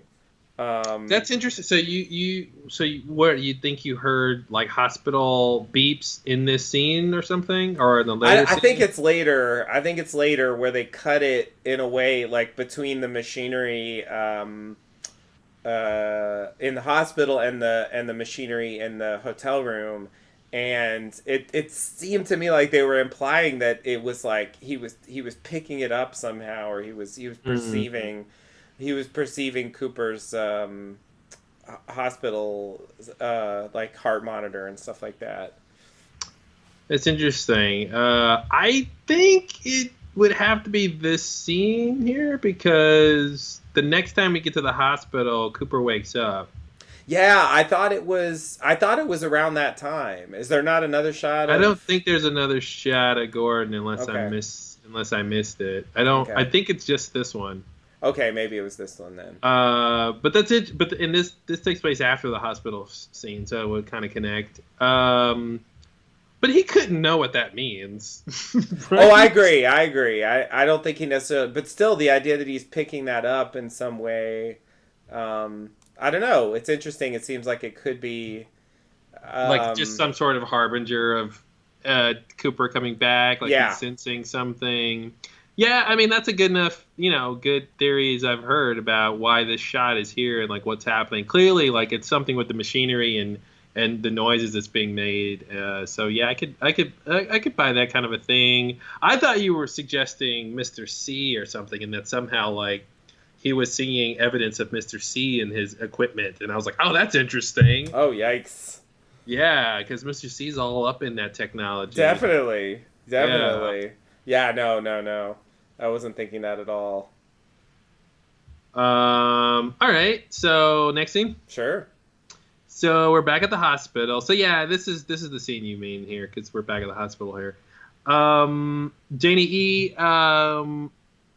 Sonny Jim and Bushnell watch Dougie. Sonny Jim says he's got to go to pee, and Janie E takes him. Bushnell watches Dougie. He's very concerned. Phil calls Bushnell on his phone and tells him the FBI were at their office looking for Dougie. He says he told the FBI Dougie was at the hospital and that they left 10 minutes ago.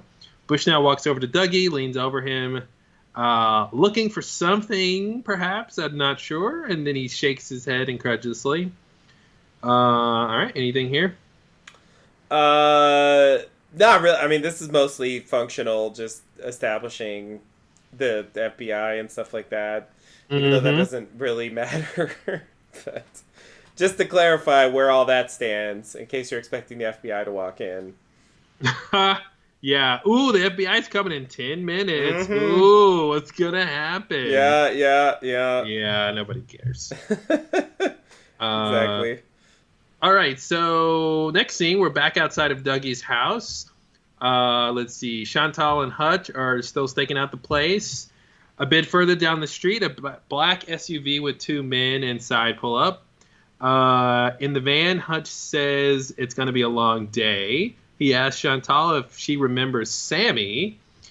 Says that he passed away and that he was a good guy and that he owed him money. Chantal asks if he feels bad about that. He says, eh.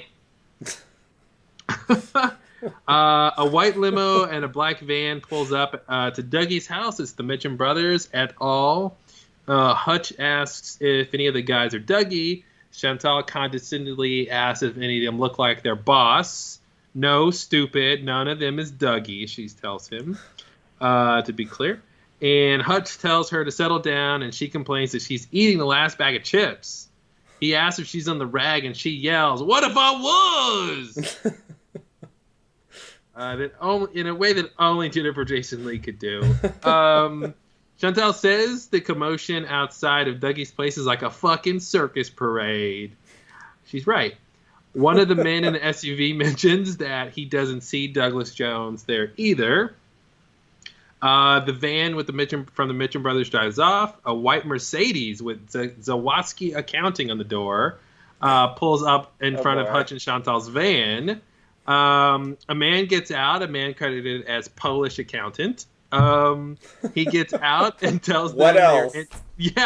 Zawadzki Accounting. He's Polish accountant. Don't get in their driveways. Holy shit, no. Oh my god. Oh, man. A man gets out and he tells them they're in his driveway. They say they aren't even close to his driveway. Go fuck yourself, Chantal yells. The man says, I move car. And then he gets in his car and starts ramming their van. The two agents in the SUV down the street watch. Chantal grabs her gun and shoots at the man. Hutch asks, what the fuck? The man gets out of his car and grabs a gun and shoots back, winging Chantal. Hutch returns fire. Chantal backs the van up, rams the guy's car, knocking the guy down, and then she speeds off. The man returns fire from his automatic gun, spraying bullets into the van as it drives off, killing Chantal. Meanwhile, the Mitchum brothers peek out of the red door, Dougie's door, and the man reloads his gun and fires more, this time killing Hutch. The Mitchums get their guns out as they get a better view of the carnage. The van sort of peters on past the two men in the SUV. Bradley asks, what the fuck kind of neighborhood is this? And then Rod says, some people are under a lot of stress. # social commentary. The van comes to a halt. The man with the gun, Mr. Zawoski, I guess, walks away as the two men in the SUV come out with guns and identify themselves as FBI. They tell him to put the gun down. He does. Rod tells Bradley to put his gun away and to get the girl so they can get out of there. The FBI calls for backup to Lancelot Court, and they train their guns on the man with his hands in the air. There you go. A little action sequence here. Yeah. So, okay. Yeah, I have a couple things about this. So the first thing is that first part does clarify that they understood that the Dougie they were looking for looks like Mr. C. Because I was kind of wondering if because like we don't see him actually say that. So yeah, it's a weird conversation to have. Yeah, I need you to kill a guy who looks just like me. Yeah. Well, it's like, well, you look just like you. Should I kill you? Well, exactly, and I remember reading a theory that like that's how he would get out of it. You know, they would go up to him and he would just like repeat things they were saying, and then they would interpret that to mean that he was Mr. C, and so they shouldn't kill him. Chantel's like, I'm gonna kill you, and Dougie's like, kill you, and he's like, oh, what, boss? You gonna kill me? No, boss, it's fine. Yeah. You don't want me to kill you? Don't kill you. I can totally see that. Yeah, exactly. You look just like our boss. So are you undercover? Undercover. Like. You want us to go away? Go away. Go away. Yeah. Yep. It's like it writes itself, you know. Anyway, we talked about like the only question was like how are they not going to kill Dougie? I mean, they don't even get close, you know. I mean, they're outside his house, but like he never actually comes home while they're there. And what's gonna they don't figure out that he's at the hospital. And really like the thing that stops them is like a complete like non sequitur, like it has nothing to do with anything seemingly. Yeah, it's just this random guy. They just happen to like park in his driveway or like block his driveway, and it just so happened this is the wrong guy to fuck with. Yeah. Like, oh my Don't God. fuck with Polish accountants. Oh my God. I was like, is this guy, like, did somebody send him? Like, I started to wonder who this guy was, because it's like, I mean, the lengths he goes to and the weaponry, he's just ready to go. And the fact that he's willing to, like, spray bullets into this van. I mean, Chantal did shoot the first time, but instead of just hiding like I would expect an accountant to do, I mean, he's ready in that trunk. And so anyway, like the fact that he's the one, like somebody who seemingly he just happens to live on Dougie's block, I guess, who takes him out, it's like it's so, I don't know, it just seems so random. It seems so arbitrary. This is what I was talking before about a big point the show makes about how these sort of stories come together, how there's this whole idea of fate and free will and all these sort of things, like the butterfly effect and all that kind of stuff. Like, this is another version of that, where there's this sort of plan that goes awry for, almost fated reasons, because it's such a random occurrence for this to happen. Like, they just park it. First of all, they're on the wrong side of the street. Like, the FBI who's down the street, they're on the same side of the street, but their car is parked the wrong way. They're sort of going against traffic on that side. So they already sort of look a little conspicuous to my eye, because I actually got a ticket one time parking like that in my neighborhood. Yeah. You're not supposed to park like that. Right. But so that kind of caught my eye. But just that idea that like they're sort of in the wrong place to begin with, and that they're sort of just a little bit blocking his driveway, if at all. It's not like they're there's not like they're not in his driveway. They're not completely blocking it. It's just enough for him to have a problem with it. They just so happen to get the guy who's coming home during the middle of the day. Right. Yeah. And then they just so happen to get a guy who like won't stand for it. Yeah. And so it's like all these different levels of things that happen that completely derail this plot line. And It's kind of like a Pulp Fiction thing, I guess. You know, the sort of point Pulp Fiction makes a lot about how random occurrences have these sort of big effects. You know. Yeah. And it definitely it doesn't help that Tim Roth is in the scene. Yeah. But it definitely had that feeling to me. And this scene also reminded me of Lost Highway. You know, it reminded me of the Mr. Eddie scene. Yeah. When he's railing against tailgate drivers. Yeah. And it just this idea of sort of using your car as a weapon and sort of like also this idea of like crossing some sort of like line of decorum, you know, with how we should all interact with each other, you know. So Mr. Eddie was like, you know, we're all driving the roads, we shouldn't like tailgate. Yeah. And this guy is like, you shouldn't block people's driveway, you know, this like, yeah. you know, sort of like this absurd violence coming from a very like mild-mannered, principled stance. Yeah. You know? Yeah, you're right. That is extremely similar, and there is something very Tarantino about that. Mm-hmm. That I thought the Last Highway scene had a Tarantino vibe. You know, he does that sometimes. Yeah. I guess, you know, I'll throw in the Mark Pellegrino like hitman scene from Mulholland Drive as well, as being sort of along these lines. Like, you know, these kind of random accidents, like, you know, and like one he was scenario. gonna in that scene in Mulholland Drive, like he has one little thing to do, which is it's still this little book, and it leads to the death of like 3 people or whatever. Yeah. You know, 2 or 3 people. So it's like, it just like spirals out of control. Yeah. Yeah. I had a point to make about places. You were mentioning Hutch and Chantal. And I was gonna make a point about people being in the wrong place, like that. Oh, that's what it was. I'm trying to jog my memory. Sorry, I'm talking out loud. This idea that like all of the people who were trying to kill Dougie or / Cooper, like almost always didn't know where he was. Right. Like, you know, so I guess if we track this, like the first hitman who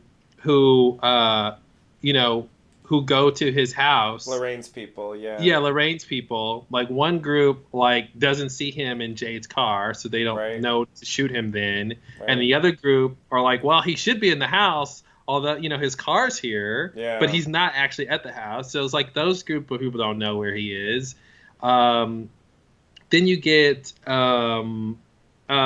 you know, Ike did track him down when Ike tried to kill him. At work, yeah. But then you get Chantal and Hutch here who don't know Dougie's at the hospital. Right. You know, and it's just an interesting thing about places, like being in the wrong place or sort of not knowing where someone is, I think is something thematic with the show. Mm-hmm. With all these random, you know, with whatever Audrey is and all that kind of stuff. Oh, yeah. Sort of being out of place or, you know. Yeah. Yeah,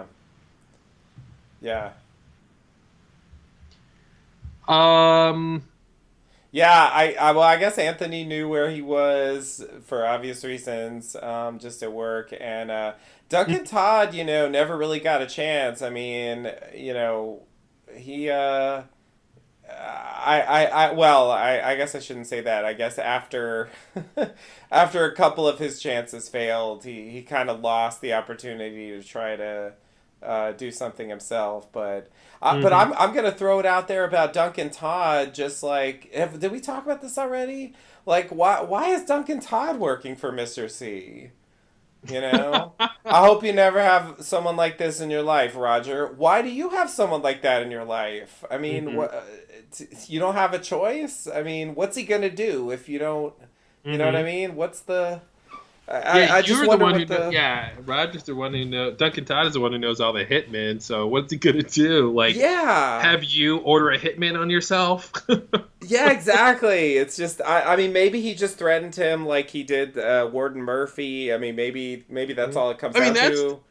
Don't even bring up Warden Murphy. How dare you? I mean, like that's still a whole. We don't even know what that piece of flesh was in the trunk. Oh, so, you know, don't forget about that. And then like the whole thing with the dog legs. There's more legs where that came from, and the whole thing with Mr. Strawberry. I mean, These Yeah. were huge mysteries that, like, we're so far past that stuff. And the whole idea that Mr. C was Yeah. like, I've got people out there with this information ready to use it against you if you don't do what I. So those people are presumably still out there.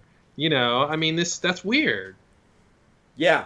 Yeah. He's got like a network or something, and I wonder how he maintains that. A lot of emails, it a lot of text messages, and a Google Calendar that they're all synced to. That's the only way to manage your network of criminals. it's just, yeah, is the money really good? It's like, why? It's just, why,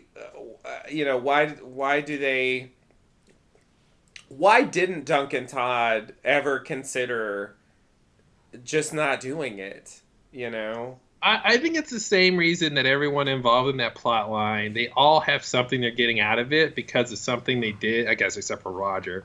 But, like, you know what I mean? Like, something that they did got them into this trouble. So Anthony's like that, you know what I Right. mean? Like, so I would assume Right. something that Duncan Todd did um, Okay. got him It is into just the like Gordon situation. Murphy. Like he Yeah. was blackmailed or, Mhm. yeah, Yeah, you coerced might want based to on say why something. Duncan Todd. That's an interesting question. Why him of all people? Like, is he just known as like the hitman's agent or something? Like in Las Mm-hmm. Vegas, like that's the guy. If you want to get somebody killed, you go to Duncan Todd. Everybody knows Right. that. Like, I don't know Yeah. why him.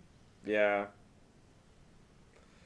Yeah. I also do wonder if Duncan Todd like saw the Woodsman or something, and that's why he's really scared Mm-hmm. of Mr. C. Like he sort of knows more of the supernatural stuff. Also, Yeah. I want to believe since he's the guy from Mulholland Drive, I also want to like make him see a Right. Woodsman on this show Of course. Of behind a course. dumpster if possible. It'd be great. Wouldn't be surprised they would show up there. Mm-hmm. Yeah. Yeah. All right. So, I also wanted to point out we in this FBI that's in the van or in the SUV down the street. Did I say FBI? The FBI in the SUV. Sorry, Mm-hmm. acronyms. Another middle-aged white male cop duo. I really think there's like a Yep. billion of those now, and I'm just Oh thinking yeah. like, has Lynch ever shown a female cop? Or like an interracial duo. Like it's just so interesting to me that every single time we see law enforcement, they're middle-aged white males, and they're usually paired up. It's beyond a trope now for him. Like Yeah. it's It's so hard for him to interesting. imagine for some reason. Yeah, That's it's like just he how can't cops imagine a are. female cop or a black Yeah. cop or an Asian cop or something. Like that's not what cops are, or the type of cops he's trying to like call Yeah. back to or depict or something. Yeah. Yeah. Yeah, it's interesting in the military thing that they briefly did. There was Lieutenant Knox and there was Yeah. Colonel Davis, and so you had kind of both things going on at the same hmm time, but it was in the military. I don't know, in the military it's okay. hmm It's a bit weird. Well, it seems like at the very least he doesn't have character tropes about military people. Right. Like Yeah, Major maybe that's all Briggs. it is. Yeah, I think that's the thing is like his the reason that he depicts cops like that is because that's how he thinks about them. I think Right. it's like in everything. There's Yeah. this same duo, It's and I think it's because they're usually certain types of cops.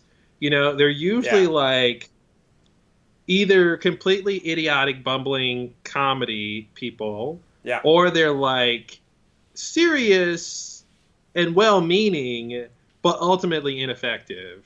Yeah. Um, That's that's all you got.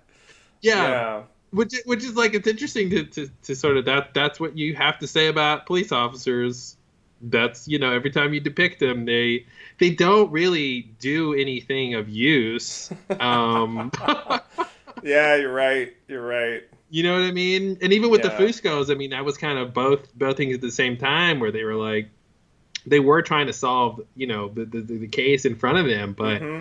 were ineffective and And were they did used for all right, comedy. but then totally failed. But Yeah. then completely was like, oh, this doesn't matter, ha ha ha. LOL. Into the Yeah, trash with you. Yeah. yeah, Yeah, Lost Highway had even two pairs of ineffective, goofy yeah. cops. Like, Twice the pairs and twice as ineffective. It also made me think of maybe for David Lynch this goes back. I was trying to think of, what are the in the pantheon of cops on screen, like where are other pairs like this? And I was thinking about the Andy Griffith Show with Sheriff Andy and now I'm forgetting his name. The Don Knotts character. oh, Barney? Barney, Barney yes. Barney Fife? Fife? Yeah, Yeah. exactly. Um, um, so anyway, there's a pair of middle-aged white Mm-hmm. male cops. Yep, And I was like, that's the definitely. kind of show David Lynch probably watched when he was a kid I'm or sure he something. did. So Yeah. that I might mean, have I always felt like Andy was some kind of reference to that. I completely agree. And that's the other thing. The other duo is like Harry and Andy, Yeah. Yeah. and I think that's completely an Andy Griffith type thing. Yeah. Yeah. Yeah, I agree.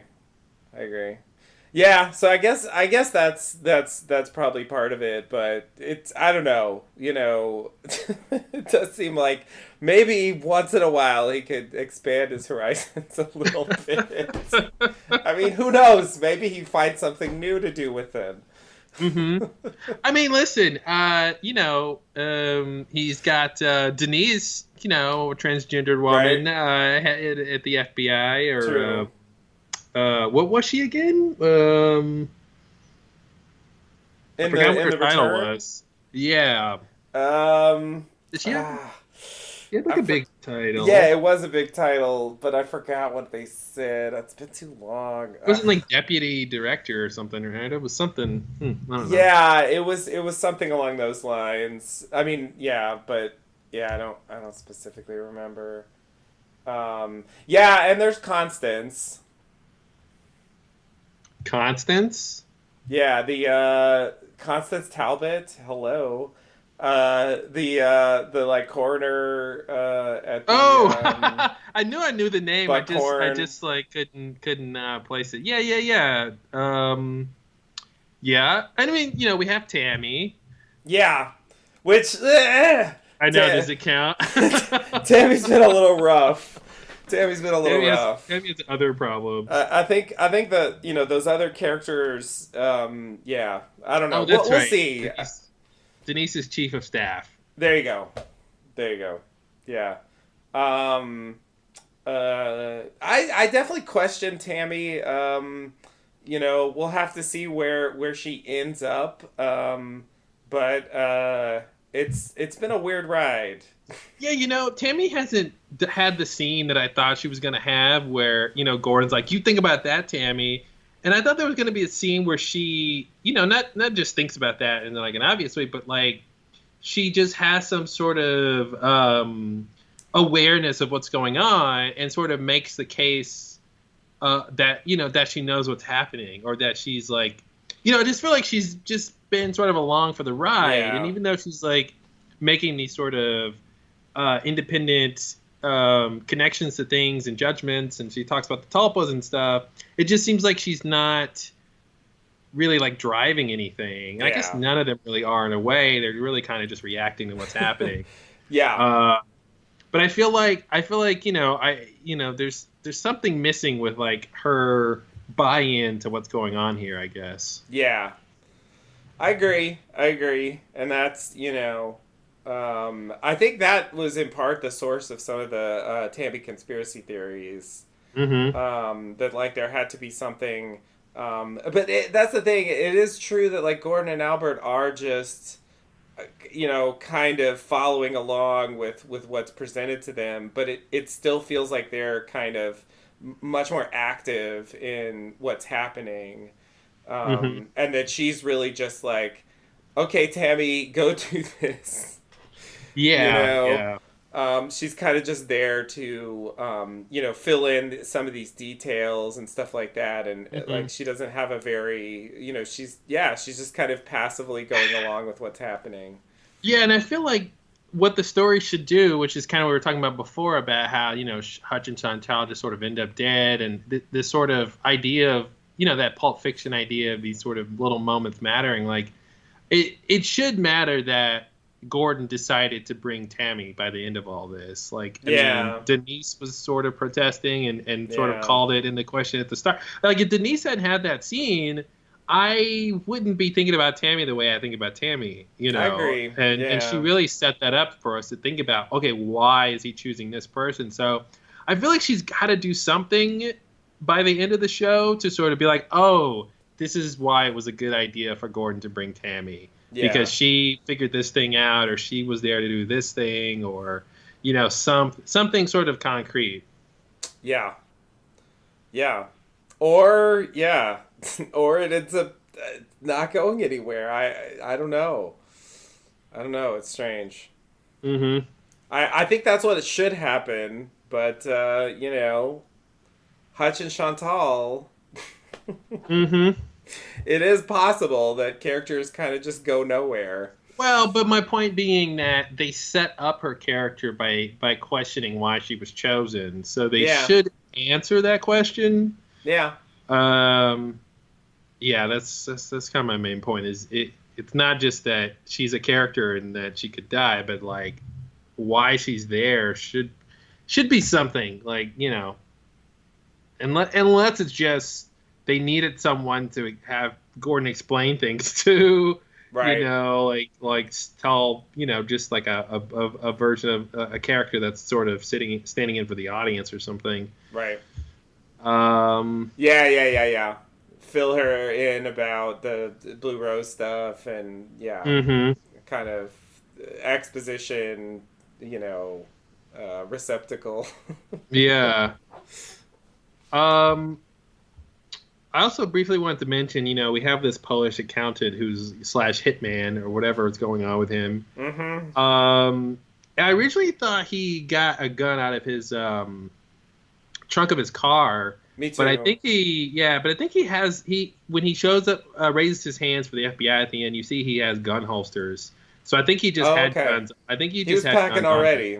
Okay. Yeah, and Bushnell Mullins walks around with the snub nose 32. Apparently. So, open carry state, I guess so. or concealed carry state, more likely. Right, right. But I also want to mention in the farm scene with Mr. C, the guy that asked him, after he kills Ray if he needs any money, that guy Mm-hmm. was like accountant Yeah. too. So we've had two accountants who are involved in crime. So that was interesting. That's true. Yeah, yeah. Yeah, this one seems a little more hardcore than that one did, but he Hmm. was hanging out with some crazy The types. guy, the first accountant we saw hanging out with the at the farm, he seems scarier to me.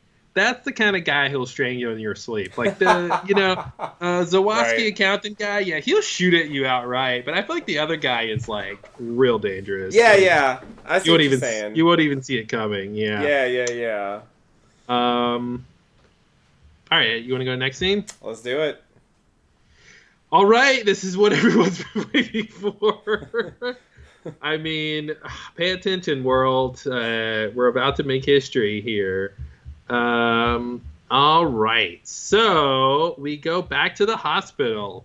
Bushnell is transfixed by something strange. A strange ringing sound is playing. And Josie? Josie, is that you? I've never met you, but it sounds like you. He hears this noise and sort of tries to follows it, I guess, and he sort of walks out the door, wanders out of the room.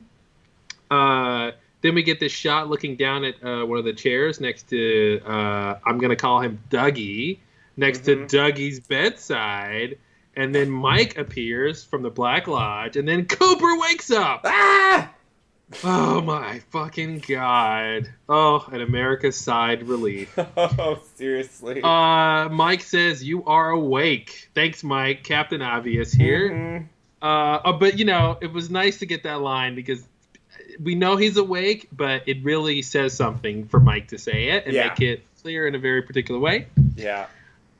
Cooper, not fucking bullshit Dougie Cooper, but real deal Dale Cooper, says 100%.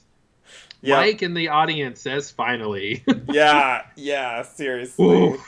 Okay, wow. I want to talk about why Mike knew Cooper was about to wake up, but we'll get to that later. Okay. Mike says the other one, he didn't go back in. He's still out.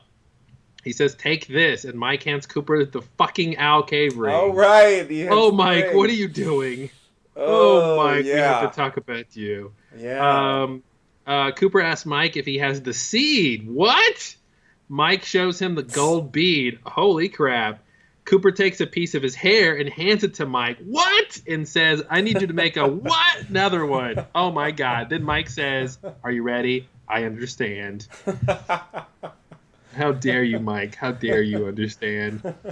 All right. Stop me when I go too much. It's already too much to talk about. God. Yeah, I think that's enough, right? That's okay, a transition good. Yeah. Okay.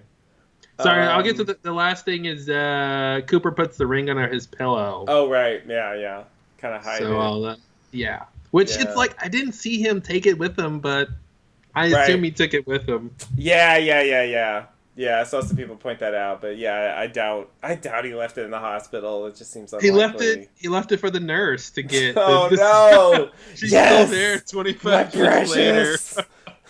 Finally! I stayed at this job that I've hated for 25 years with the slim chance I might peek upon your visage again. Oh my God. Well, yeah, so, I mean, this scene obviously, like, raises a lot of questions. Maybe it answers some questions. But one thing I'll throw out there just from the beginning is, like, we hear that sound. I think it's definitely the sound that we were hearing in the Great Northern, that Ben and Beverly were hearing. And I'm also pretty sure that James heard that sound too, in the boiler room or whatever that was of the Great Northern. Mm-hmm. I mean, I don't think anyone really had a clear idea of what that was, except maybe it's Josie. Having it show up here. And and then having Mike appear, makes me think maybe there's a Black Lodge connection. Mm-hmm. Maybe it's some kind of, I don't know what the word is. Well, let's start this conversation by saying we've never heard this before with the Black Lodge. We've seen the Black Lodge effects, sort of the Black Lodge interacting with real world, in the series, never made those sounds. And 2 out of the 3 times we've seen the sounds, the Black Lodge was, or its inhabitant was, like, not on screen. Factual. So then, does it have to do with Cooper waking up? Anyway, sorry, go ahead. Mm-hmm. No, I was gonna say that as we factored, I just want to factor it into the discussion of, like, could this be the Black Lodge? Because it's like, it shouldn't be, but it totally could be. Right. But it doesn't fit in other respects, but. Yeah. And what would that really even mean? Like, Mike is eavesdropping on, like, Beverly and Ben or something? Like, why would Mike be there? No idea. The only thing what I'm thinking is Beverly and Ben heard the sound because the sound is is like something in that door where James is making the sound. Now, why Bushnell heard it before, I don't know. Unless the sound is, like, trying to call people's attention to something, So, like, when I guess Mike or someone from the Black Lodge was helping Dougie with the case files and they made the little light photons appear. Yeah. To sort of focus his attention.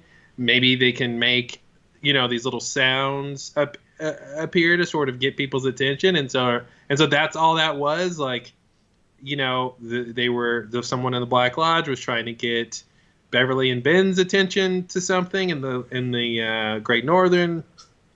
Maybe they were trying to get them down to the room, where James is outside of. And then maybe, Right. with Cooper, the sound is here so that Mike could appear to Cooper without Bushnell being there. Right. Yeah.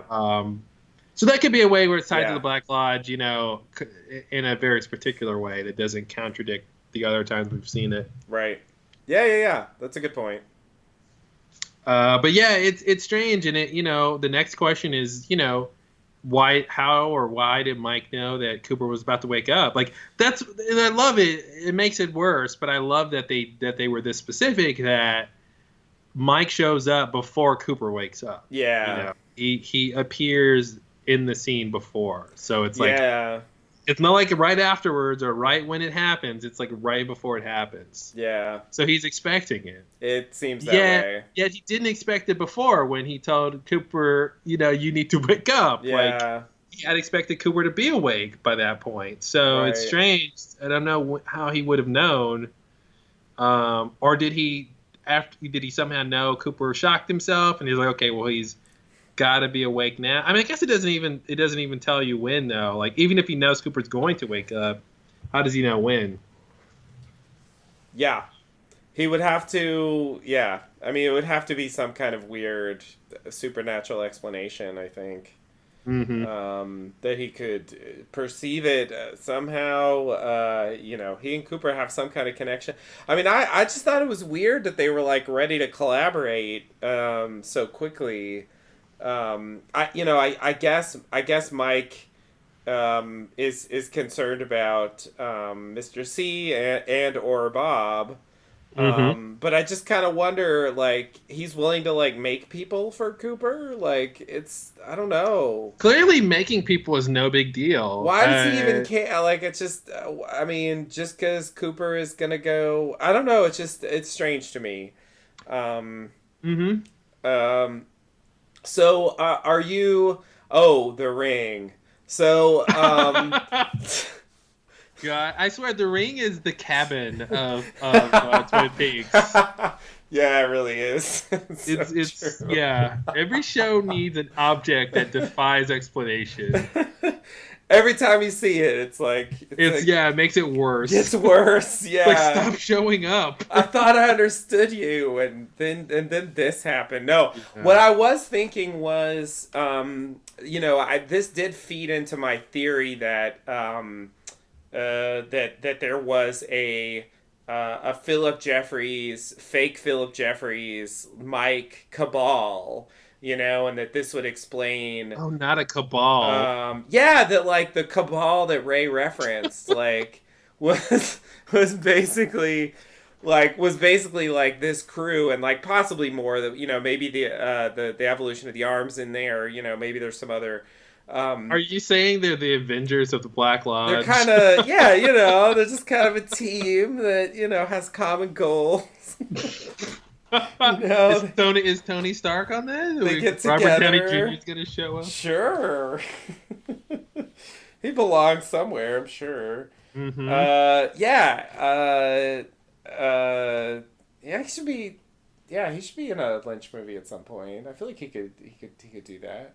Yeah, he'd be good. Anyway, just to say that that was the thing to me about Ray having the ring, that and he was supposed to put it on Mr. C. It was like, well, whoever it is that's hiring him, like, has some connection to the Black Lodge. And so, with Mike giving it over to Cooper, I'm assuming, again, I mean, we'll see. I'm assuming to put on Mr. C similarly. It definitely fed into the theory that the coordinates thing made me think, which is that there's this whole team, and that Mike is actually a part of it. Maybe he even is fake Philip Jeffries. Yeah, I mean, that was the original idea with the guy on the phone talking to Cooper, Mr. C, and saying, I'll be with Bob again. He's the only big character we know that's, at that point at least, before Experiment, that was with Bob. So Besides Leland, Um, oh God, could it be Leland? Don't forget about Leland. Oh yeah, yeah. I guess Leland will probably come back in the next one, or never. So, Yep, that's about right. and there was that whole find Laura thing. So, we'll probably have to find out. Okay, I'm sorry. I just have to pause for a second. I'm like, I don't understand at all how they're gonna get to all the stuff that they set up. Like when I start thinking about the number of like loose ends that are out there, it's just like Hmm. 2 hours is not gonna cut it at Are all. they? Maybe they'll be longer episodes. Maybe. Okay, if they, I hope so. But yeah, Well, they're not going to get to everything, and clearly, I mean, listen. There's only. I think the last hour is going to be the end game, and I think the second to last hour is going to be wrapping the. It's going to be the part of the show that wraps up the most. I think, or doing the most wrapping up. So I think there's only a handful of things they really need to say. Then I think there's a bunch of stuff that could fit under the same umbrella.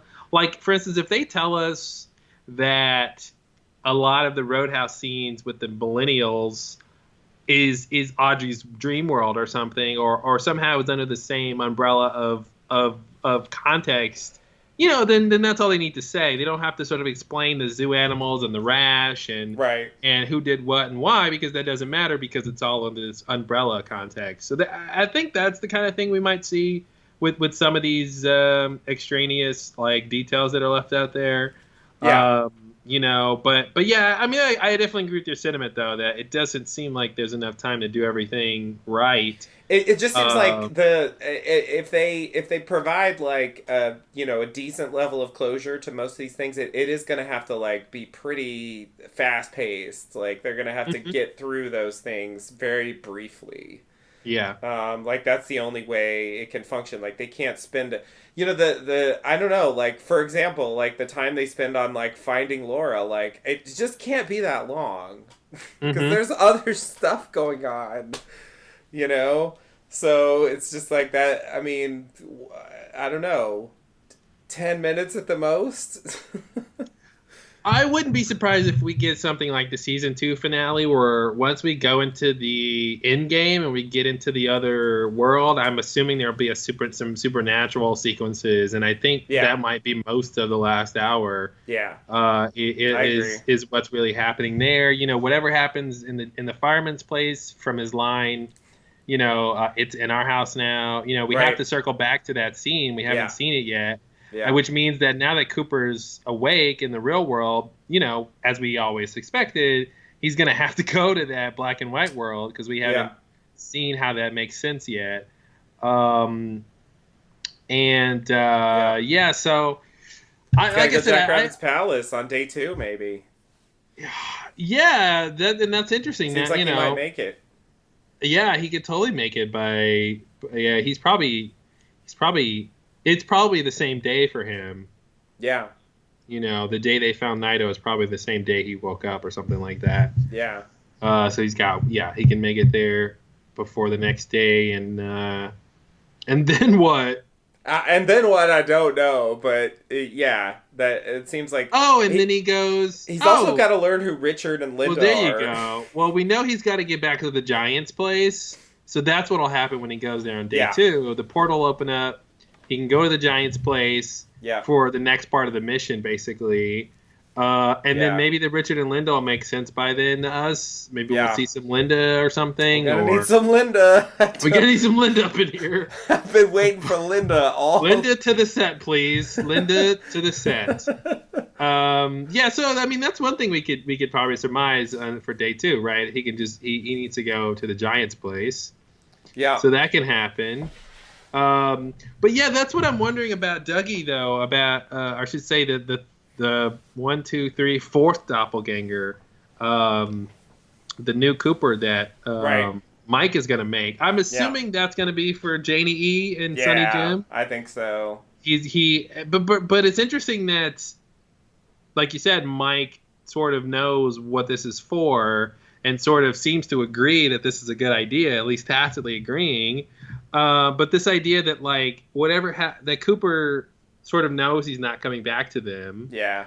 But this idea that they're worth sort of being taken care of that way, like that to leave them without a Cooper dad would be bad, and Right.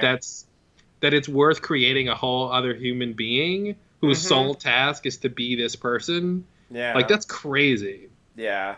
and that's fine, that's okay. And I'm really curious. That really calls into question the programming, right? For these manufactured beings, like Yeah. how is he going to know that this manufactured being is going to be a good dad or a good husband or want to stay with them? So Right. that seems to suggest there's some way where you can sort of engender Yeah. their motivations and their desires. Yeah. Yeah, presumably it won't be like the actual Dougie. Yeah, It right. was That just won't like that won't be good for anybody. Yeah, it seemed pretty clear that that actually catatonic Dougie was an improvement on the way Dougie was before. So yeah, I feel like the implication is that it'll be better, but yeah, it's I guess I mean with Diane, you do get the sense that there is some programming allowed. Yeah. And so yeah, maybe Mike understands from observation, or maybe you know maybe he's getting it from Cooper somehow, but yeah, the idea that it should be a version of Dougie that's like actually suitable. I mean, I guess that he could make the catatonic version again, and that seemed to be going really well. All their dreams are coming true. Yep. But yeah, I guess I assumed it would be a more normal Dougie that could um, fill that role without putting them in jeopardy. Yeah. Yeah, I agree. Yeah, but I mean, the idea that he even knows about that hmm is crazy. Like, I guess he just gathered from observation of being inside the Dougie body that's what happened. Um, That was what happened. well, that there was another version of him. Well, I guess Mike even told him, Yeah, Mike says so Mike he says didn't you were even. tricked, and I guess Yeah, that's the thing is he has to sort of gather or interpret what that means by you were tricked, and here's the bead. Because I don't think Mike said like there's another version of you, and you took his body. Did he right. say that? No, I I don't don't think think he he said said that. that. I think he said that. I don't think he said that. Like does Um, Cooper know that he took the place of the manufactured version? I guess I mean he knows it by the time he wakes up. yeah, yeah. I mean, I But I think guess he that's what you're must. saying is like how does he Yeah, you know that's what I was. I mean, yeah. I mean, maybe what Mike said was enough. I mean, maybe they discussed manufactured beings when he was in the Black Lodge at some point, so he knew what that meant.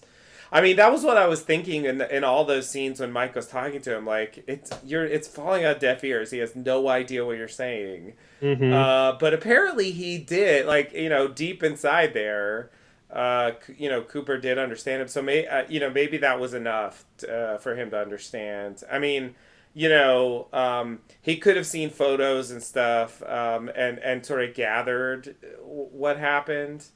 But I don't know what we're supposed to think exactly.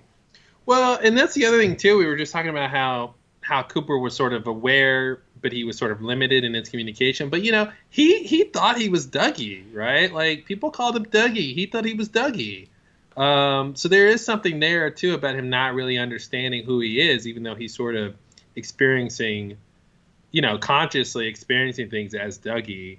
He was never like, no, not Dougie Cooper. Right, right, right. Yeah, yeah. I guess that's why I'm taking it that he wasn't really.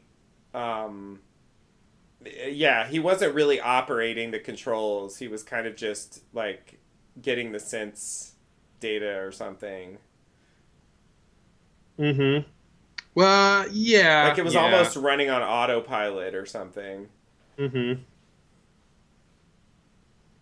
Yeah, that makes sense. Just repeating the last thing and, remembering how to walk and stuff like that. I guess that's how I imagined it going. So picture this, right? Like all the stuff that happened with Dougie. So we go So much from stuff.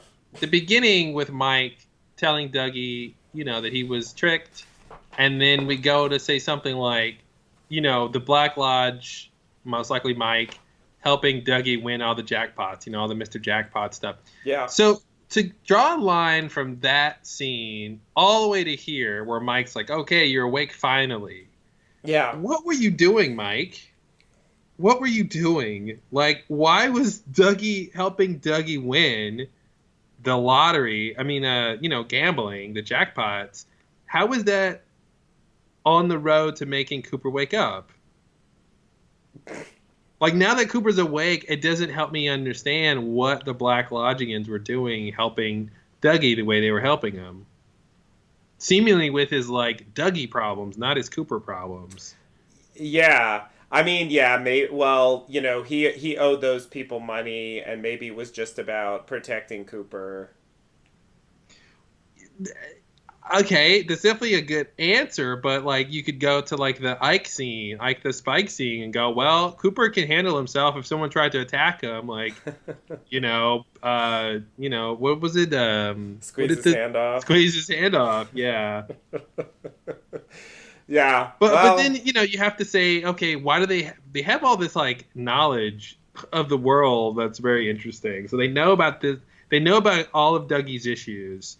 They know that the case files are tampered with and that Anthony's behind it, and they know that these sort of criminal guys want money from him. It's like they know a lot of stuff, yeah. but they don't know that Cooper is not awake.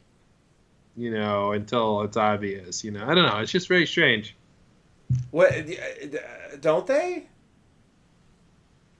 Well, it seems like in the beginning they don't know that he's not Cooper until like Mike has to say like wake up. Like it's a Oh. while before Mike comes and says wake up. Yeah, okay, okay, okay. I see what you're saying. Like when Mike first tells Cooper that he's been tricked and shows him the beat, he doesn't say you've been tricked and you're asleep. Like Right. he gives him instructions as if he's Cooper. There can Yeah. be only one of you guys and all that stuff. So Yeah. it seems like it took a while for him to realize that he wasn't awake. But then instead of like I don't know, instead of helping him wake up, they just helped him have an easier time in his life as Dougie. But that ended up, like I guess I was saying, like by the end of it, it's good that he did what he did, at least in terms of now he's friends with the Mitchum brothers, who can get him on a plane really quickly, Yeah. to Twin Peaks. Like that's good. But besides that, everything else seemed like, and like this idea of like Cooper got a chance to see what it was like to have a family, is interesting. But I don't know why that would be something that the Black Lodgians would care about Yeah. or think like, well, let's help make his home life good so he can experience this like family time while he's not awake yet. It's just kind of strange. Yeah. Yeah. Yeah. I mean, it's even the thing with the Mitchum brothers, it did seem like I don't know. It's like he does have decent hand to hand combat, but if someone were to just shoot him, presumably he would die. Hmm. So it does seem to me like at least in part with Oh, that. come on. If someone shot at him, he would dodge it quicker than a speeding bullet. Come on. Come on, There's no Josie way. shot him. If Josie shot him, surely But that was, come on. That was Cooper way before he went to his Black Lodge craziness. He's got the Black Lodge in his side now. Come on. Well, yeah, if they help out, but I mean, listen. Ike tried to shoot him and couldn't. yeah. Well, he got really close, and yeah, it didn't work out. But I'm just saying, Mhm. and you did have the evolution of the arm showing up, and it's not really clear exactly what he did, but there still was that idea of them like stepping in, trying to help out, trying to protect him, even though he was doing a lot himself. Mm-hmm. Um, so I feel like that's part of what they're doing. But I agree that it doesn't seem sufficient, and it doesn't seem like all that stuff was necessary. Yeah. Which is, it's always going to be the bitter pill of the Dougie storyline, I think. Mm-hmm. Is this as bad as Little Nicky? No, I don't think it's as bad as Little Oh, Nicky. Little Nicky. Okay, from the original season 2. Yeah, yeah. Just in terms of the crappy plots that people bring up, especially from season 2, where when you rewatch, it's just like, oh God, this. Mm-hmm. The significant amount of time spent on, Little Nicky is, did he murder his parents? They do an investigation. It's all very Mm-hmm. ridiculous. Um, anyway, like I think compared to that stuff, like no, like because it had some enjoyable moments, but it's definitely like the most divisive thing in the new show. Yeah. And I think it's something that I have heard a couple, but in terms of people talking about it, on the internet and stuff, and the podcasts I've listened to and stuff, there's not a ton of people saying, oh, Dougie is just the best, and I just want more Dougie. It's almost impossible to have someone like that because it's basically saying, instead of having the character we grew to love on the original series of the show, who was like the face of the whole show, and like instead of having that person back 25 years later, let's get a rock back. Let's focus on a rock that can repeat the last thing somebody says, and pull a jackpot lever. Like, yeah, I don't imagine too many people on that page. Yeah. Yeah, so I don't know. And I feel like Mike's line of "You're awake finally" Mm-hmm. is an indication that they understood that that's how that comes across. Mm-hmm. That the audience is like, "Oh my God, finally." Yeah. Seriously, holy shit, how long?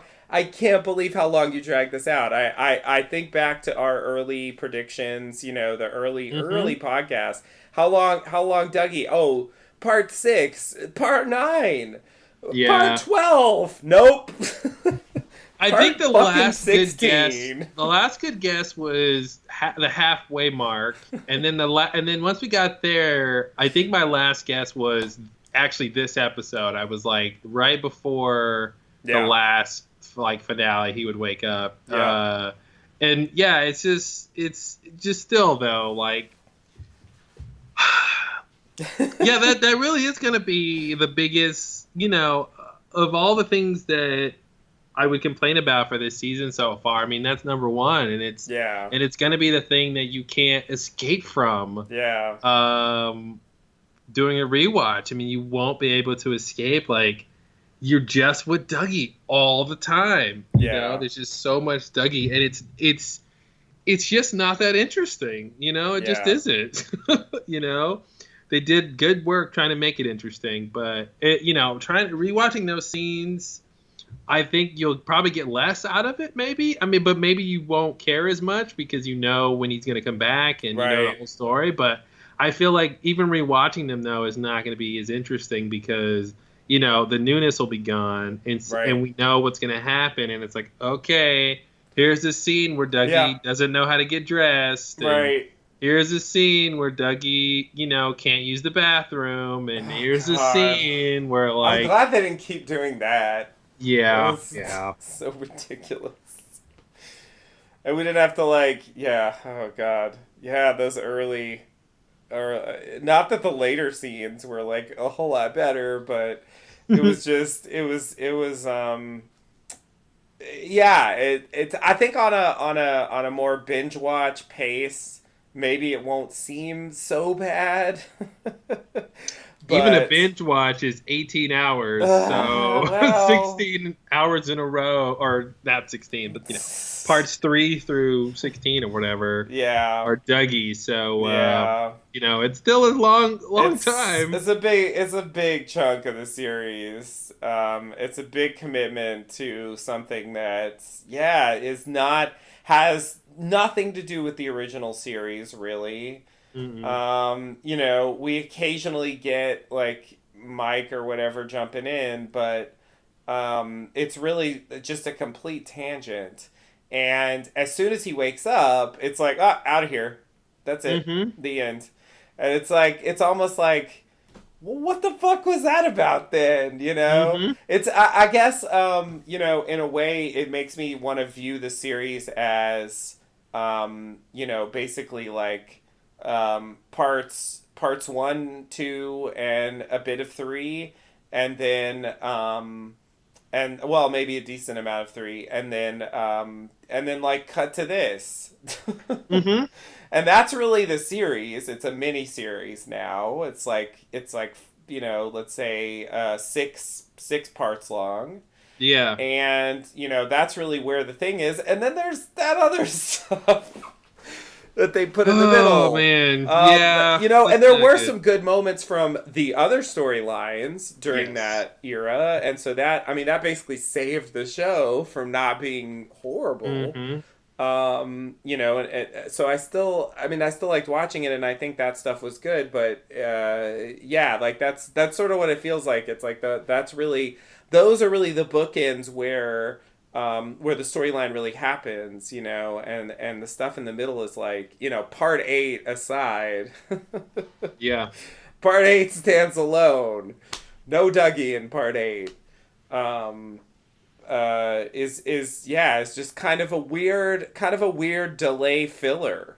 Mm-hmm. Which it's like when you originally announced 9 and then you extend it to 18, it's like, why is there Mm-hmm. filler? Well, it makes me think like that's the filler. Like they were like, I've got these 9 parts. It's more or less the story of Cooper leaving the Black Lodge, Mm-hmm. and then he comes to the real world. And he has to do some shit, and then he goes back to battle Mr. C or whatever. And some of that part in the middle is like Mr. C's plan and some killing and all that kind of stuff. But then it's like, well, wait a minute. If Cooper comes back to the real world, but what if he's not Cooper? What if he's what if he, and I'm thinking like maybe they like, well, maybe Mr. C's plan is bigger than we originally thought. Maybe it needs to be more parts to his plan. Maybe his goal is bigger now or something. And then they're like, well, in order to do that, Cooper needs to be sidelined. Right. So what if he's not really Cooper for most of the fucking show? And then you just have this Yeah. whole chasm in the middle of just random stuff. I mean, literally, just some of that stuff was, the Roadhouse stuff was just random. And Yeah. we still remember Jacques' scene. I'm sorry, Jean Mhm. Michel's scene. Please. Yeah. Of I like the do. girls, and I sit too, and all this Yeah. stuff, and like, Yeah. why do we get that? I have no idea. Was that fake Audrey's Was place? that fake Audrey? Right? Yeah. Like, yeah, I don't know. It's now I have to question that the whole Mhm. time.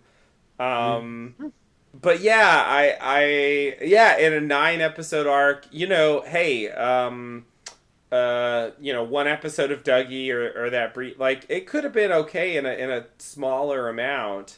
Yeah. As a briefer delay tactic, but it's just so extreme. Mm-hmm. So much of that. And I even feel like some of the other storylines are kind of written that way.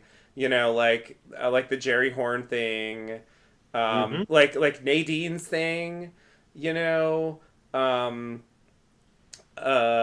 even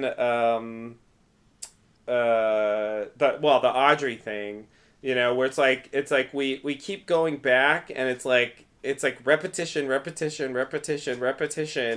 and then finally we get like the thing, Mm-hmm. and it's sort of like that. Couldn't that have been like a little shorter? Yeah. Like, did it Filler, really? filler, and then here's the thing. Here's the actual thing where it's like, okay, I mean, they could have gotten to the point of Nadine's watching the Jacoby show. That changes Nadine's perspective, so she goes to see Big Ed. Like that didn't need to wait until like Mm-hmm. you know what I mean. We see her watching it several times. Well, and it's not even clear what prompted her change. Was it meeting him? Was it meeting Jacoby in person and talking about it in person like that? Or did she already make up her mind? Was she thinking about it the whole time? I mean, that's the thing. Like, even in the scenes with this repetition, there's no sense of the sort of character changing in those scenes, right? There's no sense of like, she's looking at her wedding ring as she's watching Dr. Amp or something. There's no sense that that stuff is having the effect that will ultimately be the thing that is the whole point of all these scenes, right? Whatever the culmination is, all of these scenes, I guess what I'm trying to say, all these scenes with the repetition aren't explicitly building towards that. Right. They're just this like, like you said, repetition of the same idea. And it's like she who knows when she decided that she was going to let Ed go free. It's really unclear. Yeah. Why she just decided. And I guess the only connection is like the last time we saw her before she was with Big Ed was she was outside of her place with Jacoby. Yeah. And she had her shovel there in the window. Yeah. So maybe she took it off the window and marched. Mm-hmm. Well, it was night, so I don't know. Yeah. Maybe it was the next day. But like, that's a bit of a connection there. Yeah. But yeah, it's strange. I don't know. The whole storytelling has been very weird. Which isn't surprising, but Ben and Beverly too had a similar kind of thing where they like had multiple scenes that were along similar lines. Yeah, and then we got it progressed a little bit where Ben is like, okay, do you want to go out to dinner or whatever, and then nothing. Yeah. And they're like hearing noises, and there was a little progression of the noise plot when they're like, well, the building maintenance looked at it and they can't find whatever. Yeah. But still no real culmination of anything there. But with all of those, it really feels like if they ever did get to a point, which they didn't necessarily, it just feels like all those stories could have been told like much more quickly. Yeah. Oh, for sure. And it's just like, why did that? I don't know. So the Mr. C plot and the FBI plot are really the only ones where like there's been like some movement over time where it kind of feels like maybe not necessarily 18, but like they've had enough happen to to kind of fill the time. Yeah. That's the only ones where I get it, but then when I start, it does seem like if they just dialed back on that, and the Stephen Becky storyline was also like very very spotty. I mean, that's another thing they have to like somehow resolve in the final episode. Like, did Stephen kill himself? Where are they going to try to leave Becky? Is Gersten going to get involved? Will Gersten ever play piano again? That's what I want to know. Please answer that question. Yeah, is she gonna play the Roadhouse in the last one? Right? Oh, that'd be great. This goes out to Steven. Becky's like, you bitch. Yeah, I mean, what does Doc Hayward think about his daughter? Where's Donna at? Please, someone mention Donna. Yeah. If Donna is a Talpa, I'm out of here. Like, I just. Why can't we get some Donna on the show? I don't get it. Like, even if we don't get either of the actresses who play Donna, like, why can't we know where that character is? Yeah, like, she's a huge character on the show. They should comment on her, yeah. Huge character. Yeah, it's like, why, of all the people you came back to, like, why wouldn't you mention something about Donna? I mean, if Harry's important enough to mention off screen, at least, to be like, oh, he's around in the world. It's strange that no one would mention Donna. We've had almost her whole family on the show. Yeah.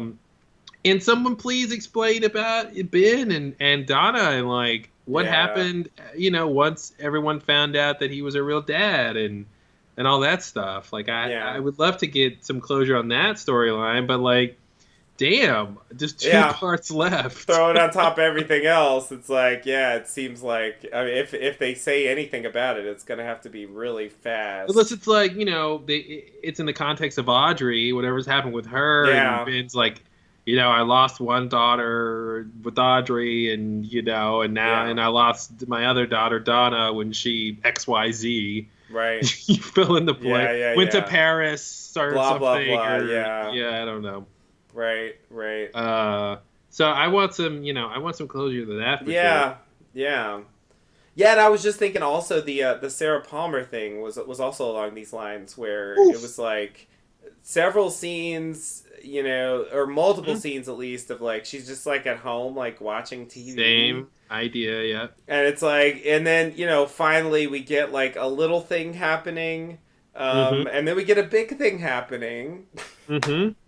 But that's it. It's just sort of like it does seem like maybe like 9 would have been enough. After all of this, you're like, you know what? 9 would have been fine. I, 9 would have I been fine. like I was happy that they gave more, and it's fine. I mean, whatever. I'm glad they made the thing. It's got a lot of Well, cool hey, stuff in listen. it. No, no, But no. Listen, if you think 18's too many, you should just stop watching now. So you don't have to watch the last. Just you're off the hook. Like you don't have to watch the last 2. It's fine. I just think like maybe it would have been a bit more compelling overall if they Listen, had tightened up some of those you're stories. saying that Twin Peaks season 3 has a little bit of Inland Empire syndrome. The answer is yes. Yes. Yeah. David Lynch shot too much footage. He loves digital. You're gonna tell him to cut? Come on. Yeah, we had Final Cut. Mm-hmm. Yeah, he's gonna keep shooting. There's no end to the film just keeps going until the card's filled up. Sarah Palmer is watching TV again. That's Again. right. Play some boxing, but repeat a scene every 10 seconds. Why, David? Because dreams. Sorry, we haven't had a because dreams in a while. Yeah. Gotta throw that in there. It's pretty appropriate because Yeah. that's like I don't know. It's like part of this is like it's almost like a museum exhibit about Twin Peaks or something. You know, You mean it's long and boring, and like it's you can't touch the paintings? yes, like it's not like a show. It's almost like encapsulated moments or you know what I mean, like portraits or something. Are Like you saying it's almost like David Lynch got a painting to like a move? moving painting. Yes. And they're all these sort of what do you call those? There's a word for that when you have like a series of paintings all in the same vein. There's a word for that. But it's kind of like that. You're saying it's like this sort of like different studies of these different people, these sort of snapshots of their lives, sort of a thing. Yeah. Yeah. Yeah, exactly. It's sort of Yeah. like I imagine, the town of Twin Peaks and we see like Nadine watching the Jacoby show and there's like a series about that and it's just it's sort of like these these very like specific moments like captured in great detail and Hmm. like there's just it's just not isn't stuff that and I guess that's why you get someone like David Lynch, but it's just not stuff that you would ever see on a normal TV show. Yeah. Like Game of Thrones or whatever is not going to tell their story like this. um it would just be weird. Hmm. Watching it is just such a contrast. The way the story develops and the way like things are so like functionally placed. Hmm. It's like it's crazy, and I guess it's weird to look back now because I really enjoyed this episode. Or Yeah. this part. It was great. It was like thrilling to see this stuff happen. Mm-hmm. But retroactively, it did make me somehow more frustrated with how long it took to get here. Oh yeah, yeah. You know, it's almost like like when Dougie was still going on, somehow it wasn't bothering me as much as Mm-hmm. now that Mm-hmm. it's over. Yeah, because now you can really understand how long it took to get here. Before you were still just Yeah, waiting for it to happen, and right. you're exacerbated about waiting, and now you're exacerbated about how long you had to wait. Yeah. Yeah. Yeah, like really, and the fact that he could just like wake up and be like, all right, well, let's go Twin Peaks now. It's like Mm-hmm. fucking, god damn it, really? Mm-hmm. Mm-hmm. It was that easy He only had to electrocute himself. after all this time. Mm-hmm. Oh man, yeah, it's just like, come on, like somebody like shove him into, I don't know, like somebody like cut down some power lines and do something like just. But yeah, put a hair dryer in the bathtub with him. Yes. Yeah. Yes, just make this happen. Mm-hmm. Because, like, this could have been so much easier. And there's no reason, other than saving his life, there's no reason why he needed to, like, go through all of that drama at the insurance company. Mm-hmm. Like, all the stuff at home. It's just like, I mean, good for him that he, like, got something out of it, but um, I think for the audience, it's just not. All right, whatever. I'll say more Yeah. about it as we get there later. And I'm just gonna say all the things that the Black Logians were doing to help him all along the way, up until making him bring a cherry pie to Yeah, his murder in the desert from the Mitchum brothers, yeah, planned murder. Yeah, it's just I can't reconcile how Mike didn't know in the beginning that Cooper wasn't awake. Then he realized Cooper wasn't awake and told him he needed to wake up, but then spent a lot of time helping him through all of these obstacles he had to get through. And some of those, like you said, was saving his life. Like you said, I said, saving his life. yeah, But it was like they seemed to know about how much time it was going to take for him to wake up. Then, if it's like, well, he's not going to wake up until he's not awake yet. We got to help him make sure the Mitchum brothers don't kill him, which is going to take right, this plan, and I got to do the case files, yeah, and then I got to go whatever, and it's like they at least know that amount of time is going to be there yeah. before he wakes up, right? Which is weird. Sunset Um, Boulevard is going to be on TBS this Sunday, I so we mean, got to make it till then. honestly, I'm surprised that actually didn't happen where the Black Lodge, like Mike didn't just turn the TV on. Yeah, Like a sparkle hits the TV knob yeah. and it turns on and he watches it. I'm surprised they had Dougie just Do it randomly himself. do it Yeah. himself. Yeah, it's weird. Uh, What was that about? Why did he do that? I don't really hmm know. hmm Yeah, was it inevitable? I mean, was this an inevitable conclusion that once everything was, happy and fine with this Mm-hmm. Dougie Jones All their life? dreams are coming true. Yeah, everything's fine and perfect. I hope nothing changes. ... Mm-hmm. Um, was that necessary before he would wake up and sort of? 'Cause it was almost like he was. I mean, this is a stretch to say, but I'm going to say this. It was almost like he was sort of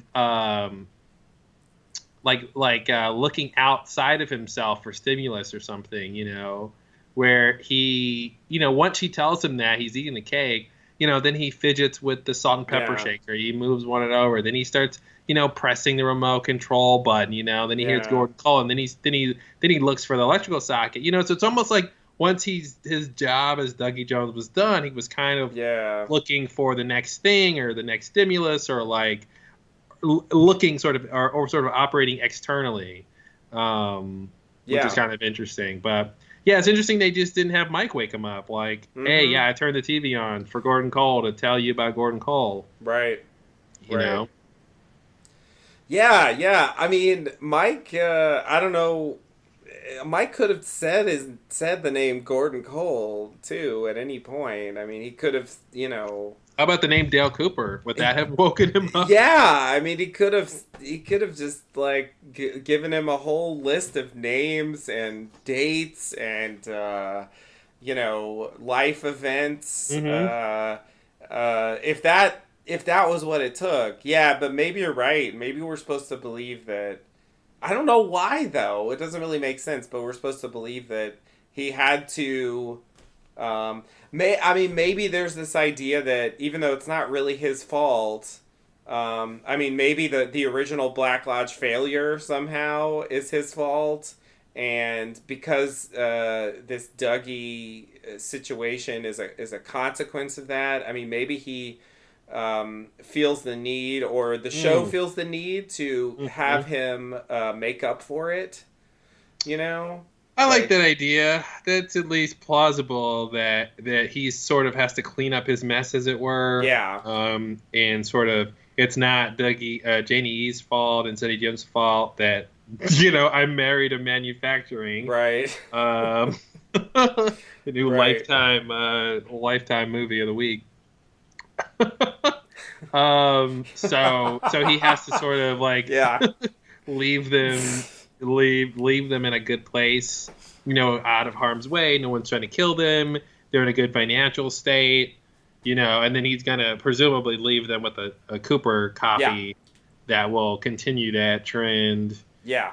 Yeah. Yeah, like they clearly wanted to avoid the idea that he would just come out of here and like run off and like just leave this like family like what the fuck just happened. Mm-hmm. And like with a pile of gambling debts and potentially like dangerous people coming for them. Yeah, it does seem like at least functionally like that's part of the thing. Like, I don't know how much of that the Black Lodge cared about.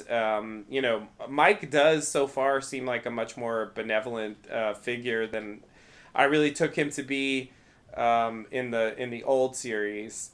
But but I could certainly imagine Cooper wanting that stuff. Yeah. So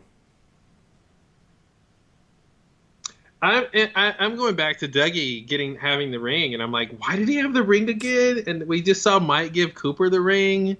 yeah. Well, I'm assuming that that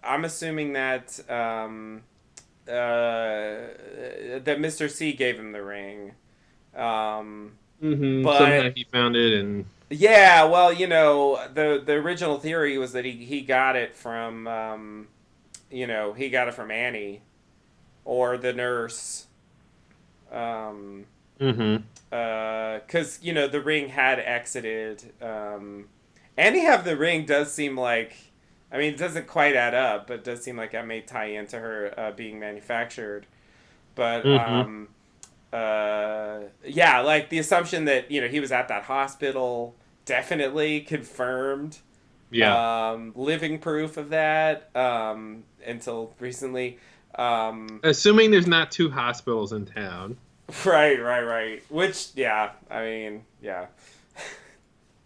Anyway, I assume that's how he got it, and that he gave it to Dougie, and it's something to do with being transported to the Black Lodge. Although that's a muddled point that we'll have to talk about when it comes to Diane. Yeah, it seems like you can go to the Black Lodge without the ring if you're a Tulpa. Yeah. Dougie seems like he's a Tulpa. Well, I don't know why. There you go. The problem with Cooper's entrance and Dougie's exiting is there's so many things happening, and it's unclear what's the actual trigger. Yeah. Is it holding your vomit in long enough prevents you from going? Is it having the ring? Is it having a duplicate? How is this different if Cooper tried to come back another way? Yeah, it's all up in the air. Yeah. Yeah, it's not clear at all, but yeah, definitely the ring doesn't. So anyway, I guess my point was when Dougie goes back to the to Black Lodge with the ring. I mean the actual Dougie. Um, that's when the ring is back in play. You know, Mm-hmm. that's when it can shit. That's when Mike or whatever can give it to Ray, and now to Cooper. What if Ray was like, the person who called him said he was Philip Jeffries, but what if he said Philip Gerard, and it was just Mike? Yeah, could be. Because we know Mike likes to give the ring to people. Yeah, clearly. Yeah, yeah, yeah. Absolutely. So I'm just trying to figure out how would Mike have given the ring to the guard who gave it to Ray, and why would the guard take a ring from a ghost or whatever the fuck Mike is? I don't even know what to call. I'm thinking like what I don't even know what to call him if he showed up to you sort of from the Black Lodge in your world, that little weird effect they do. That compositing effect. It's like, what, would you take a ring from something like that? Like, here, take this, and he's speaking backwards, but you can understand him. Ugh.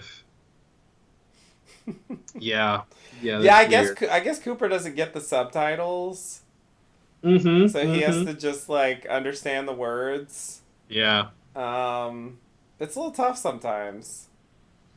That'd be great if they were like the subtitles are actually really there, and Cooper like looks down at them, moves a letter around. You mean this? Ah, yes, I do. All right, you want to move on to the next part here? Let's do it.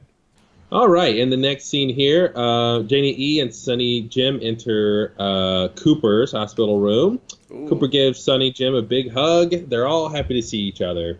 Bushnell enters, also happy to see Cooper, awake. Cooper, this is going to be fun. Cooper tells Janie E to get a doctor and Sonny Jim to go with her. Cooper tells Bushnell to pass him some sandwiches. He's starving, everybody. Bushnell says the FBI were at the office looking for him. Cooper says perfect. Janie E and Sonny Jim return with the doctor. Cooper asks the doctor to confirm that his vitals are good because he's leaving. He asks Bushnell to hand him his clothes. We cut to a little hallway scene here. Janie E... I'm sorry. I jumped ahead. Sorry. Still in the same hospital room scene. Janie E asks him if it's a good idea. Cooper says it is. The doctor agrees. Cooper tells Janie E to get the car, and he will then meet them downstairs. So yeah, then we go to this hallway scene. Sonny Jim says, "Dad sure is talking a lot," and Janie E says he sure is. So they're kind of noticing something's up with the old dad. Let's see. So back in the room, Cooper asks to borrow Bushnell's .32 snub-nose pistol that he wears. Whoa, Bushnell, I didn't know you were packing. Look at that. And I guess he noticed that while he was Dougie. Yeah. I mean, it's like his like FBI training was still, still there. Like, he could still spot a snub-nose carrier. That's a whole course at the FBI. Bushnell hands his gun over. He asks if there's anything he can do to help. Cooper tells him to call the Mitchum brothers, which Bushnell has on speed dial. Isn't everyone friends here? It's really it's heartwarming. It's a wonderful life, It's a wonderful life. Bushnell gets Rod on the phone and hands it to Cooper. Cooper says he's bringing his family to the casino in 20 minutes and to meet him there. He says he needs a plane to Spokane, Washington. Rod says they're gassing up the plane right now. He tells Bradley they're heading to Spokane, who relays it to the airfield on the phone. And Rod reiterates they are meeting Dougie in 20 minutes. Bradley tells the girls they are going on a plane ride. Then the Twin Peaks theme plays, and everyone smiles because it's great when you hear that in the show. All right, you want to stop here for a sec? Sure. Some good little tidbits here about his state of mind, Yeah. I'll throw in a bit of trivia here. The actress who plays the as she's credited, female doctor, Hmm. um, is from the original series. She played the. Because you couldn't have her just be credited as his Of doctor, course because not. that'd be a man's part. That's a man's title.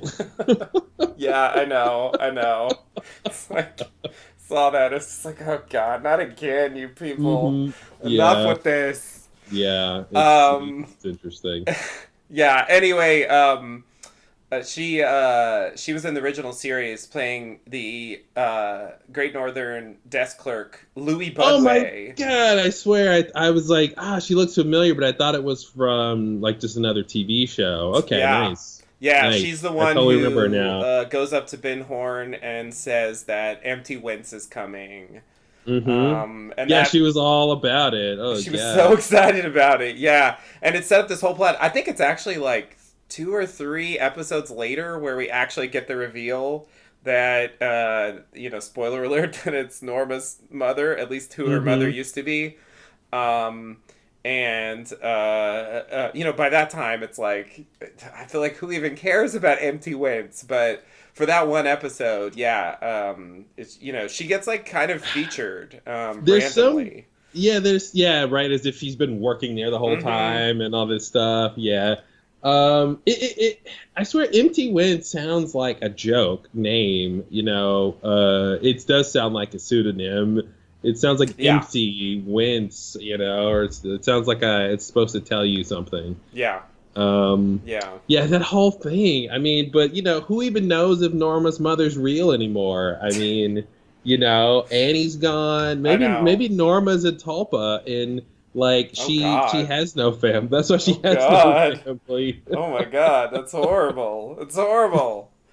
But yeah, we talked about it before, but she and Annie, in the original series, they had a brief discussion about her. Vivian was her real name, and so they sort of both acknowledged her as their mother. Hmm. Um, but in the book, they sort of I mean, in addition to not mentioning Annie at all, they rewrote Norma's history so that her mother had a different name. I think it was Ilsa, Hmm. and she died. Before the series started. Basically like her mother was already dead. So it's a weird. There's something weird going on with Norma's family. That's all I'm saying. Yeah, I mean this idea, and that's what's strange is between the series and the book, it's like, well, the one person who's real is Norma. Okay, like, so does that mean that these family members she's like conjured up? Like Mm-hmm. that's a crazy idea in the It's midst very of crazy. what the other plot lines are. That all of a sudden this situation that we didn't ever call attention to and is only sort of elucidated by comparison between the two series, the book and the show, like that. That's supposed to tell us this crazy idea that like something's up with the reality of Norma's family. Like that's crazy that we're supposed to think something important's happening there. Right.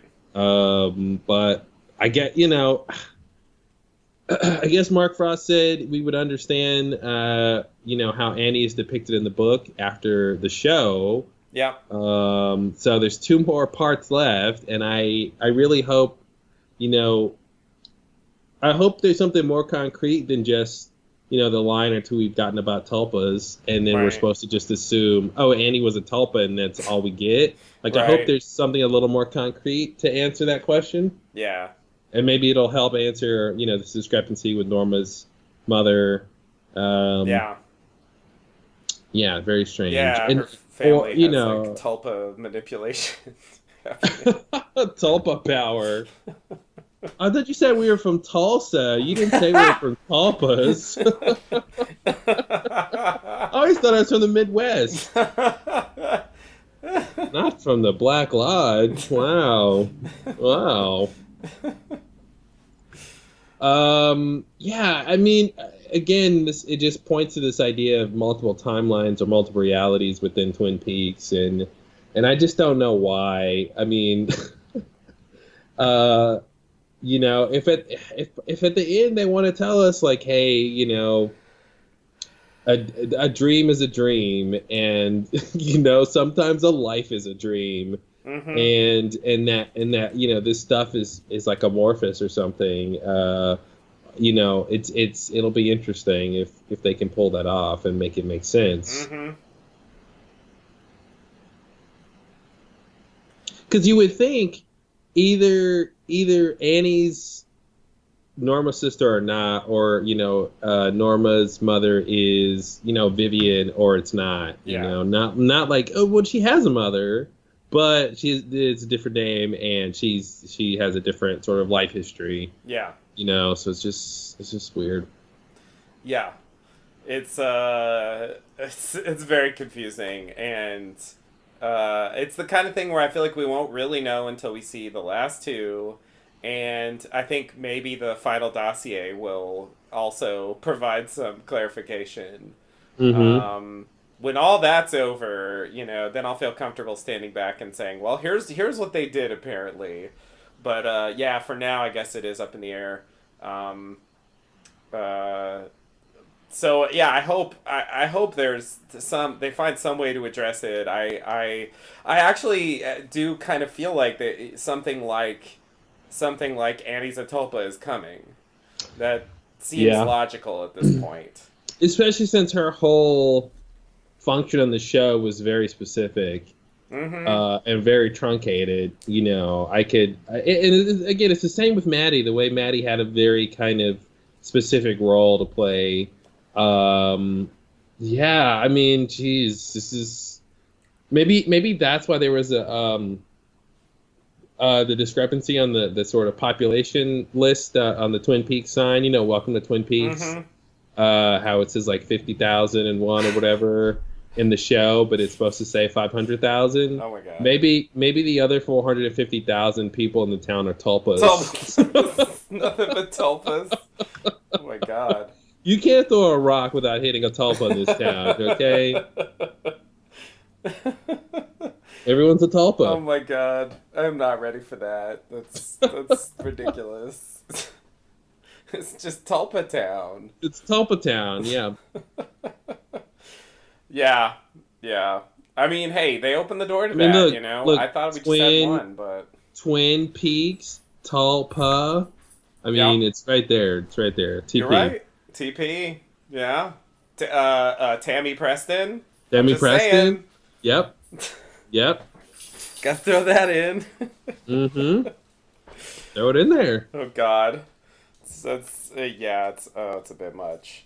Did you know? I assume you knew when he said, "I need to play to Spokane." That meant they were going to Twin Peaks. Yeah, yeah. I figured that was the Ultimate the destination. biggest.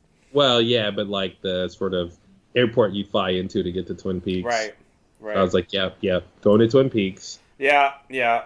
Yeah. That was. I was surprised how quickly that happened. Like all this kind of um, unfolds in kind of a rush. Mm-hmm. Um, It's great for the story, and it's what the audience wants, but it's Yeah. great for the story, to have a proactive, character in general. So like, it's great that he's like raring to go, Yeah. especially at this point in the story, just the opposite of Dougie. Mm-hmm.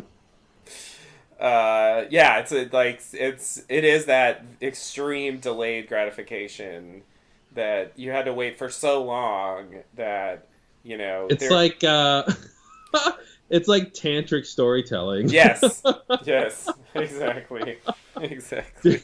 Oh man, leave it to David Lynch to infuse the Eastern Orient ideas into his storytelling. It's like, I know what I'll do. I'll make them wait. I'll leave them on the edge of climax for 16 parts.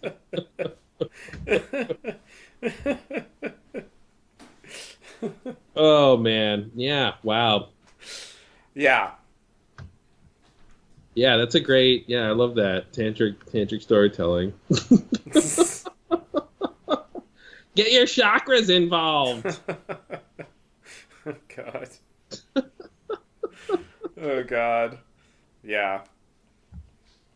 Yeah, but I thought this was great. I mean, the idea that he's starving, which is interesting because he has been eating his Dougie, but he's maybe since he's been in a coma, since he had that cake last night, I guess he hasn't eaten anything. Yeah. And it was nice to see. So back to the thing about this, the female doctor. So it's the idea that I guess that's the thing. They didn't credit her as the original character. Like, did the character ever get a name? From the Louis Louis. I just saw it.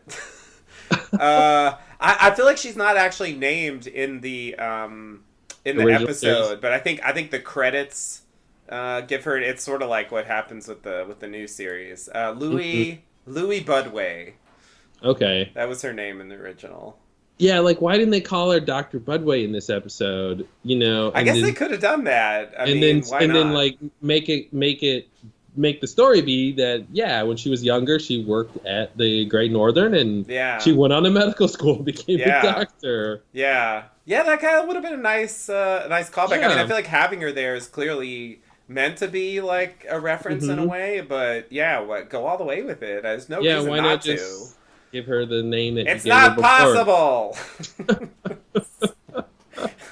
Like we said before, like the credits and how they work are their own mystery for this show. Yeah, it's crazy. I've never paid this much attention to credits on any other show. Still confounding. Speaking of characters and credits, I heard a thing. Can you confirm? I heard that the person who played Bosomy Woman, the scary character at the Dutchman's Motel, was played by a man. Yeah, I can confirm that. That's true. That's hilarious. That's really hilarious that Bosomy Woman was played by a man. That's a strange casting choice, but I guess, I love the look. It's perfect. The only woman who can play this part is a man. Just strap on your bosom.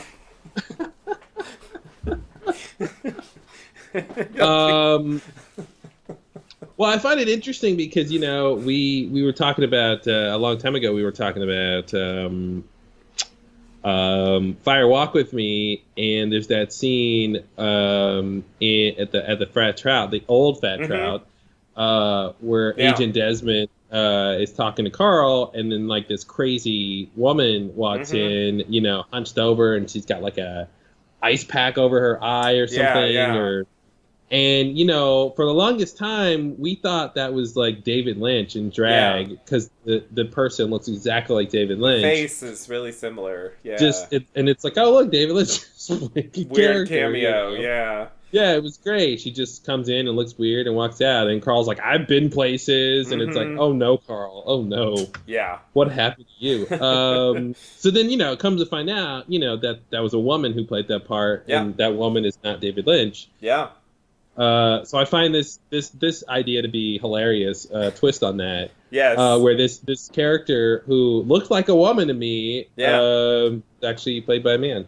Yeah.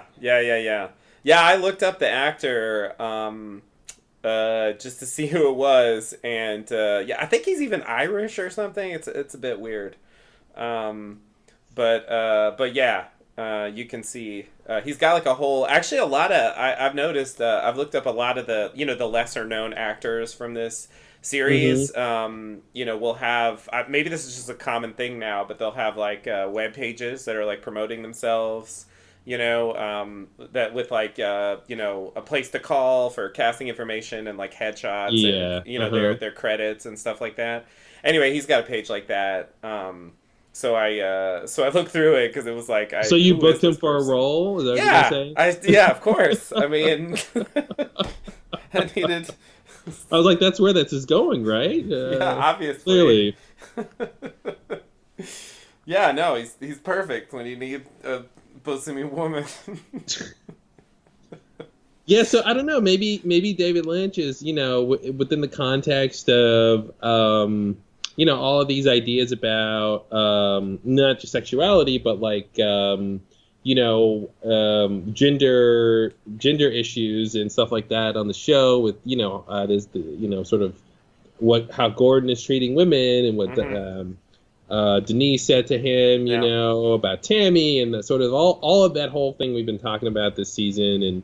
And is David Lynch throwing in like gender fluidity in here too? Is he's like this trans casting, because if they would have credited the character as motel attendant, then you wouldn't. I feel like you'd have a different impression of what's going on there. But the fact that it's bosomy woman, I know, was such a weird credit. And then of all people, that's who they cast. They get him in a wig and and imagine the woman who was bosomy who didn't get the part. Yeah. What did I do wrong? I thought this was perfect for me. I was born to play this role. If I can't get this job, I'm going to go back to medical school. That's not possible. I don't know. I find that very interesting. I would love to hear the backstory behind that, the production, how that all worked out. Yeah. I wonder how that casting worked. I mean, he, he definitely has a casting. What do they call it? The one who does the casting for casting director. Yeah, he definitely has a casting director who I think he's worked with for forever. But he's certainly involved in that process, and I know he looks at headshots and stuff like that, and so he definitely approved that. But I wonder whose idea it was, why they decided to do that. It's strange. I don't know. But I maybe there is some weird idea they're trying to convey there. I don't know what to make of that character. I mean, and having her in the credits at the end, was I don't know, an interesting thing that I still don't know what that means. If we're actually going to see her again, if there's any, I don't know. If there's anything more we're supposed to think about that character than, like you said, just motel attendant or something. Yeah. I don't know. Yeah. It's tricky. I want to say we'd see the person again because of how prominent she was in the credits, but it was also a very small thing, and also with the idea of whatever they're trying to communicate with this casting choice and naming choice of the character. It's such a small point they're making, if they're making a point, because you have to dig a little bit deep here to even understand this idea. Right. On the surface, it's just the character's who the character seems to be. Right.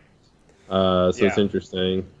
Yeah, I mean, it's a weird character. It's living in this, kind of supernatural world and talking backwards and stuff. But for David Lynch, it's not particularly notable.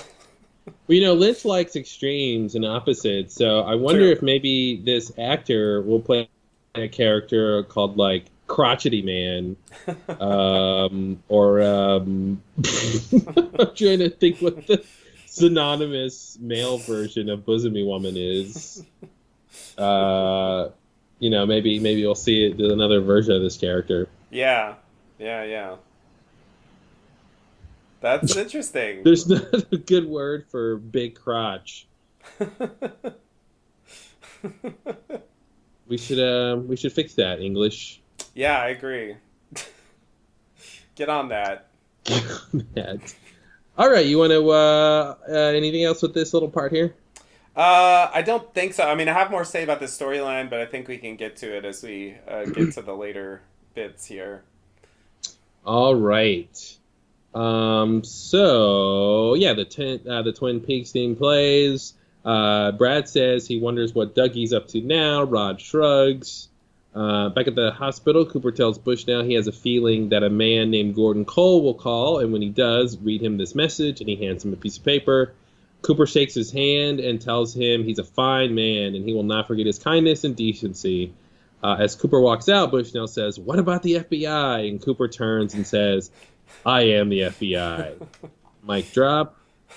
Yeah. Outside, Cooper walks to the car and tells Janie E to move over. She protests, but he says it's okay. She asks what's going on. He tells her to fasten her seatbelt, and they drive off. As the theme keeps playing, and then at the same time, the FBI pulls up to the hospital. Yeah. So I think that message to Gordon Cole, like, I think he probably will actually get that message. Mm-hmm. And I think it's probably, I don't know exactly what it's going to say, but I think it's probably going to indicate to them that he's going to Twin Peaks. And I think that's probably why they'll end up going there. I think it's Gordon, it's Cooper, I'm back. Meet me in Twin Peaks. Yeah. That sounds about right. And I feel like it's going to be the head FBI in Las Vegas. He's going to get to the hospital. They're going to see Cooper's gone. Bushnell's going to go, "He left me this message for Gordon Cole." And then, the guy will call Gordon Cole and say, hey, Wilson, get Gordon on the phone. Why haven't you called him already? And then he'll just relay that information to Gordon. Yeah. Then Gordon will head to Twin Peaks. And then we'll be done with them, probably. And then we're done with you guys. I think that's it for Vegas. I mean, except for, the other Cooper manufacturing coming to Lancelot Court for the family, Yeah. I guess we might see that, yeah. Mm-hmm. But I think that'll be... I don't think that'll take up too much time. They'll just kind of establish that that's happened. So... might be the last shot or something. Yeah. I feel like Cooper proper is going to get some sort of bittersweet, tragic ending. And then I think it'll be a more positive ending if we end on, like, Cooper in quotes. It's going to be like coming home. It's going to be like... it's going to be like... Spoiler alert! It's going to be like in the Next Generation movies when Data dies, but then there's this, like... copy of Data, this like previous model that's sort of like doesn't really work that well, but it looks like him. Yeah, it's exactly the same and thing. It's like I guess it's like Data's still around, sort of. You mentioned it a while ago that you thought that maybe this was leading up to Cooper's death, and I think if they or at least exit from the normal world, and I think if they that basically he has to deal with the doppelganger and or whatever the doppelganger's getting into before he can kind of move on. But now a lot of this story, depending on how final they want this to be, if they really are thinking of this as kind of the final thing, then I think that's definitely a strong possibility, and that part of the story could easily provide this weird sort of way to not have Cooper die while having him die. Yeah, and I do wonder, on top of that idea, could they do a switcheroo and somehow we think that the Cooper who walks through the door with Janie and Sonny Jim might actually be the real Cooper, like leave it on a sort of an ambiguous note of like, oh, okay, there was a double, maybe the other person we saw that we thought was Cooper was actually the double and not Cooper, and that this is the real Cooper and he does get it. Yeah, I wonder if they'll even go that far of like twisting it, because I was thinking like one thing Cooper could maybe do to sort of have a sacrificing ending, is like if he somehow, like, if he takes the Bob orb or whatever, or experiment and somehow like contains it within himself or something. Yeah. He realizes like if he can like contain it, and then maybe he like goes off into non-existent space or something, and he just is he sort of is like has Bob in a containment field basically. Right. But he's just sort of stuck with Bob for eternity, flying through space or something. Yeah. But Bob is like away from Earth, and that kind of idea. Yeah. Because it's like I don't, these big entities, I feel like maybe can't be just outright destroyed, but there's ways you can sort of limit their effect on your loved ones or Earth or whatever. Yeah, sort of trap them. Mm-hmm. Yeah. Like on an island. For example. Hey, Bob, you're going to be trapped on Cooper Island. Destination space. But yeah, I'm expecting some kind of bittersweet, tragic ending for old Dale. Yeah, I think that would make sense. It's a tough story. Mm-hmm. So one of the things I thought about this scene was this whole little recent sequence was interesting. Was how Mike was fading in and out. I don't remember if he was doing that when we saw him like this before. I always thought he was more like constantly there. Do you remember if he was fading in and out like when he appeared to Dougie those times before? I don't specifically remember that. I remember like he fades in and fades out, at the beginning and the end. Mm-hmm. But yeah, I don't remember him fading in and out in the middle of talking. But maybe I'm forgetting it. But I definitely don't remember that. Yeah, okay. Yeah, I thought that was kind of interesting. Yeah. Yeah, and then as I mentioned before, Mike shows up right before Cooper wakes up. So it's like, well, how did he know that he was about to wake up? And that ties into the noise. Did he make the noise that Bushnell hears, as he wanders out of the room? Right. Yeah. Yeah, and if he made that noise, then what's going on in the Great Northern? Mm-hmm. What's the connection? Yeah, I was kind of thinking that and this would be super weird, but if Audrey was sort of stuck in that boiler room, yeah, that's gonna be really weird. Like it's some sort of facility down there that Ben doesn't know of or something. Could it be Audrey making the noise like psychically or something, and she's like crying out for help? So she first sort of reaches out to her dad, and then then she reaches out sort of to James, I guess, because he's close and he's sort of security or something. And then the third time would be like her sort of reaching out to Cooper in this scene or something. That's interesting. And like maybe that's what woke him up, was like Audrey calling out to him, right? And maybe that's part of why he's heading to Twin Peaks, because like he doesn't know that. We don't think he should know that Mr. C is near Twin Peaks, so that shouldn't be the reason. So maybe the reason is like Audrey called out to him through some psychic force, because they were both, perhaps unconscious or in a coma or in some sort of other state, and so that's what the noise was signifying, and that sort of was the trigger, was these like sort of call to action to go save her. There is precedent for that. In the original series, when she is trapped at One-Eyed Jack's, there's this moment where she sort of prays for him to come, and then they have the giant go see him one more time, go see Cooper one more time, and say, "You forgot something." And of course, he doesn't actually realize what it was until a few episodes later when he sees her the note she left under the bed. I guess it dropped down there when he got shot or something. So that would be that would also give it a sort of potential like supernatural Black Lodge-ish connection.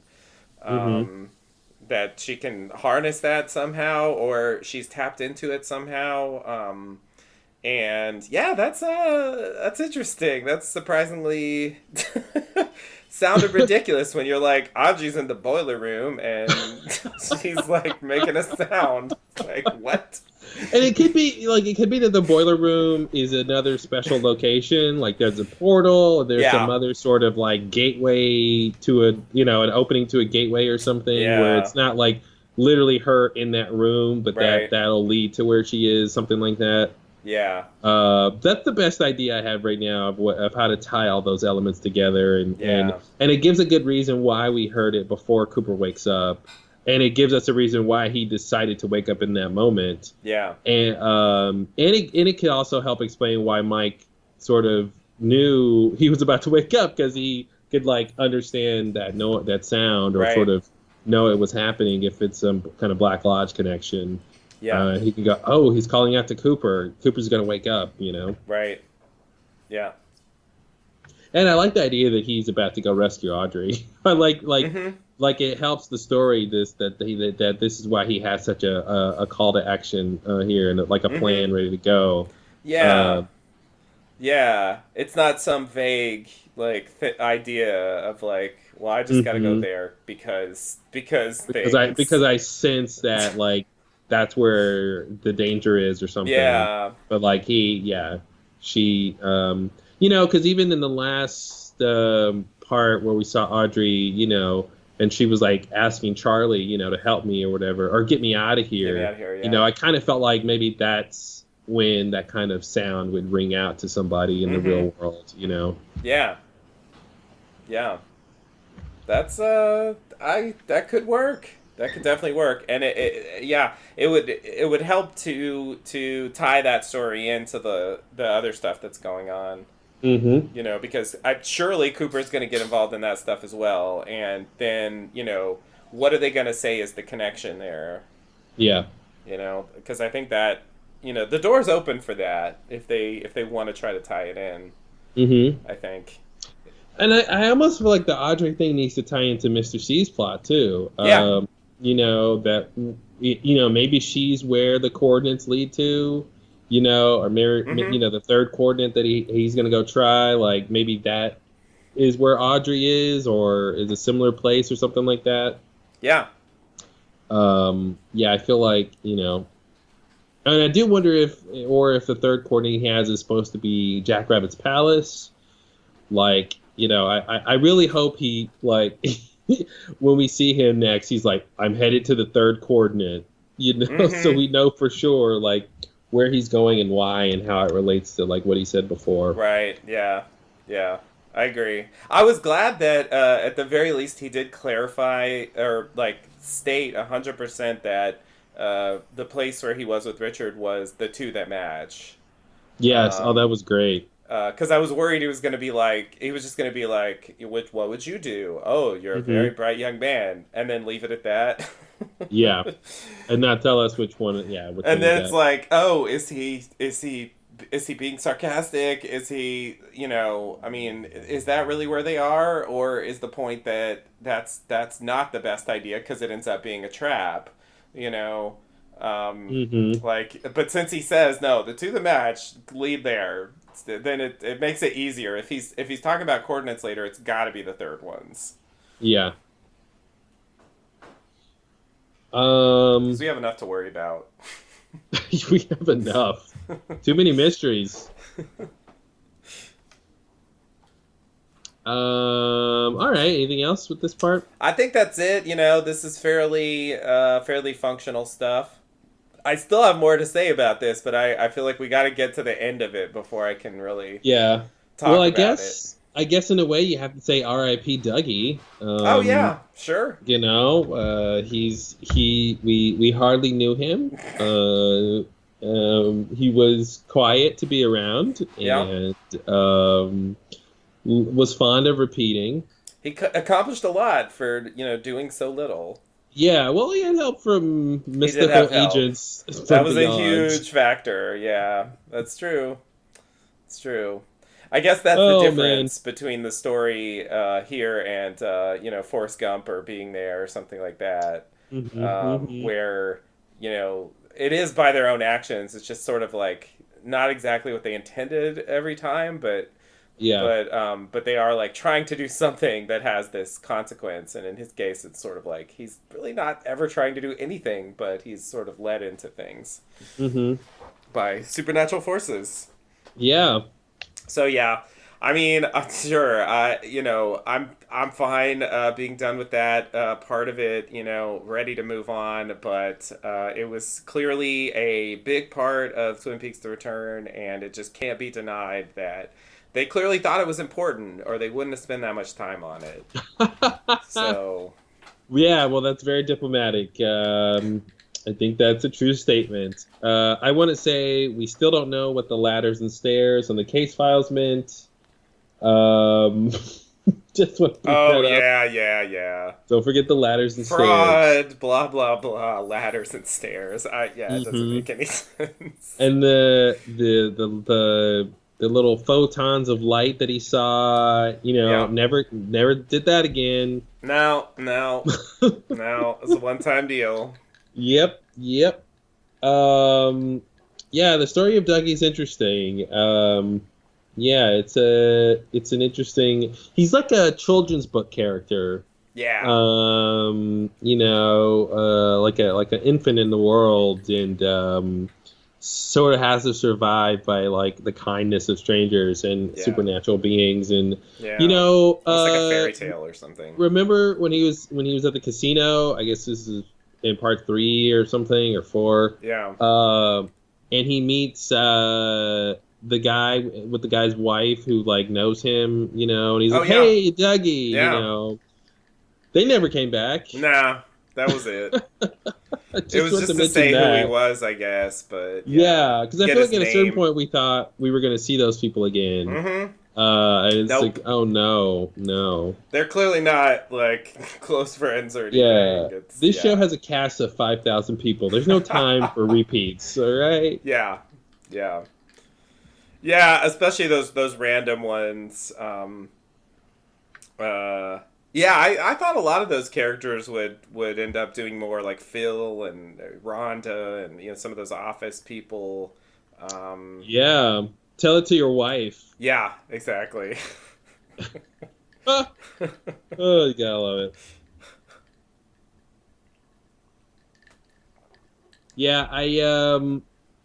Okay, well, R.I.P. Dougie. Yeah. It's so nice to have Cooper back. Yeah. I mean, I will say that it's the kind of thing where it's not like Nikki and Paolo on Lost, where they had this idea and the idea didn't work, so they abandoned it earlier than they had planned. They did a lot with Dougie. They spent all the time on it and tried to make it worth it, I guess. Mm-hmm. I think it'll be, it'll be up to the viewer to decide if that was actually worth it, or if there was really enough there to spend all that time on it. But they didn't just abandon it, or if it had been super truncated, it might have seemed like even more of a waste of time in a weird way. Mm-hmm. But I'm so glad. It was really great to see him actually, and it really makes it stand out. Like, he's done a very good job of distinguishing the characters. It's 100% clear who he's playing. Yeah, like when he's Mr. C, he's a completely different person, and his face is different, and the 3 characters are really distinct. I mean, there's no way that Kyle MacLachlan doesn't win an Emmy for this role. I mean, few actors get to have this kind of showcase.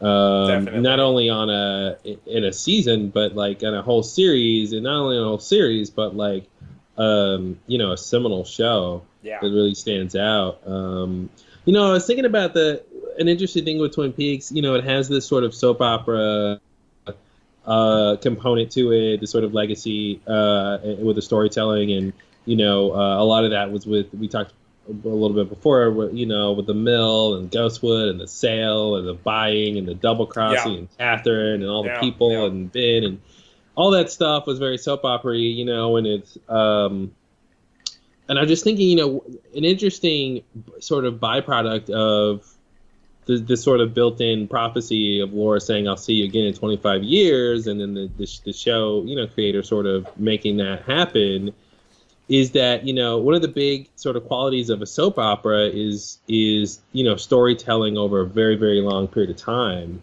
And, by having the show come back, season 3 come back, 25 years later, it really sort of, brings to fruition, or sort of cashes in on that idea, because now the story has been living with the audience for, 2 decades.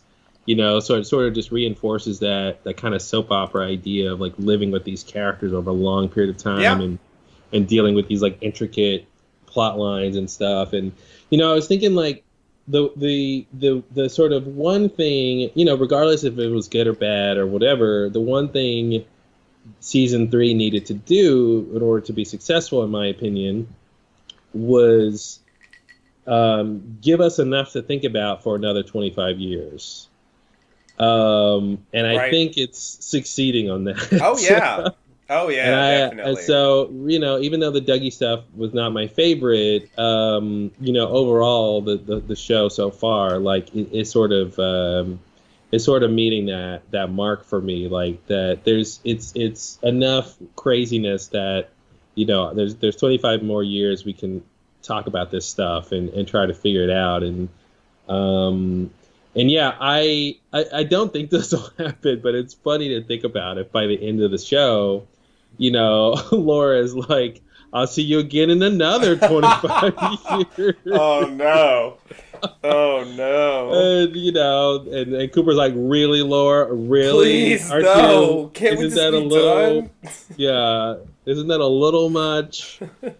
But, you would do this forever? A good number of these actors will be around by then, and David Lynch could eke that out. It'd be tough, but he could do it. He's gonna be like pushing 100. Uh-huh. Oh my god. Yeah, like crazy, like the senior Twin Peaks. Yeah. Twin Peaks, the golden years. Or Ed and Norma still together. They're already in their golden years, yeah. It should be the platinum years. Yeah. Yeah, it's yeah. That would be hilarious, though. Yeah, I just love that. Even if it's like, there's, he doesn't plan on making through with it. It'd be just it would just be, you would not see that line coming. You would just be like, what? Really? Another prophecy? Yeah. Damn, Laura. Yeah. Are you even, Laura? You said you're not her, but then you said you are her. Then you said you're dead, but you're alive. Then you took your face off. So I don't know what to think. I don't know what. I don't know what to think about you now. Pretty much what happened. Yeah. Yeah. That's the only. We had Lorb, we had Gordon's vision. But in terms of Laura in the story, that's all we had. And I knew going in, like, because I had seen the cast list that that Cheryl Lee would be in the show, and I was kind of worried. I was kind of worried that they would somehow like retcon. I don't know, that they would do something weird, bring in a third cousin. Like a redhead, or I don't know, some kind of bizarre new Laura Palmer character. I was worried that they would kind of just like, the main thing I was worried about is that they would really try to do like a true reboot, and it would just be like, some girl gets murdered, and another investigation. Then they have to call the FBI, and then Cooper has to come back, and he gets to reunite with his old friends, and they would just, that it would just kind of proceed as more or less the original series. I'm not to say I wouldn't have wanted to see a bit more of that character, but for the logic, I mean, she's dead, and she exists in this crazy world, and we're not gonna like spend a ton of time there. So, I think the way that turned out was definitely better than what I was imagining or what I was worried about. My worst fear for the series coming back, and I think I will take Dougie over that.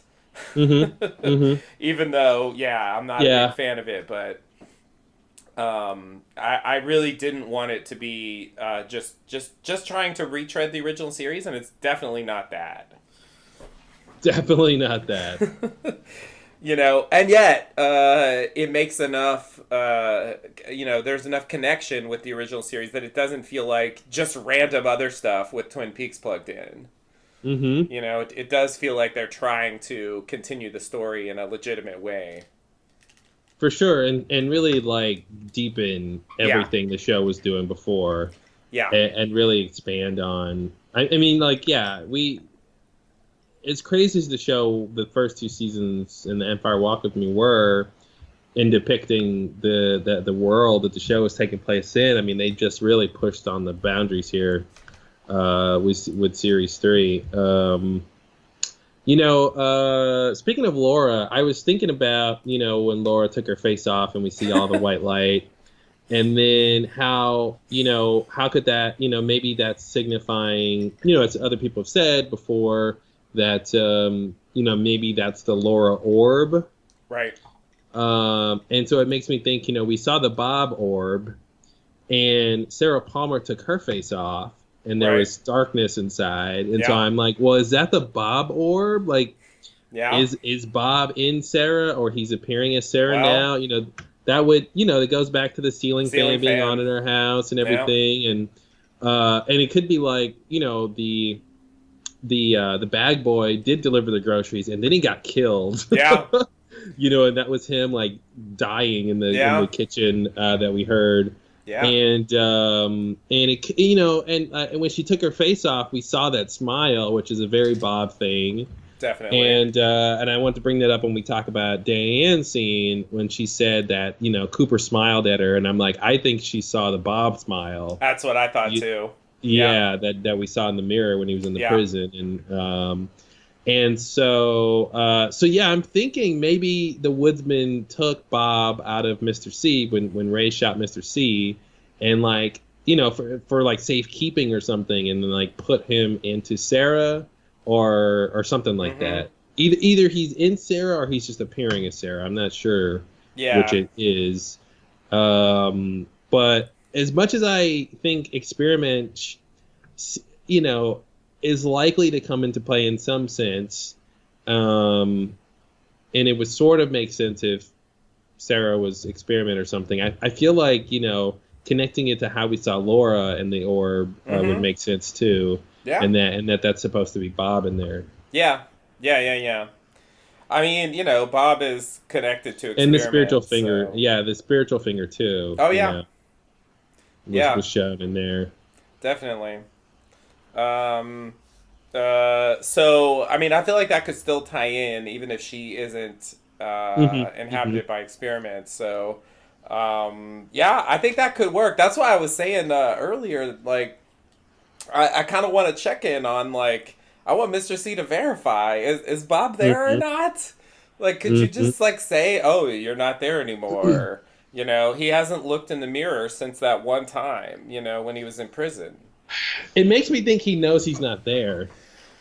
Yeah, that's it's a good point. And I guess, when that was the thing, I think that was the when he has the conversation with Ray at the farm, and he's saying, there's something inside you that they want, since he's going to kill Ray anyway, like, I kind of thought, like, that was the moment to say, well, it's not inside me anymore. If he really believed that or knew that to be true. I mean, he didn't have to say that to Ray, but just for the audience, that would be a good moment to clarify that. And they chose not to, so that made me think he was still there, but it's definitely possible that he's not. It's weird that they didn't make that clear, because it just feels like that should be, I don't know. It just feels like that should have been, they should have been able to convey that one way or the other. Or they could have had Ray suggest that it wasn't inside. They could basically have Ray say that his interpretation of what he saw was that they were taking Bob out of him. Yeah. And he could say, they want that thing that was inside of you. Right. And then he could say, confirm that or say, it's still inside me, but they didn't go that way either. Yeah. That's a good point. It doesn't have to be confirmed true, but just having Ray have that interpretation makes it seem like, oh, well, it was a valid way to look at that, But if he doesn't think that, then of course he was, surrounded by woodsmen and obviously I mean, I don't know. He saw the Bob thing, but Yeah, the fact also the fact that he didn't say it makes me think that's a good point. It makes me think that he is still there. I don't know where that leaves Sarah Palmer exactly. I know it doesn't help. It doesn't help. Yeah, it's like maybe when Bob is in orb form, it's like quantum mechanics, so he can like be in two places at once, you know.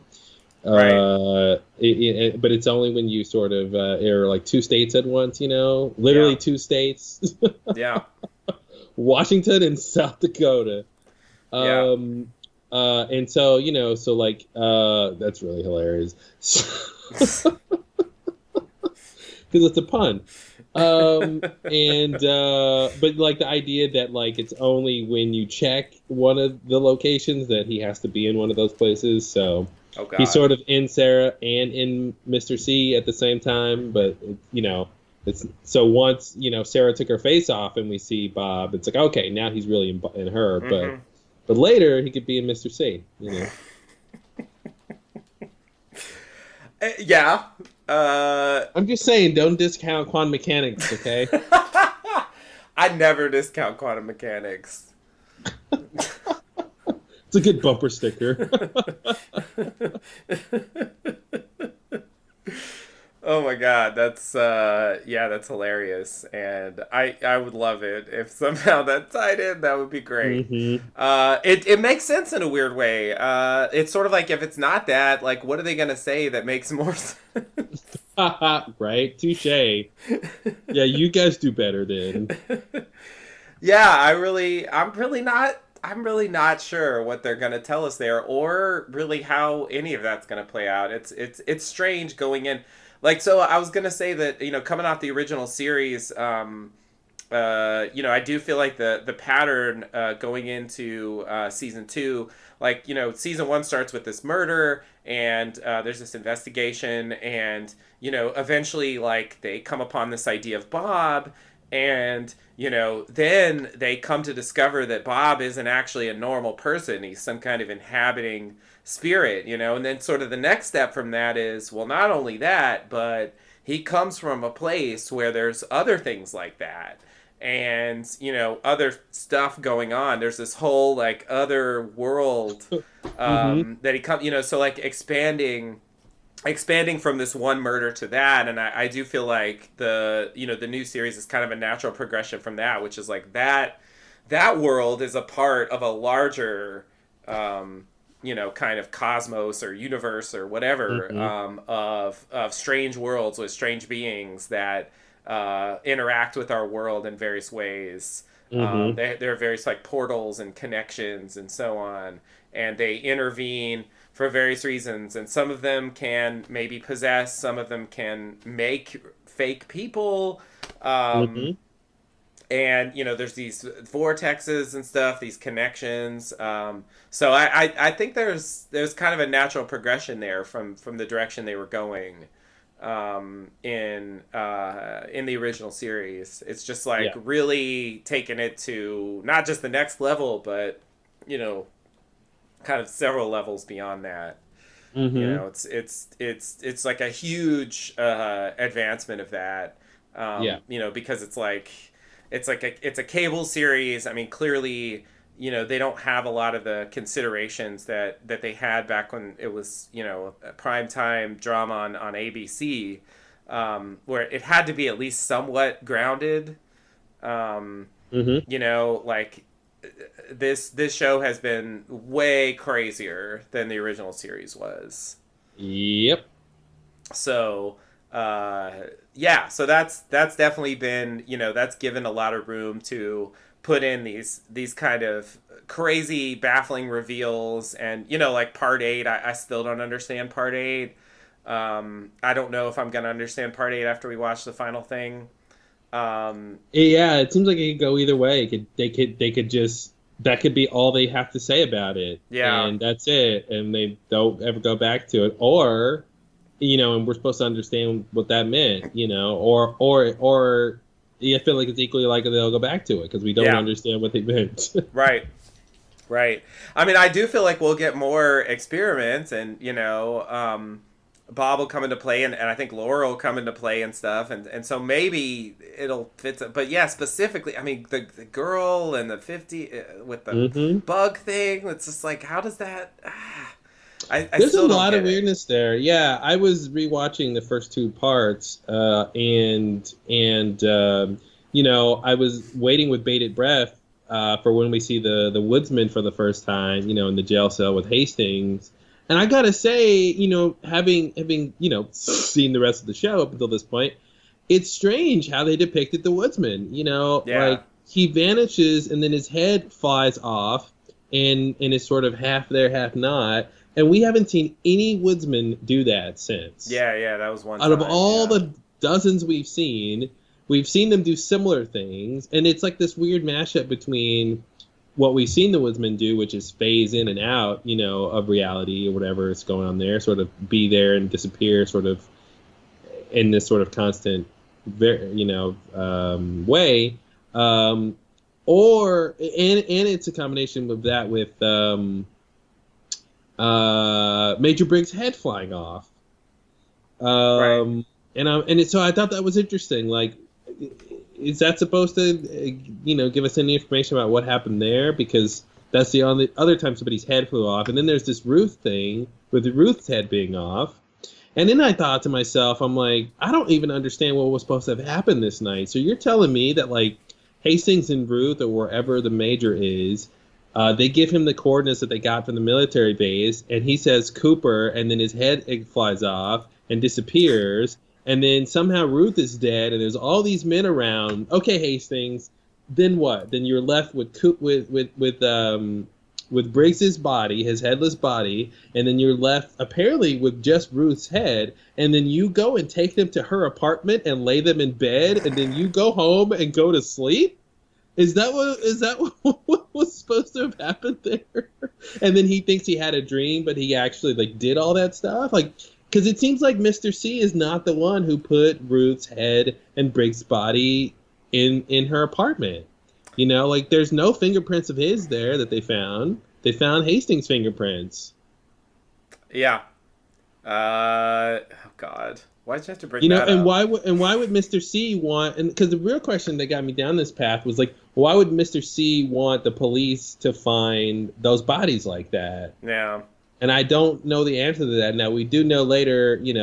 We find out later, of course, that Briggs' body has the ring in there, so maybe that's a Mr. C thing. Yeah. But we talked before about how that didn't really help the FBI lead them to Vegas or anything. Right.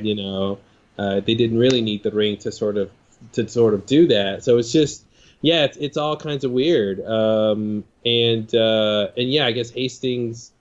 So yeah, I don't know. It's and then I'm thinking, how did he carry Briggs's body and her head all the way home? I just couldn't imagine. What are we supposed to? Or did a portal open up and he just wound? Him, the body, and the head wound up back at her place, and then he put it in the bed and left. I don't know. I just got really bogged down with that. Yeah. Well, I agree that it's very easy to get by. I guess I didn't think he did it, but then I guess I thought his fingerprints were there just because he was there, from before. That he had been there before. Sure. But then who did it? Well. See, you had to go there. See, I thought we could just drop it. I didn't think he did it. Can we move on now? Can we move on? No, we have to identify who actually did it. Yeah, the why? woodsman. I don't know. Okay, hey, I'll take the woodsman. They can do stuff. Yeah. I mean, I think it's possible. I guess that's kind of what I imagined. If Mr. C didn't do it, then I would assume it was the woodsman. So did the woodsman put the ring in God. Because they can reach into stomachs and pull things out, so maybe they can put things in stomachs. They pulled out Mr. C. I mean, Bob. Oh yeah. Stomach. So that's a fair point. Maybe they can put things in stomachs. That's a fair point. Now, why would they do that? Did Mr. C ask them to do it? again, why wasn't he there? I just it's just weird that he wasn't involved in that. If he wasn't involved in that, like I just it's like he's hovering around. He's involved. You know, there's the Phyllis He's with thing. Phyllis. Yeah. He's he's having Hastings even says when Phyllis says, I know you've been having an affair with Ruth, and Hastings, he was like sobbing, and then he gets all angry, and he's like, I know you're having an affair with George, the lawyer, and possibly someone else. And now we know the someone else is Mr. C. But it's And then why? It seems like Mr. C was just trying to get the coordinates from Phyllis. Surely that's what it was. It was almost like he knew there was coordinates, but he knew also that he couldn't trust any one person to give him the right coordinates, and that he needed as many different coordinates as possible from different people to sort of cross, because he needed them from the secretary through Ray, and he needed them from Phyllis. Maybe that's the idea. Yeah, but also he didn't seem to just want to get it directly from Hastings, which is the thing I don't really get. The obvious thing, yeah.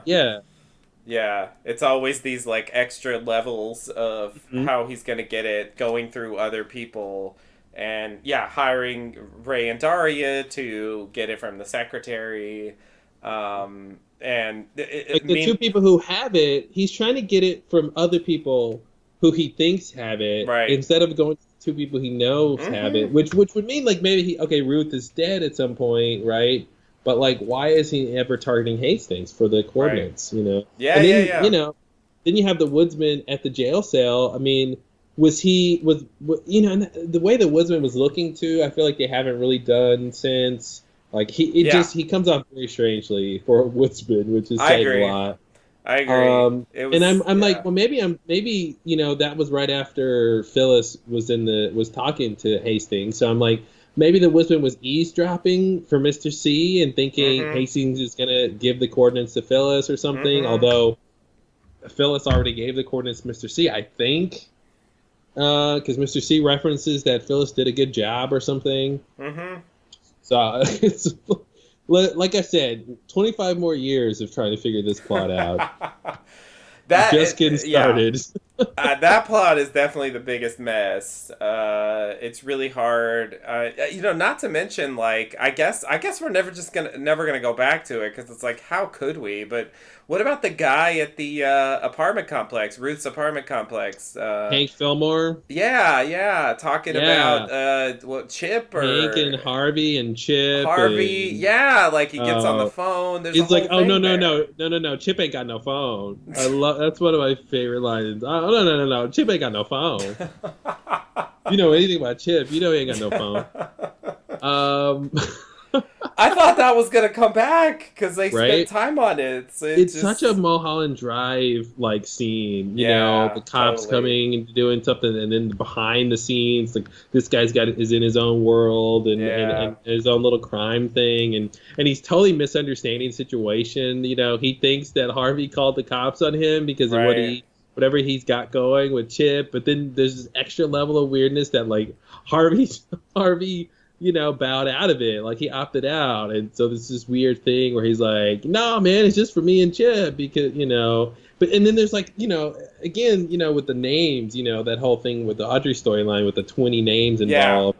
Like they start that here where like the, the lady who's Ruth's neighbor who has her key to water her plants when she's away. She's like, oh, the building manager. Oh, he's, what was he, sick or he's away or something? But when and this was great. It was like, when he leaves the keys with Chip. But oh man, I forgot exactly how she phrased it. But like Chip, I think Harvey is the brother, right? It was this weird thing where he doesn't leave the keys with the brother; he leaves it with Chip. It was this extra weird level there. But this seems weird. I agree. I thought that would come to something and that would matter. Yeah. And does it have something to do with? Maybe this is how it could tie in. I was just like, how could this tie into the Ruth being dead stuff? Maybe since these guys kind of get the keys, I forgot how it goes, but one of these guys has the keys sometimes. maybe they let the person into Ruth's place who put the bodies in there, Okay. and like they were paid off or something, and that's Sure. what he's talking about, and somehow Harvey opted out, but he and Chip did it. Mm-hmm. Or maybe that's what it was. Maybe the person needed help carrying the body up there because it's heavy. Right. And it was, maybe it was concealed, so they didn't know exactly what they were doing. Sure. But maybe it's something like that. Yeah. Yeah. I mean, it works. Yeah, I mean, it's better than nothing. Yeah, and it's supposed to be some hint of how that plot line got started. Yeah, the larger conspiracy involved. Mm-hmm. Yeah, that's interesting. Wouldn't have minded a slight follow up to clarify that, but hey, Mm-hmm. it's more than I can ask sometimes, apparently. So yeah, that's a good point. Can you solve like 119 lady and Oh her no, son? not 119. You Oh got no, anything I for that? forgot about that. Oh, I forgot about that. Because that's I something forgot. where I was like, they went back to her repeatedly. Like, what is this about? And it's really not clear. Is she experiment? Oh God. Ugh. Oh man, I did have this crackpot theory about experiment though, of like the different times we saw it. Like maybe like I thought like okay, because now I'm contradicting myself. Like within the idea that experiment is Sarah Palmer now instead of Bob, like I said 2 seconds ago. Right. Maybe the idea is like when we first see experiment in space or whatever, shooting out Bob. Like I think it had like a sort of formless face, like there was no real features on the Yeah. face. I think.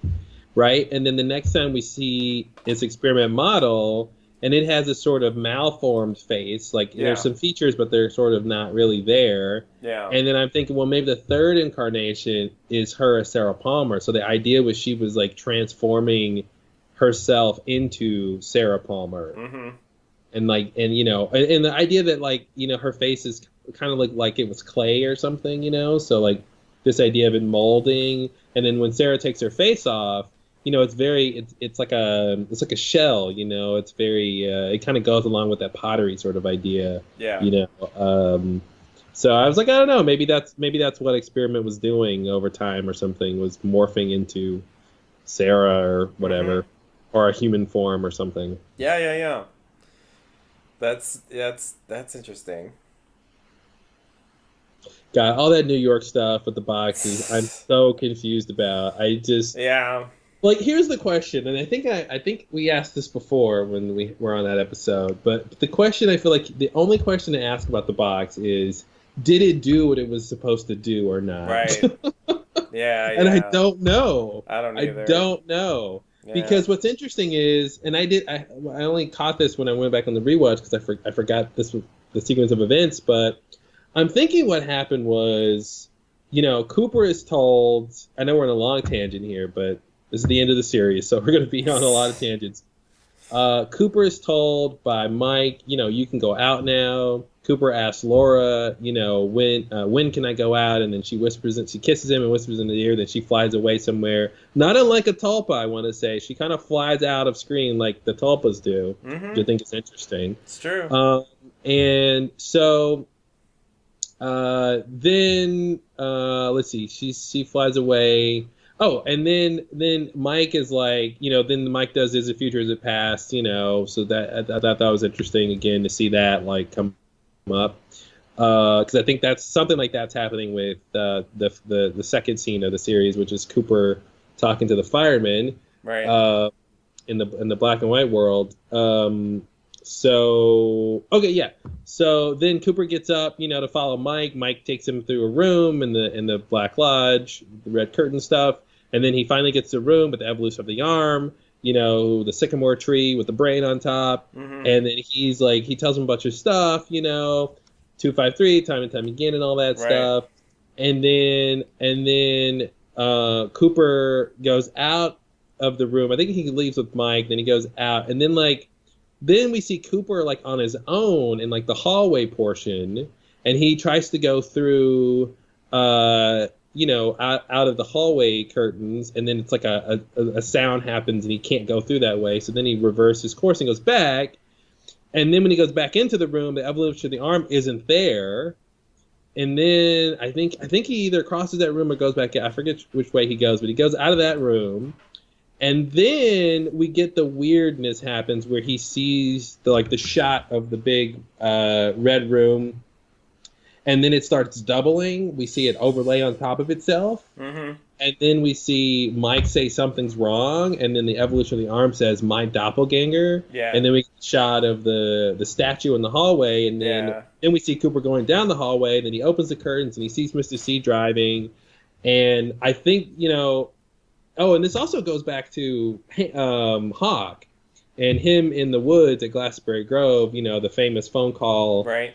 The anachronistic phone call where he's like with the log lady, where he's like, hey, something's happening here tonight. I think that was supposed to be Cooper coming out from the normal way you go through the Glastonbury portal. I think Cooper was supposed to come out then. Mm-hmm. And he did. And I think it's because the evolution of the arm doppelganger put Cooper on this other course. Yeah. And I think what he might have done was somehow duplicate the Black Lodge. I kind of think that's what we're supposed to get from those two Black Lodge shots overlaying on top of each other. Mm-hmm. He sort of brings Cooper into a alternate version of it or something, one that he can maybe control. Yeah. And so Cooper's sort of already sort of off course.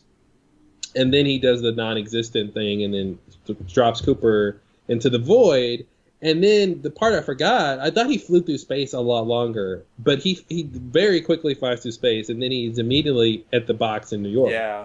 So that to me is okay, the evolution of the arm specifically sent him to the box in New York. Yeah. Before I always thought, it was an accident. It was just he just threw him out and didn't care where he went. Right. But it's okay, no, he did go there. He did send him there on purpose. Now the question is, what's the point of the box, right? I was watching this again, and I'm like, okay, what's up with this box? Why would you have cameras trained on its box 24/7, and the main goal to have somebody there watching is to see if something appears in the box, and also keep this, technology going and recording.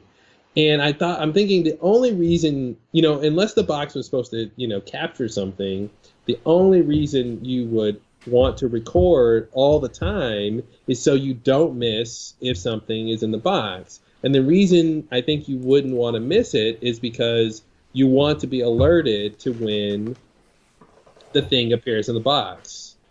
So I'm like, does that mean that this box was just a way for Mr. C to know that Cooper has left the Black Lodge, so if somehow Mr. C communicated with Doppelganger Evolution of the Arm and was send Cooper out the other way, the back door. Mm-hmm. And then the box, Mr. C ostensibly could be alerted, okay, now Cooper's out of the Black Lodge now. Right. And then maybe that would help align some plans of his, because otherwise he doesn't know when Cooper's going to come out. Right. I mean, it seemed like there was to some degree a predetermined thing there. Well, there's a predetermined when Mr. C is going to get pulled back into the Black Lodge. Yeah. But I don't think we can really say if that is exactly the same thing as when Cooper's going to leave. Well, if it's supposed to be true that he has to go out before he can come in, then it should be the same time. Well, but Mike also said one of you has to die, and it's been a while, and neither of them is dead. So maybe it's fuzzy what exactly that means. I mean, I agree that that's a thing, but yeah. But I feel like why would Cooper know when? Why would Mr. C know when Cooper is going to leave?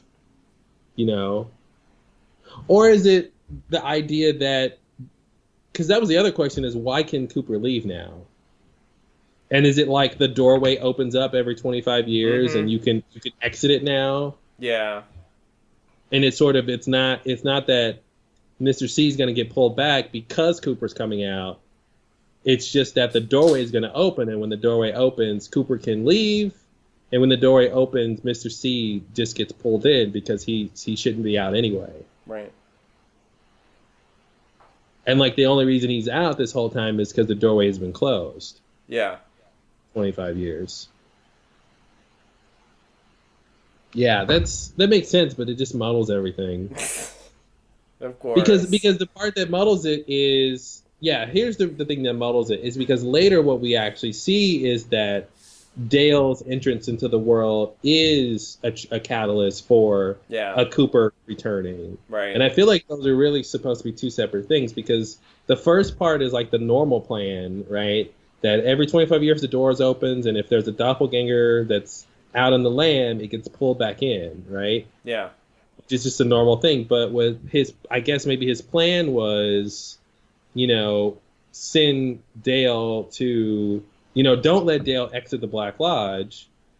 Make Dale go to the Purple Place or something, if that's a prison world. I don't know. Mm-hmm. Like send him off the track somewhere else. But then once we get to that point, when he goes to the machine, the electrical socket, that does trigger. Yeah, see, I don't know. I just get myself wrapped in knots with that storyline. Yeah, it's confusing because there are parts of it that seem like part of the plan, and then there are parts of it that seem like, seemingly quasi-random occurrences. Yeah. And it's not really clear where that line is. I do like the idea that the box was supposed to inform him something about Cooper. But yeah, it seemed like that plan was in place, but then how much of that did he actually have control over? That's not clear. And, the box might help, at least, get some information about, like you're saying, Cooper exiting the Black Lodge, if not the wider, like, zone type place. Mm-hmm. So, yeah. Because it does that weird Tesseract type thing where the box folds in on itself, and and it's like, is that due to the machinery underneath? Is that what that machinery is for? Because they spend some time focusing on that, right. And maybe that machinery is some sort of reality warping thing, and it can is its job to send him to the Purple Place? Mm-hmm. And like, okay, great, Cooper will be stuck in the Purple Place, right. and they don't know that Nido is there, and it's gonna do some stuff, and get out anyway. Yeah, but again, we go back to the idea that Mr. C did see Dougie go back to the Black Lodge, and he does seem to know that Cooper is in the real world. Yeah. So if the plan was to shipwreck him in the Purple Place, then somehow he knows that didn't end up working. Right. Yeah. I guess it could be a backup plan, but yeah. But anyway, there seems to be some collusion or possible collusion between the evolution of the arm and Doppelganger. Version, yeah. Which would make sense, the idea that the doppelgangers are sort of natural allies. Mm-hmm. I could see that. Another thing, going back to what we were talking about with Ruth real quick, remember when we saw her dead body, her dead head, her eye was shot out? Yeah. I just want to bring up, we still don't understand what that's about. Oh, yeah, that's a good point. That makes it seem like Mr. C killed her. I know. That's what I was going to say. Because that's, Phyllis seemed to have her eye shot out, although I don't think we ever get it confirmed. But from how the blood splatter effect looked, it sort of looked like he shot her in the face. Yeah. But yet, it seems like from Hastings' story, Ruth died some other way. Her head that's not what happened. Severed. Yeah. Yeah. Ugh. Yeah, that's weird. Oh, what a mess. Oh my god, that plot. That's so ridiculous. So ridiculous. Yeah, that's a good. It doesn't help though. Mm-mm.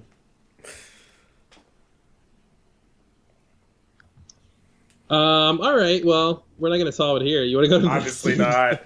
Yeah, yeah. We'll solve it soon when we see the last one, maybe. But Oh, we're yeah. gonna solve it all by the end. There'll be no questions left. But yeah. Let's do it.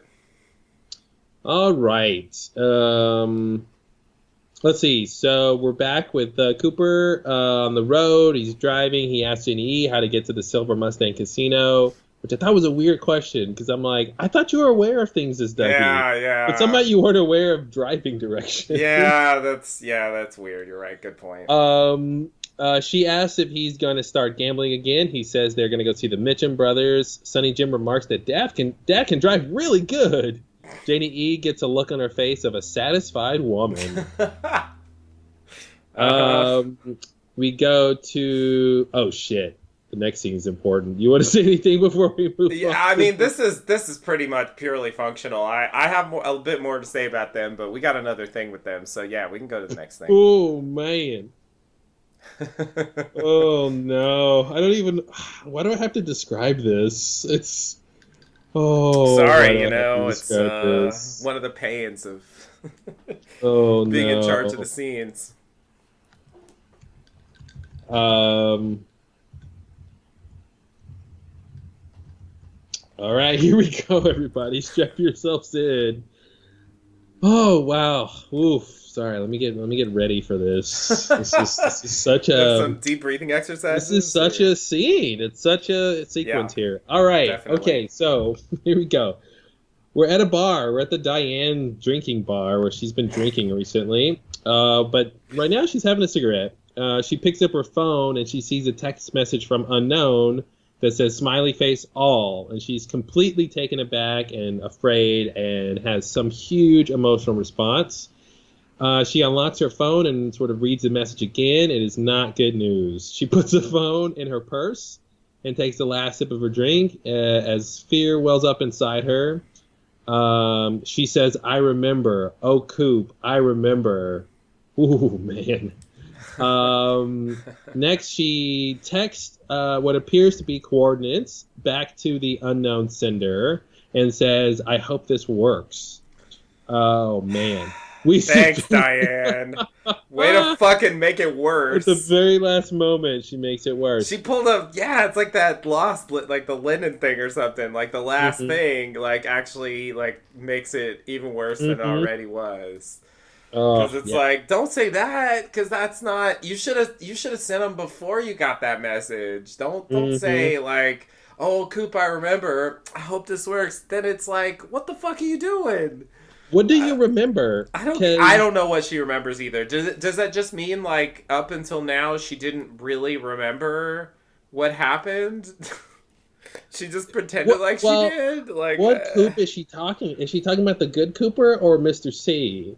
Is she saying like, oh, good Cooper, I remember that you have been taken over by this evil doppelganger, or is she saying, oh, Mr. C, I remember that you raped me. Like the way she says it in this scene, in this part here, makes it seem like she's doing something for the good Dale. Good Dale, yeah, definitely. That's, I hope this works, meaning like, I hope I can trick him, trick the bad Cooper. Yeah. That's how it comes off, but then what is she remembering then? Right. Or I remember the difference between you two. I remember what the good Cooper was like. And, it's 100% unclear. We've barely gotten started, and we don't know what's happening. I know. It's already a mess. And I guess you could look at these coordinates. I didn't do the homework, but I guess you could look at these coordinates that she texts and see if they're the same ones from Ruth's arm. Yeah. And see if she's texting. She's most likely texting the wrong coordinates, but you could verify that. Right. But then it's weird because the timeline is off. Since we see smiley face all, we see Mr. C send it, after Richard's already exploded. So, she's sending fake coordinates. It's not to that place, presumably. But she's responding to his all text. Mm-hmm. So how could it not be to him? What? No. I mean, I think it's to him, but I just mean it doesn't lead to that same trap, that Richard ends up in. Well, that's the thing. So you're saying she's texting a fourth coordinate. Yeah, I guess that's what it would have to mean. Yeah. See, I think it's the third coordinate that leads to, or it's either the second one that confirms the one that maybe Jeffrey sent, if Jeffrey was trying to kill him too. Tea Kettle Jeffries. What about Ray though? Ray's well, the real that's the ones? same. Oh, okay. Yeah. But I don't know which three he has. I'm not sure what. I know that. Why is that hard? I mean, should that really? I don't get it. I don't get why that's hard. That should be easy. Yeah, that should be really easy. We really don't need. We got enough problems. We don't need suddenly I have 3 coordinates and 2 of them match, and I won't tell where they came from. Mm-hmm. And then it's like I have 3 coordinates, 2 of them match and 5 of them don't. Yeah, exactly. What? Exactly. Yeah, and then we see him send a message, and then we see Diane send him coordinates, but then it's that has to be after he said that. So then it's now there's 4 of them. Is that really what's happening, or is something wrong with the continuity, or are we supposed to think that she sent him some coordinates earlier off screen? It's just what is happening? Why is this a mess? Mm-hmm. I don't get it. Yeah, I don't get it either. I was trying to just go back and double check if in that scene when Mr. C kills Phyllis, if he does say or intimate that she gave him coordinates. I'm trying to find this real quick. Oh yeah, here. So yeah, she says, "What are you doing here?" And he goes, "You did good." So that's what made me think she gave him coordinates too. But right. I don't know what "you did good" was. I mean, the circumstance here is that Hastings is in prison or in jail for potentially murdering Ruth. Was that what Phyllis was supposed to have happen? Yeah, maybe she's just helping. I mean, that seems like such a petty thing to worry about, but just the cover-up of the Ruth murder? I mean... But why would Mr. C have a romance with Phyllis just to what? I don't know what. To have her, I mean, she's like, you're gonna go away for a long time, blah, blah, blah. And listen. This thing with Hastings and Phyllis, I'm sorry, Hastings and Ruth and Briggs, that happened last night, right? Yeah. Yeah. So... How long could Mr. C has really been dealing with Phyllis if this thing just happened, That's why I was saying there's every indication that he was hanging around there for some time before that event happened. Mm-hmm. And that really makes me wonder why he wasn't there if he was there. And if he was there, why doesn't he know the coordinates? Oh man. I mean, I know. It's hopeless. Anyway, we don't know how many coordinates he has. Who they came from, who gave him the wrong ones, and who gave him the right ones. Because I agree, Diane's line seems like it implies she's sending him the wrong coordinates, and that fucking kills me. Because it's just then I'm just totally stuck. Or she's saying, I'm sending him what he wants from me. This is the only thing he wants from me, and he'll be done with me. I hope this works, that this will get him off my back. Yeah. That's the other interpretation that could work here. Okay. But it does. The way she comes off, it seems like it's the good Diane, Yeah, definitely. Definitely. The closest have gotten to the true Diane at this point. Mm-hmm. Yeah, no bangles. No bangles. No eye bangle. Let's see. Yeah. So she texts what appears to be the coordinates back to the unknown sender. She says, I hope this works. We see Diane has a gun in her purse. She gets up from the bar and begins to walk as some ominous foreboding music plays. Yep. And fast fact, this is the same music that played in part 1 when we got introduced to Mr. C. When he's driving at night and he goes to pick up Randaria. Yeah, the original intro. The original intro. Mr. C. Yeah, it's Maybe that Mr. American Woman Slowed Down. C's theme. Mm-hmm. Yeah. Which there's a maybe, clear connection there. So maybe he'll get a dance at the Roadhouse. Oh God. So okay, she goes to an elevator. She presses the up button. Up. Things go up on this show. Up. I'll say it again. She True. gets off the elevator and she walks down a hallway. In the room, Gordon Cole turns his head towards the door. Diane arrives at the door. Gordon tells her to come in before she even knocks. Yeah. Diane enters to find Gordon, Albert, and Tammy. Diane sits down across from them. She says they asked about the night Cooper came to visit, and she's going to tell them. Albert offers her a drink, and she accepts. We see Diane fidget with her purse. She takes some sips from the drink, and she pulls out cigarettes from her purse. And then she gives a speech I'm just going to read. Okay. Stop me if I get too much information that we need to talk about. Okay. Her speech goes like this. Well, it was 3, maybe 4 years after I stopped hearing from Cooper. I was still working at the bureau. One night, no knock, no doorbell. Sorry, he just walked in. I was standing in my living room. Oh, I was so happy to see him. I held him so close, and we sat on my sofa. We started talking. I just wanted to hear everything about where he'd been and what he had been doing. He only wanted to know about what had been going on at the bureau.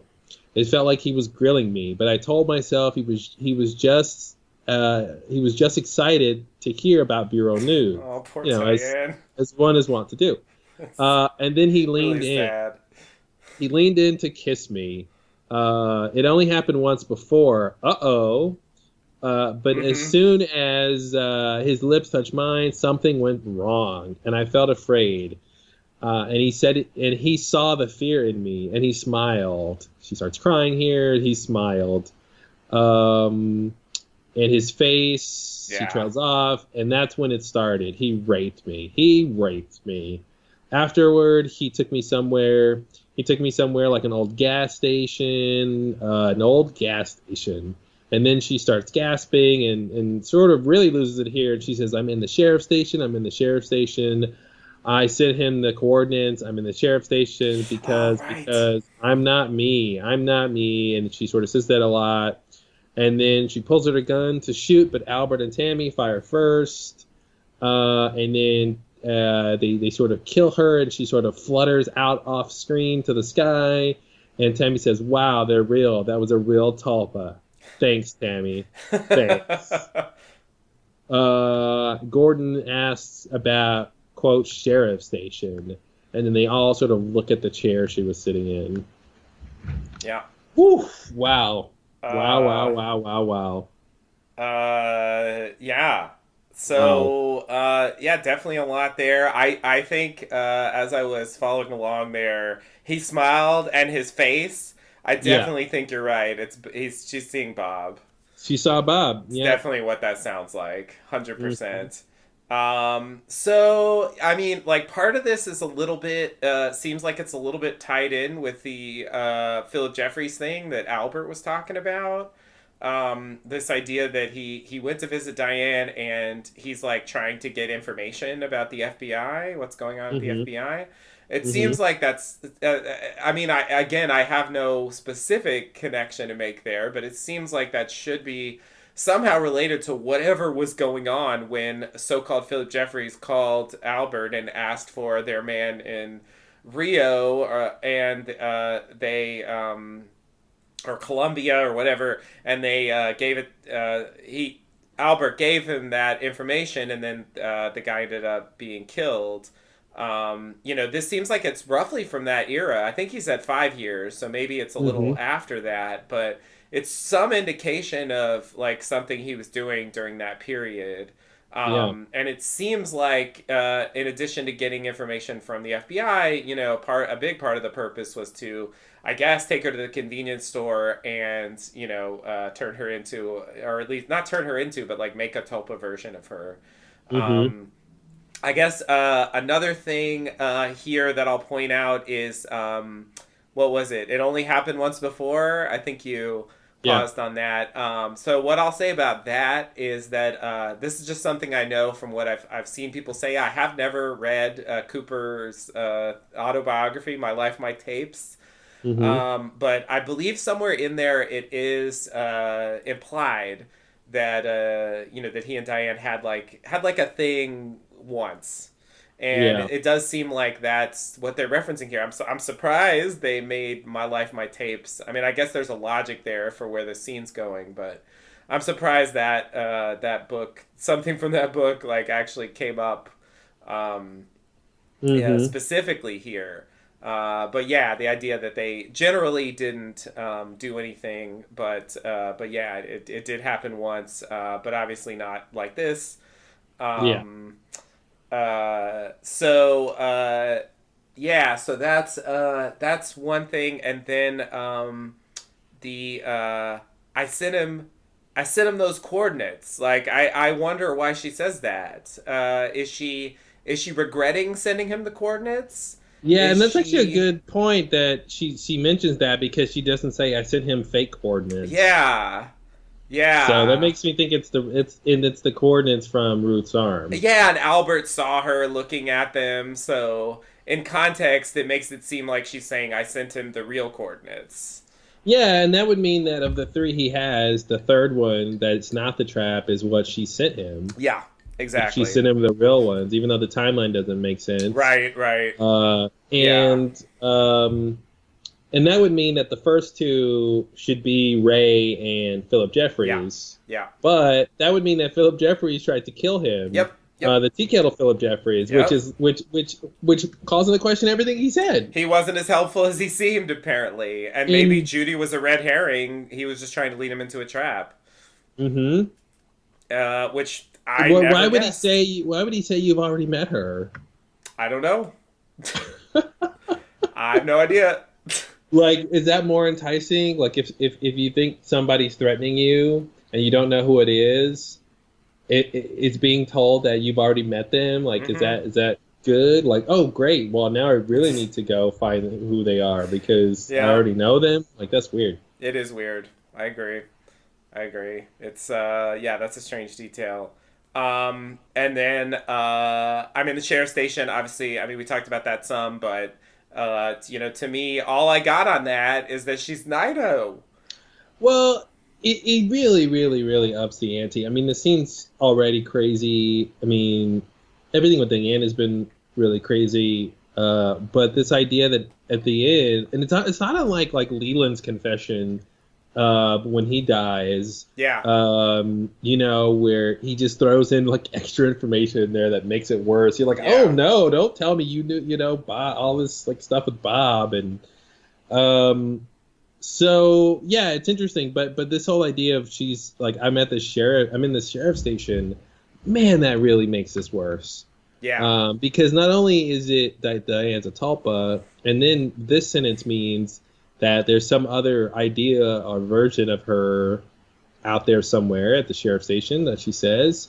So that's the second level of weirdness. But then the third level of weirdness is that she can tap into that other person. That there's actually right. some kind of connection there that Connection. she Yeah. can understand. Like, um, yeah, yeah, and yeah, the I'm not me. Does that? I mean, is she really just saying like I'm not real? Like I'm not Mm-hmm. a real person, or is she saying, "Hey, I have the consciousness of Diane Evans, the real Diane Evans. I'm in a tulpa body, but like this is not my body. This I'm not who I'm supposed to be. I'm in a fake body, Yeah. and like, you know what I mean? Like, and she needs to go. Her consciousness needs to go into the Nido body or something, Mm-hmm. and then she can talk again or something. Right. Like, Maybe. yeah. That's interesting. Yeah, yeah. But that just seems like the most like reasonable, which is a weird thing to say, like the most reasonable connection like of something we Mhm. know about to Diane at the sheriff's station. I mean, we had no reason to think Naito was connected to Diane, but you know, it's really just that she says, "I'm in the sheriff's station," and Naito and Diane, you know, those sounds have a lot of things in common. Yeah. And so since she just showed up and she can't speak and stuff, it's sort of like, yeah, it does seem like maybe it's what you're saying. I agree. I'm not me as confusing. Is she just saying she's a tulpa?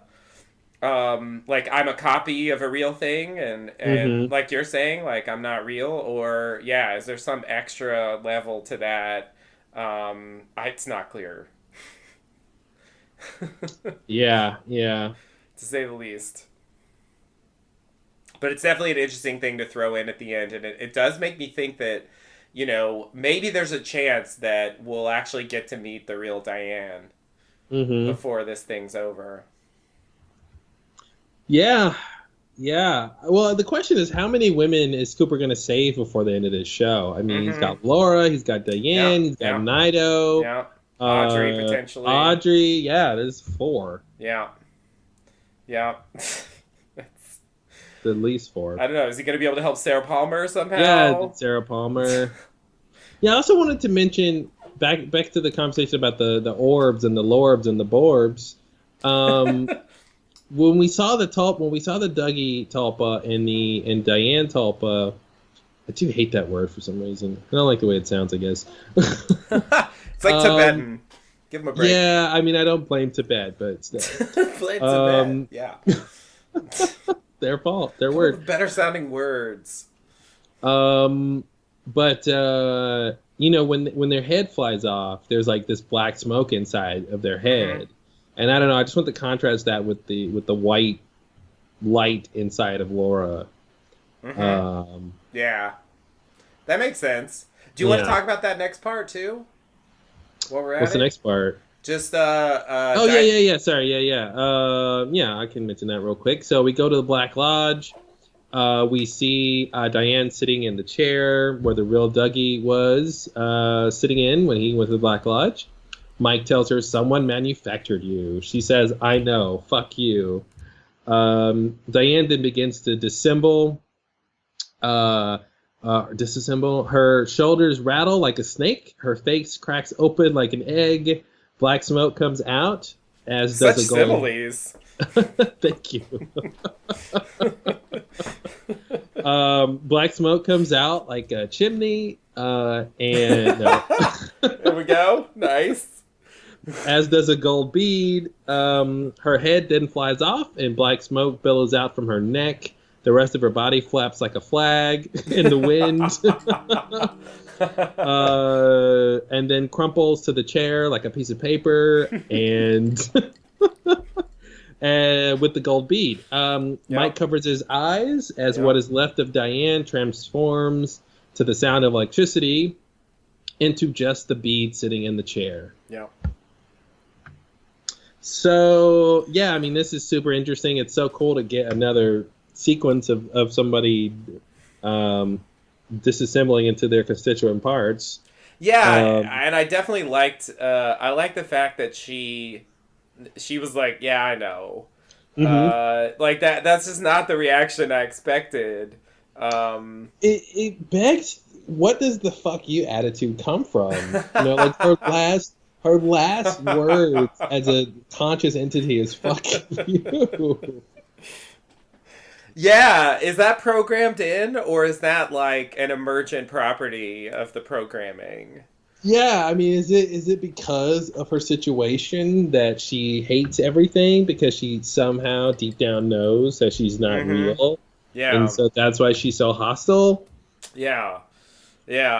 But there's also the mythological issue here of she doesn't have the ring.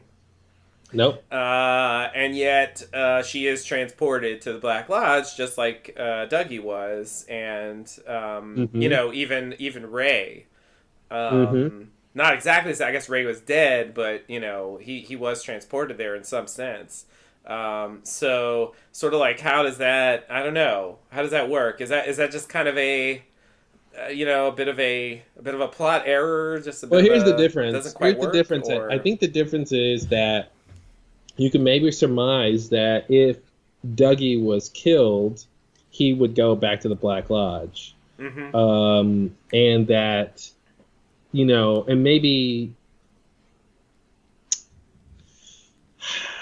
I don't know, it's weird because Mr. C has people trying to kill him. And if he does die, he should go to the Black Lodge. But I don't know if that helps him with... that makes it worse now. Because his plan is to not go to the Black Lodge. And when Cooper comes out, his plan is to have Dougie go back in. Yet, he's got people trying to kill Dougie. And if they do succeed, then he should go back in before... Well, Cooper now I'm assuming they were out. waiting for Cooper, not for Dougie. That's what I always assumed. Well, yeah, that's fair, but... Then that means that that Mr. C knows, like, where... that means he knows exactly when Cooper's going to come through then. Yeah. Which he shouldn't know that. I don't know why he knows that. Yeah. It's weird. I mean, okay. maybe... Yeah, I don't know. You're right. Maybe the box helps with that somehow. But if Dougie walks out of the door, they're gonna shoot him. You would think so. Yeah. But it seems... Yeah, I mean, once the thing happens, then he knows, and since the thing happens at that moment, and that's when we see them stationed there, I don't know, it just makes me think he knew it was going to happen at that moment. I don't know why. I don't know why he was driving when it happened if he knew it was going to happen at that moment. Seems weird. Of course, again, going to the prison seems like it was all part of the plan, but, you know. When Cooper is in the Black Lodge right before the doppelganger evolution of the arm appears, he's looking at Mr. C driving, and Mr. C seems completely unawares that Cooper is watching him from the beyond. Yeah, I agree. And it just seems like he's headed to Yankton apparently or something. Yeah. To go get the information from Ray, and it just doesn't. Heading on the one hand, somehow. it seems like he knows exactly what's going to happen down to the nanosecond, and on the other hand, it doesn't. Yeah. Yeah, I agree. That's the problem. Good. I just want to identify the problem. Good summary of why it doesn't quite add up. Yeah. There's. I mean, it's kind of similar to what you were saying about Cooper's exit. And I would throw in even the coordinates, the Buckhorn stuff. I mean, there's a lot of plots that are along these lines where there's like. There's sort of like an interpretation that should be the right one, and then there's like this conflicting information that kind of suggests that maybe that's not true. Yeah. And so then it's like, well, then what's going on then? I don't get it. Driving on the road, Cooper watching. I don't think he was aware of that. But he had all these plans. I don't know. So many plans. I don't know. He said, Duncan Todd, hey, tell her she got the job. That's probably Lorraine. And so he had this set up for that day, So just, it seems like it is true that it looks like there's potential for that to go wrong if they just shoot Dougie, and then it's like, oh, fuck. He would have to leave some, and they seemed kind of bumbling too. So it's like, do you really want to trust such an important thing to these people? Like, not to kill someone who kind of looks exactly like the person they are supposed to kill. Like, how are they gonna know? Like, make sure he's got a short haircut and lost weight some. Like, it's just. Yeah. Yeah. I get your point, and I can't fix it. And the idea that like they are staking out this house that Dougie's having sex with Jade at, which is not his real house, means that like I would think that means that they followed him there. Yeah. So they know what Dougie looks like. Yeah. Yet they're supposed to kill someone who looks like him but has a different haircut. Yeah. Like supposedly, yeah, it's weird. It's very weird. Yeah, I don't know. I can't. This whole Tulpa thing is very strange. I do wonder if somehow Tammy's not quite right. Like I said before, I don't know if we're just supposed to take her at her word, and this is exactly what the idea is here, or if like they'll tell us there's more to it than just, oh, she's a Tulpa and that's all these things are, you Hmm. know. Yeah, yeah. I assumed it was just a way to give a name to the manufactured things that are, that are like rooted in some kind of like mystical tradition. Hmm. That he liked that idea, because the original reference there was tied to the Blue Rose stuff, um, and so. Yeah, I feel like they're trying to like you know, build that into the mythology. So I think we are supposed to take her to word, but Well, you know what's interesting is that if like the Twin Peaks wiki is basically conflating the doppelgangers and tulpas and saying they're the same thing. oh well, yeah, I don't know about that.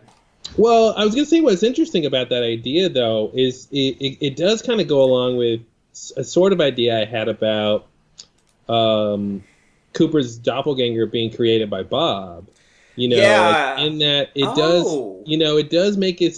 Yeah, see, it kind of is nice. Oh, Like, maybe they and are like a version of yeah, tulpas. it makes it seem like Bob manufactured the doppelganger. Yeah, yeah, And so it's a tulpa in the sense that it was sort of created. There was always the question like, yeah. was it created in that moment, or was the doppelganger always existing in that world Right. somehow? And the problem with Cooper is that he's not dead when he goes to the Black Lodge. You Yeah. might think, Right. according to what Hawk says, you meet your doppelganger and have to do battle when you die and go to the Black Yeah. Lodge, but Yeah. like Cooper didn't die, Right. Right. so he shouldn't have a doppelganger in that traditional sense. Yeah. So maybe the idea is Bob did actually manufacture the doppelganger, and that goes back to the Bob loophole we talked about. Yeah.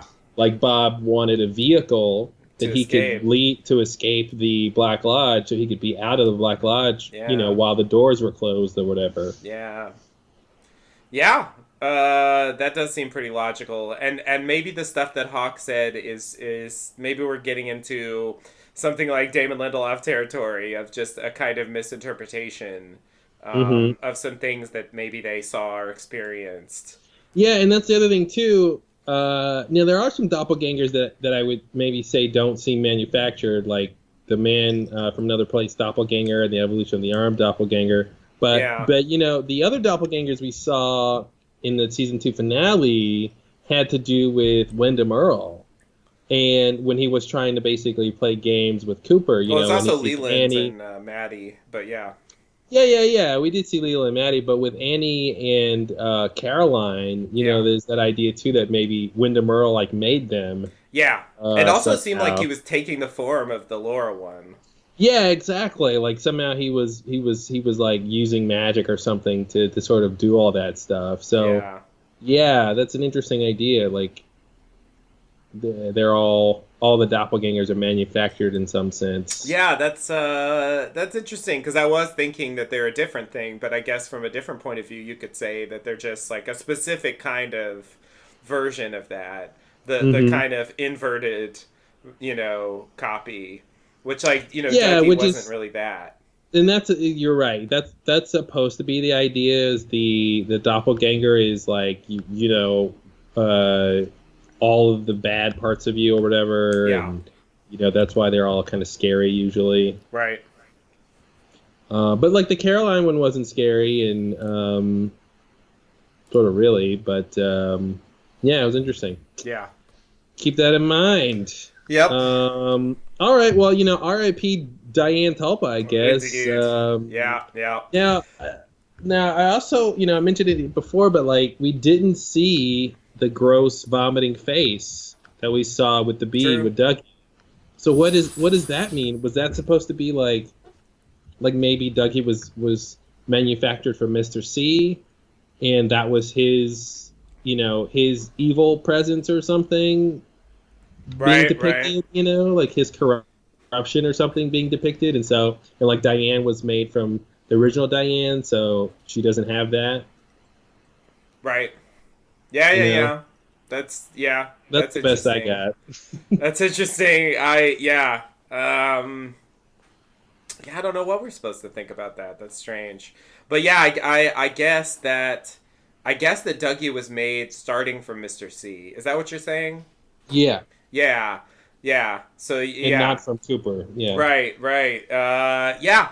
That seems pretty plausible to me. I don't think I can do better. Mm-hmm. So I'm We'll willing leave to it at take that. that until we hear that's not true. Yep. It's fair enough. All right. You want to go to the next scene here? Sure. Okay. Let me see. Was there anything else? Yeah, it did make me wonder if Briggs was a Tulpa. We talked about that. Mm-hmm. Yep. It helps and doesn't help. Nope. I also wrote a note here. You know, Diane said something went wrong when Mr. C kissed her, and I was wondering if does her seeing Bob's face, or whatever, did that happen to Audrey? You know, maybe like Audrey saw Bob's face, and maybe is that why she's in a weird coma or something, or has that happened before with Chantal or somebody? You know, like it's interesting, these different cases here. Yeah.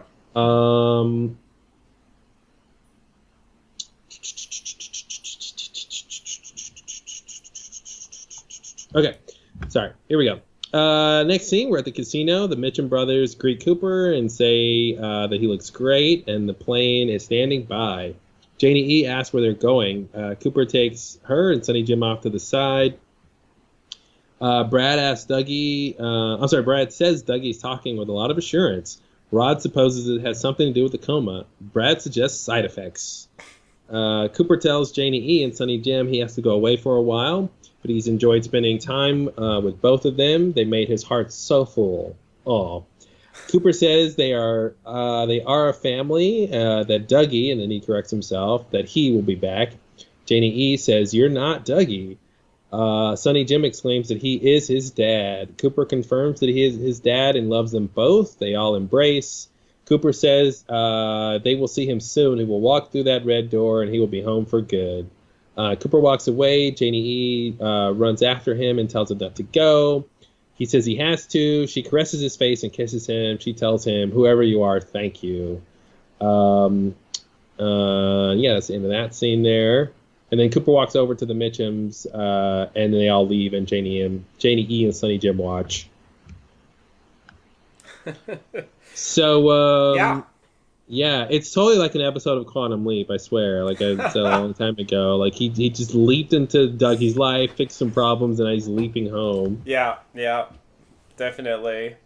I feel like this is trying to justify some of that stuff. In terms of what it meant for him, the crying scene, I feel like is some kind of reflection of this. And yeah, "You're my daddy." Like, yeah, I feel like honestly there's a possibly unintentional like critique of what a good husband and father is.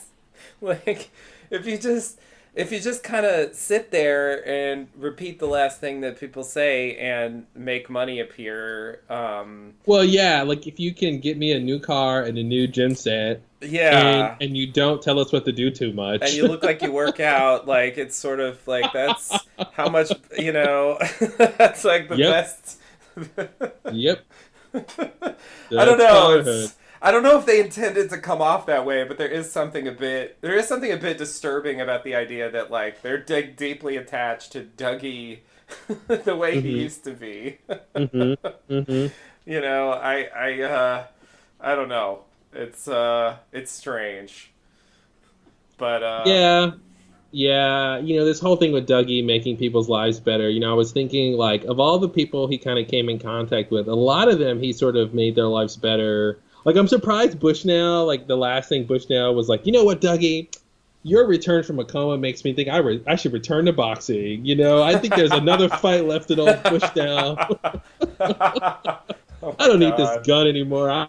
I'm going to go." You know what I mean? I feel like that's the only thing was missing for his character. I mean, they kind of had that thing where, like, his company was sort of better off by paying out the claim because they had insurance against it or whatever. But, but I was just surprised they didn't, like, Bushnell doubled down.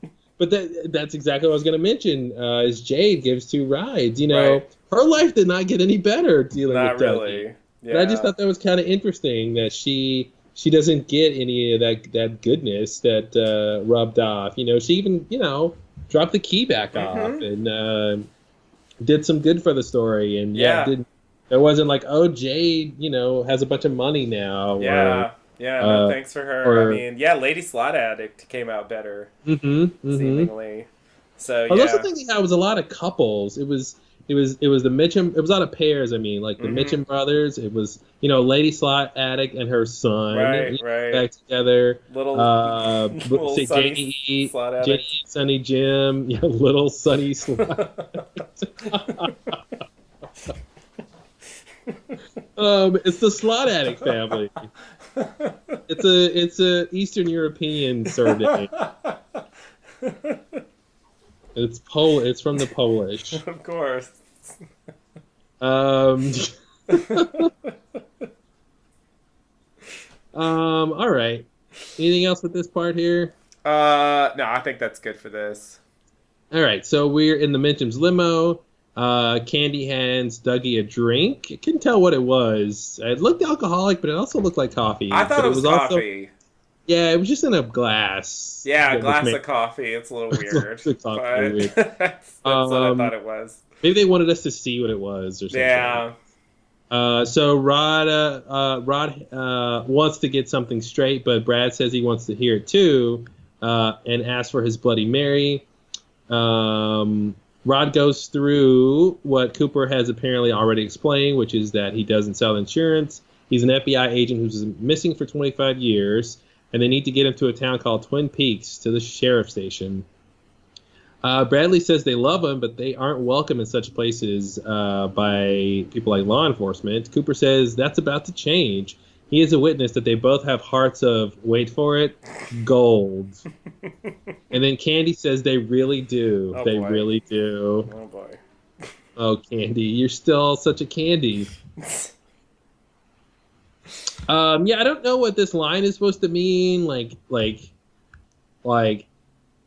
Cooper's gonna get the Mitchum brothers, like their records exonerated. Yeah, is it that specific, or is it just like, I don't know. It's like, sort of like if you walk into a sheriff's station, if you don't commit crimes while you're there, I don't think they're just gonna like arrest you immediately. I mean, that's what it makes it seem like. Their reputation precedes them. Like if anybody knows they're the Mitchum brothers, and they know that they're like bad guys somehow. Right. Yeah. So he's gonna maybe. Oh God. Yeah. That's. I guess. Yeah. That's weird. I mean, I don't think it'll go that far. He'll just be like, "Hey, I'll vouch for these guys. They're good." Yeah. Now, I just have to say at this point, like, I acknowledge that, the Mitchum brothers are, to some extent, like, fun characters. They're certainly, like, portrayed as fairly nice and, compared to the other people on the show, I mean, yeah, they're great. I get that. But... I just have to acknowledge that, because I'm not saying they're the worst people ever. But there is something that kind of rubs me the wrong way about Cooper putting his stamp of approval on and even Candy jumping in on like people who have these like servant women who dress up in these outfits and like. What else are they gonna do? They don't have any other skills. Yeah, I get it. It's fine. I know it could be worse. It clearly. But there's just, I don't know, just like, you guys are... It's old school, right? It's an old school idea that there's nothing really wrong with, like, men hiring women to be, like, sexual objects. Exactly. For to serving dress up them. for them and to serve them things. And, yeah. And, like, the fact that Candy's even like, it's just like, all right. But what's interesting about that idea is the context is that they are really nice to these girls. Yeah. That like in a way, they even that's the thing. Were they allowed to not wear those dresses? But that's the thing. Like if they did, maybe they like wearing those dresses. Every fucking day. I just, it's just it makes them feel like pretty princesses. I don't know. But I just like that the idea that they actually did address that idea though. That like oh, we should fire her. She's not actually good at this job. Mhm. But what is she, she'll be homeless or whatever. Like, Right. it actually is worse for her if they don't give her this job. Yeah. You know what I mean? I And, get it. presumably they're staying in the mansion, so they, Yeah.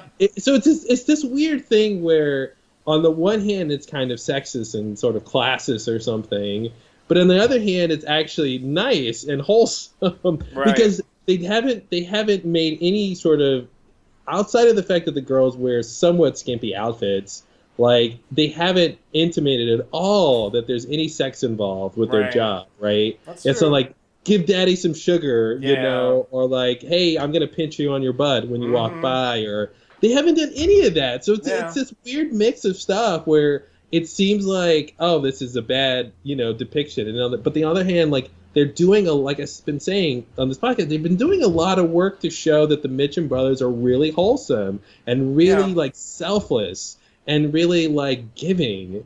Yeah. As long as you don't double cross them. Right. Because if you do that, they'll try to kill you in the desert. But if Yeah. you don't do that, then like they're your best friends for life, and it's Yeah. such an interesting and really unwarranted depiction. Like I don't. There's no reason to show these characters like that, but it's an interesting choice. Yeah. I agree.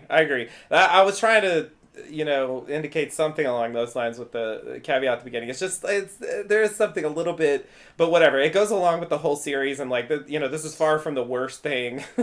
Well, and that's the thing. Like Cooper giving his stamp of approval is basically saying that whole thing. Like, okay, audience, everything you witnessed from the Mitchum brothers, like it's Yeah. on the level. Like Yeah, I am yeah. verified. I am Mr. Wholesome. Yeah, yeah. I know good moral character when I see it. Yeah. And I'm saying these guys have it. Like Yeah. that's huge. I know, and I guess that's why it bothered me a little bit because It's over the top. They're It's- really hammering it home. Exactly. Yeah. It just seems like a bit too much. I'm willing to accept that they're likable. I'm willing to accept, you know what I mean? But Hearts of I Gold. think. Listen. can we... I'm about to suggest that they might get to Twin Peaks and get involved in the plot and end up becoming Bookhouse Boys. Oh God. They're the new Bookhouse Boys. Oh, We need some God. new members. Yeah. All right. Well. That goes along with my idea that they're gonna like buy some land in Twin Peaks. Yeah. Maybe Ghostwood is still for I sale. wouldn't be surprised. Yeah, that They say- actually sounds plausible. Oh, that'd be great because it'd be like, oh man, this is a great. Oh, I wish I could. We should look into buying property here. Well, Ghostwood is for sale.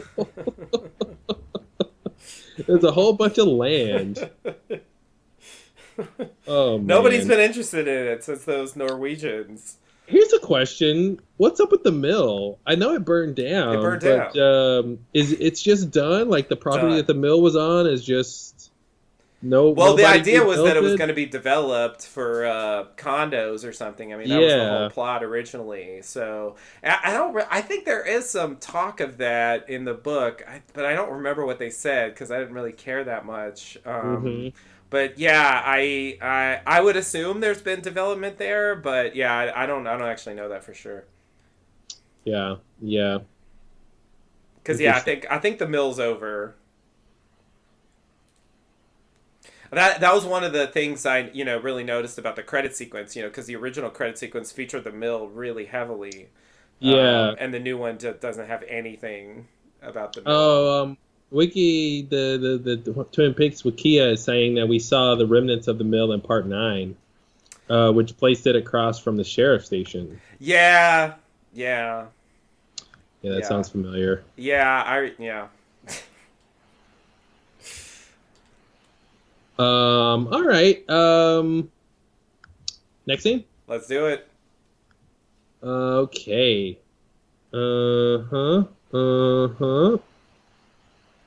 Okay, so the next scene, oh man, we're at the Roadhouse. Oh boy. The MC introduces Edward Louis Severinsen, a man who looks and sounds exactly like Eddie Vedder.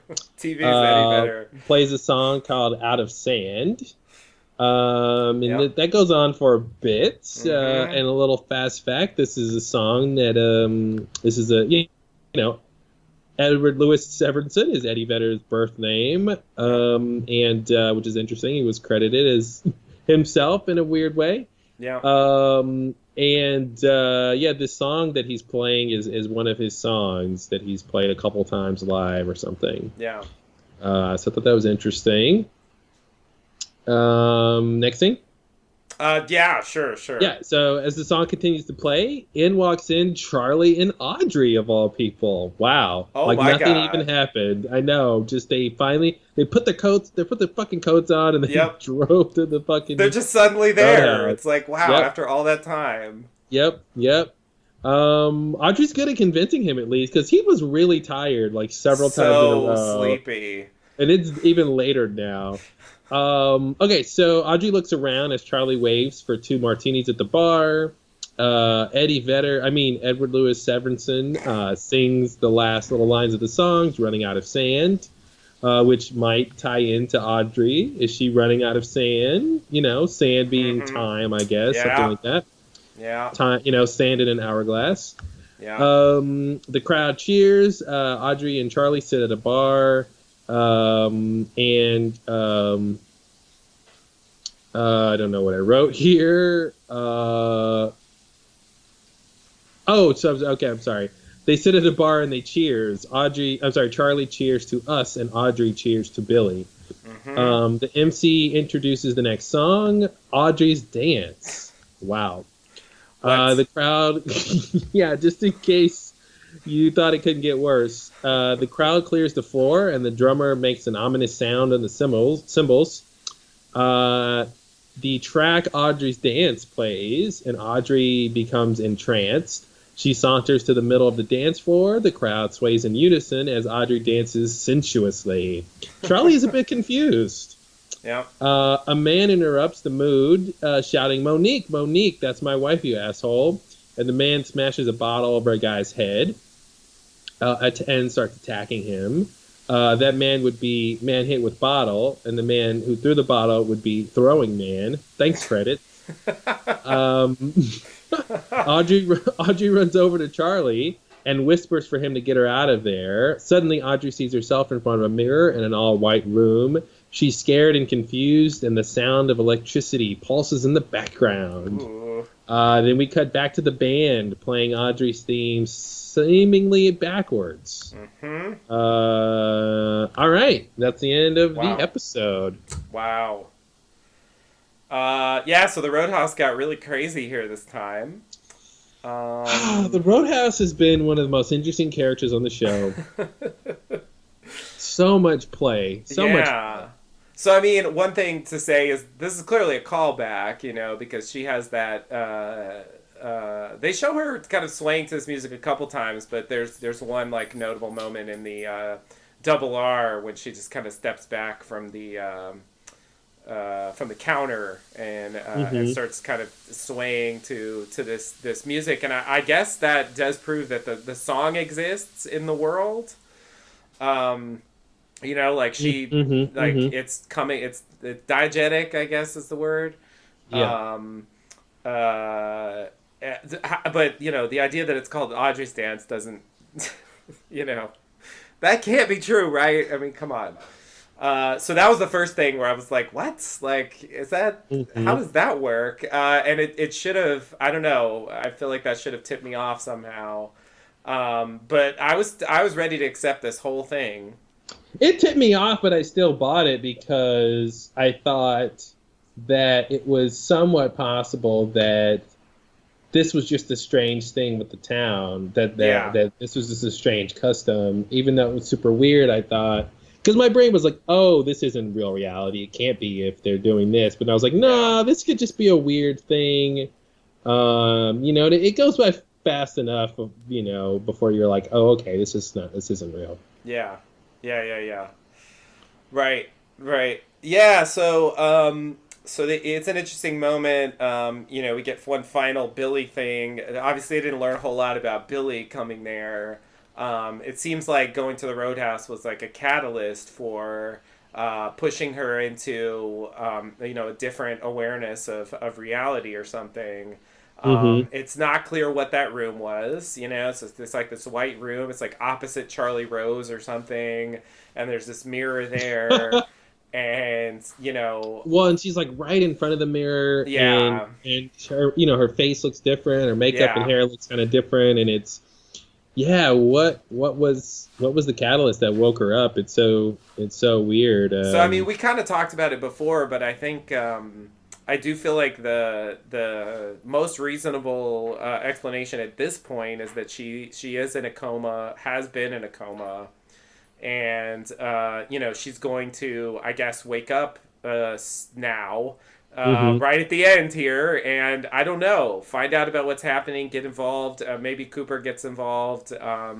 You know, I don't know how this is all going to play out, but that's kind of what I'm expecting now from this plot, which is something that I didn't really think was possible before.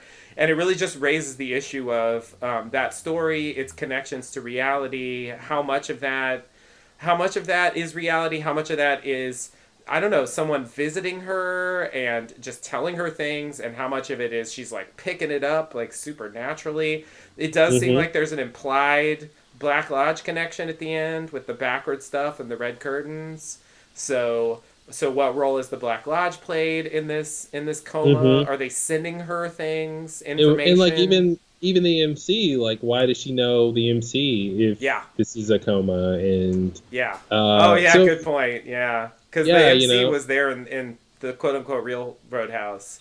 yeah, Uh and the MC is a very, Club Silencio type character. yeah. We also saw a version of the MC um, when we go to the Black Lodge at the end of season two, Oh yeah. singing under the sycamore trees. Right. That person singing.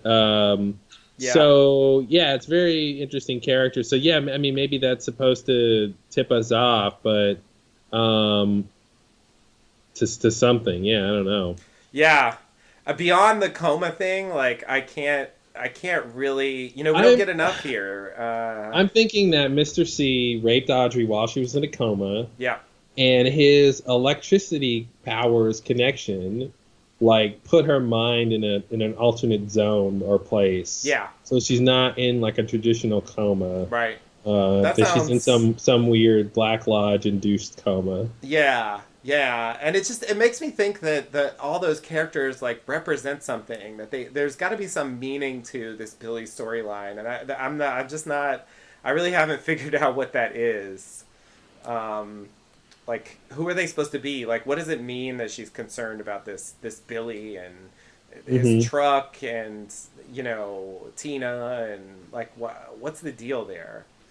Yeah, maybe Audrey's coma. Maybe she can inhabit other real places or something, and so she can get Yeah, some of this information from real places. yeah, Um, that would not be unprecedented for the show. you know, and even though So she kind of wakes up at the end of this thing, it's still, could it be that she really was at the Roadhouse, but in the Roadhouse that actually all really happened, but she um, also is in a coma? you know, maybe. I mean, it seemed like the quick cut implied that, you know, that was some kind of illusion, but you know, yeah, it's possible. Mm-hmm. That's a good answer. All right. Well, yeah, I don't have any better ideas. It's a great cliffhanger for the next 2 hours that are Yeah, left. I mean, and it's, we were wondering this whole time when Audrey was going to get on the show, and then like when we finally get to her, she's got this strange plot line yeah, that's mostly just about whatever's really going on with her, but all the dialogue was all about this sort of stuff that doesn't seem like it's going to matter, which is she right, wants to get to the Roadhouse and she's trying to find Billy and Billy's yeah. missing, and yeah, I mean, are they really just gonna find the farmer Billy somewhere, like, Mm-hmm. and then what? Right. Yeah. Yeah, or is it just Mr. Strawberry type filler where that was just the way they represented her struggle to, you know, somehow escape this state she was in? It was like some kind of coping mechanism or something. Like there isn't necessarily a bigger point to all that. Yeah. I don't, and it's just a weird coincidence that it has something to do with Richard, seemingly. What's weird about Audrey's waking up in the White Room is that doesn't seem like a coma to me. That seems like Delusion. Yeah, delusion or some sort of technology or something, like a holodeck or something. Yeah. Because if she was in a coma, then why is she having separate realities within her coma? Seems like she should just be in a base delusional reality of this dream world, not I'm in this other reality and I'm going to wake up to a second reality within my coma reality. Yeah, yeah. It is weird. But somehow that seems to make the most sense to me. Mm-hmm. So, but yeah, maybe there's some other, I guess back to the kind of mental institution interpretation. I mean, that would be a kind of a variation on it where she's not actually in a coma, but she's just imagining all of this stuff. Yeah, I do wonder too. When the guy throwing the bottle walks in. Excuse me, I had to sneeze. The guy with the bottle walks in. He's yelling about this guy cheating with his wife. So does that have anything to do with Audrey? Her whole thing here is about Billy versus Charlie, and that. So it seems sort of thematically related. Yeah, that's true. It's a good point. I don't have anything other than that. Okay. Just that it seems related. I have to agree, and I can't add a whole lot to that either. Yeah. All right. Well, this podcast is probably going to come out after the, you already know this if you're listening to it. Yep. It'll come out after you've probably already seen it.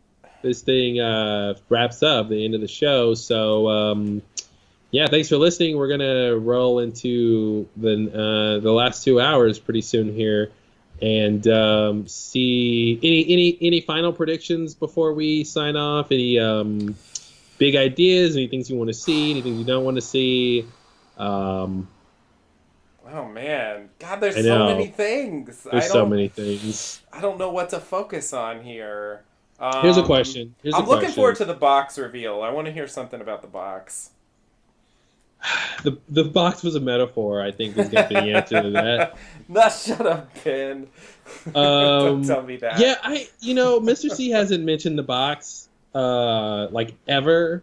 Yeah. And the closest we got was Philip Jeffries saying, I missed you in New York. I missed you in New York, and then we saw the picture of Mr. C at the box room. Yeah. And that's it. So as much as I would want to get something on the box, I feel like the box was so long ago, and it's so not about the box anymore. But I want to know if Experiment is a real thing, if it's going to be a character that we deal with on a sort of person level, or if it's just going to stay a space entity. Yeah. I want to know why it killed Sam and Tracy. Yeah. I kind of don't even buy it was because they were having sex anymore. Mm-hmm.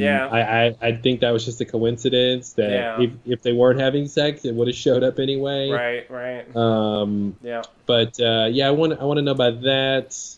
Now, do you think by the end Mr. C is dead / disassembled from his constituent parts? Definitely. Or do you think he's just back in the Black Lodge? It could be that too, but I think he will be incapacitated even if he's back there. Like he won't be, he'll be trapped or in some way unable to continue doing stuff. But I'm expecting him to meet his demise. I think Bob, could go on in some other form, but I think. That's what I'm expecting. I'm expecting this to be the end for him. Another thing I was going to say is the 50 stuff. I would like to get some follow-up on, Girl and the insect thing and, maybe the Woodsman, maybe a little clarification on that. And that ties in with Experiment as well, so... Yeah. That's definitely a huge element of the plot that I'm looking forward to. Like, do you think by the end the Woodsmen are gone?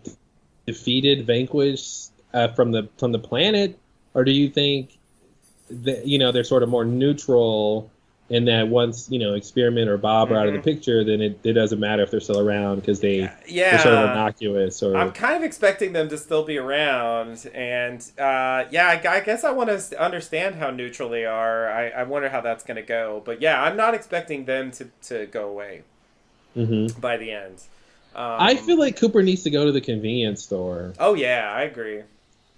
And do something. I don't know what, but yeah, get in there. Come on. Get some gas. I don't know. Then it's very high octane gas. Got to be something to do.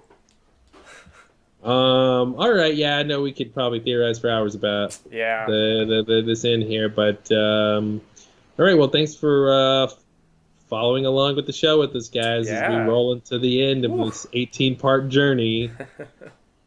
All right. Until then, thanks. All right. See you next time.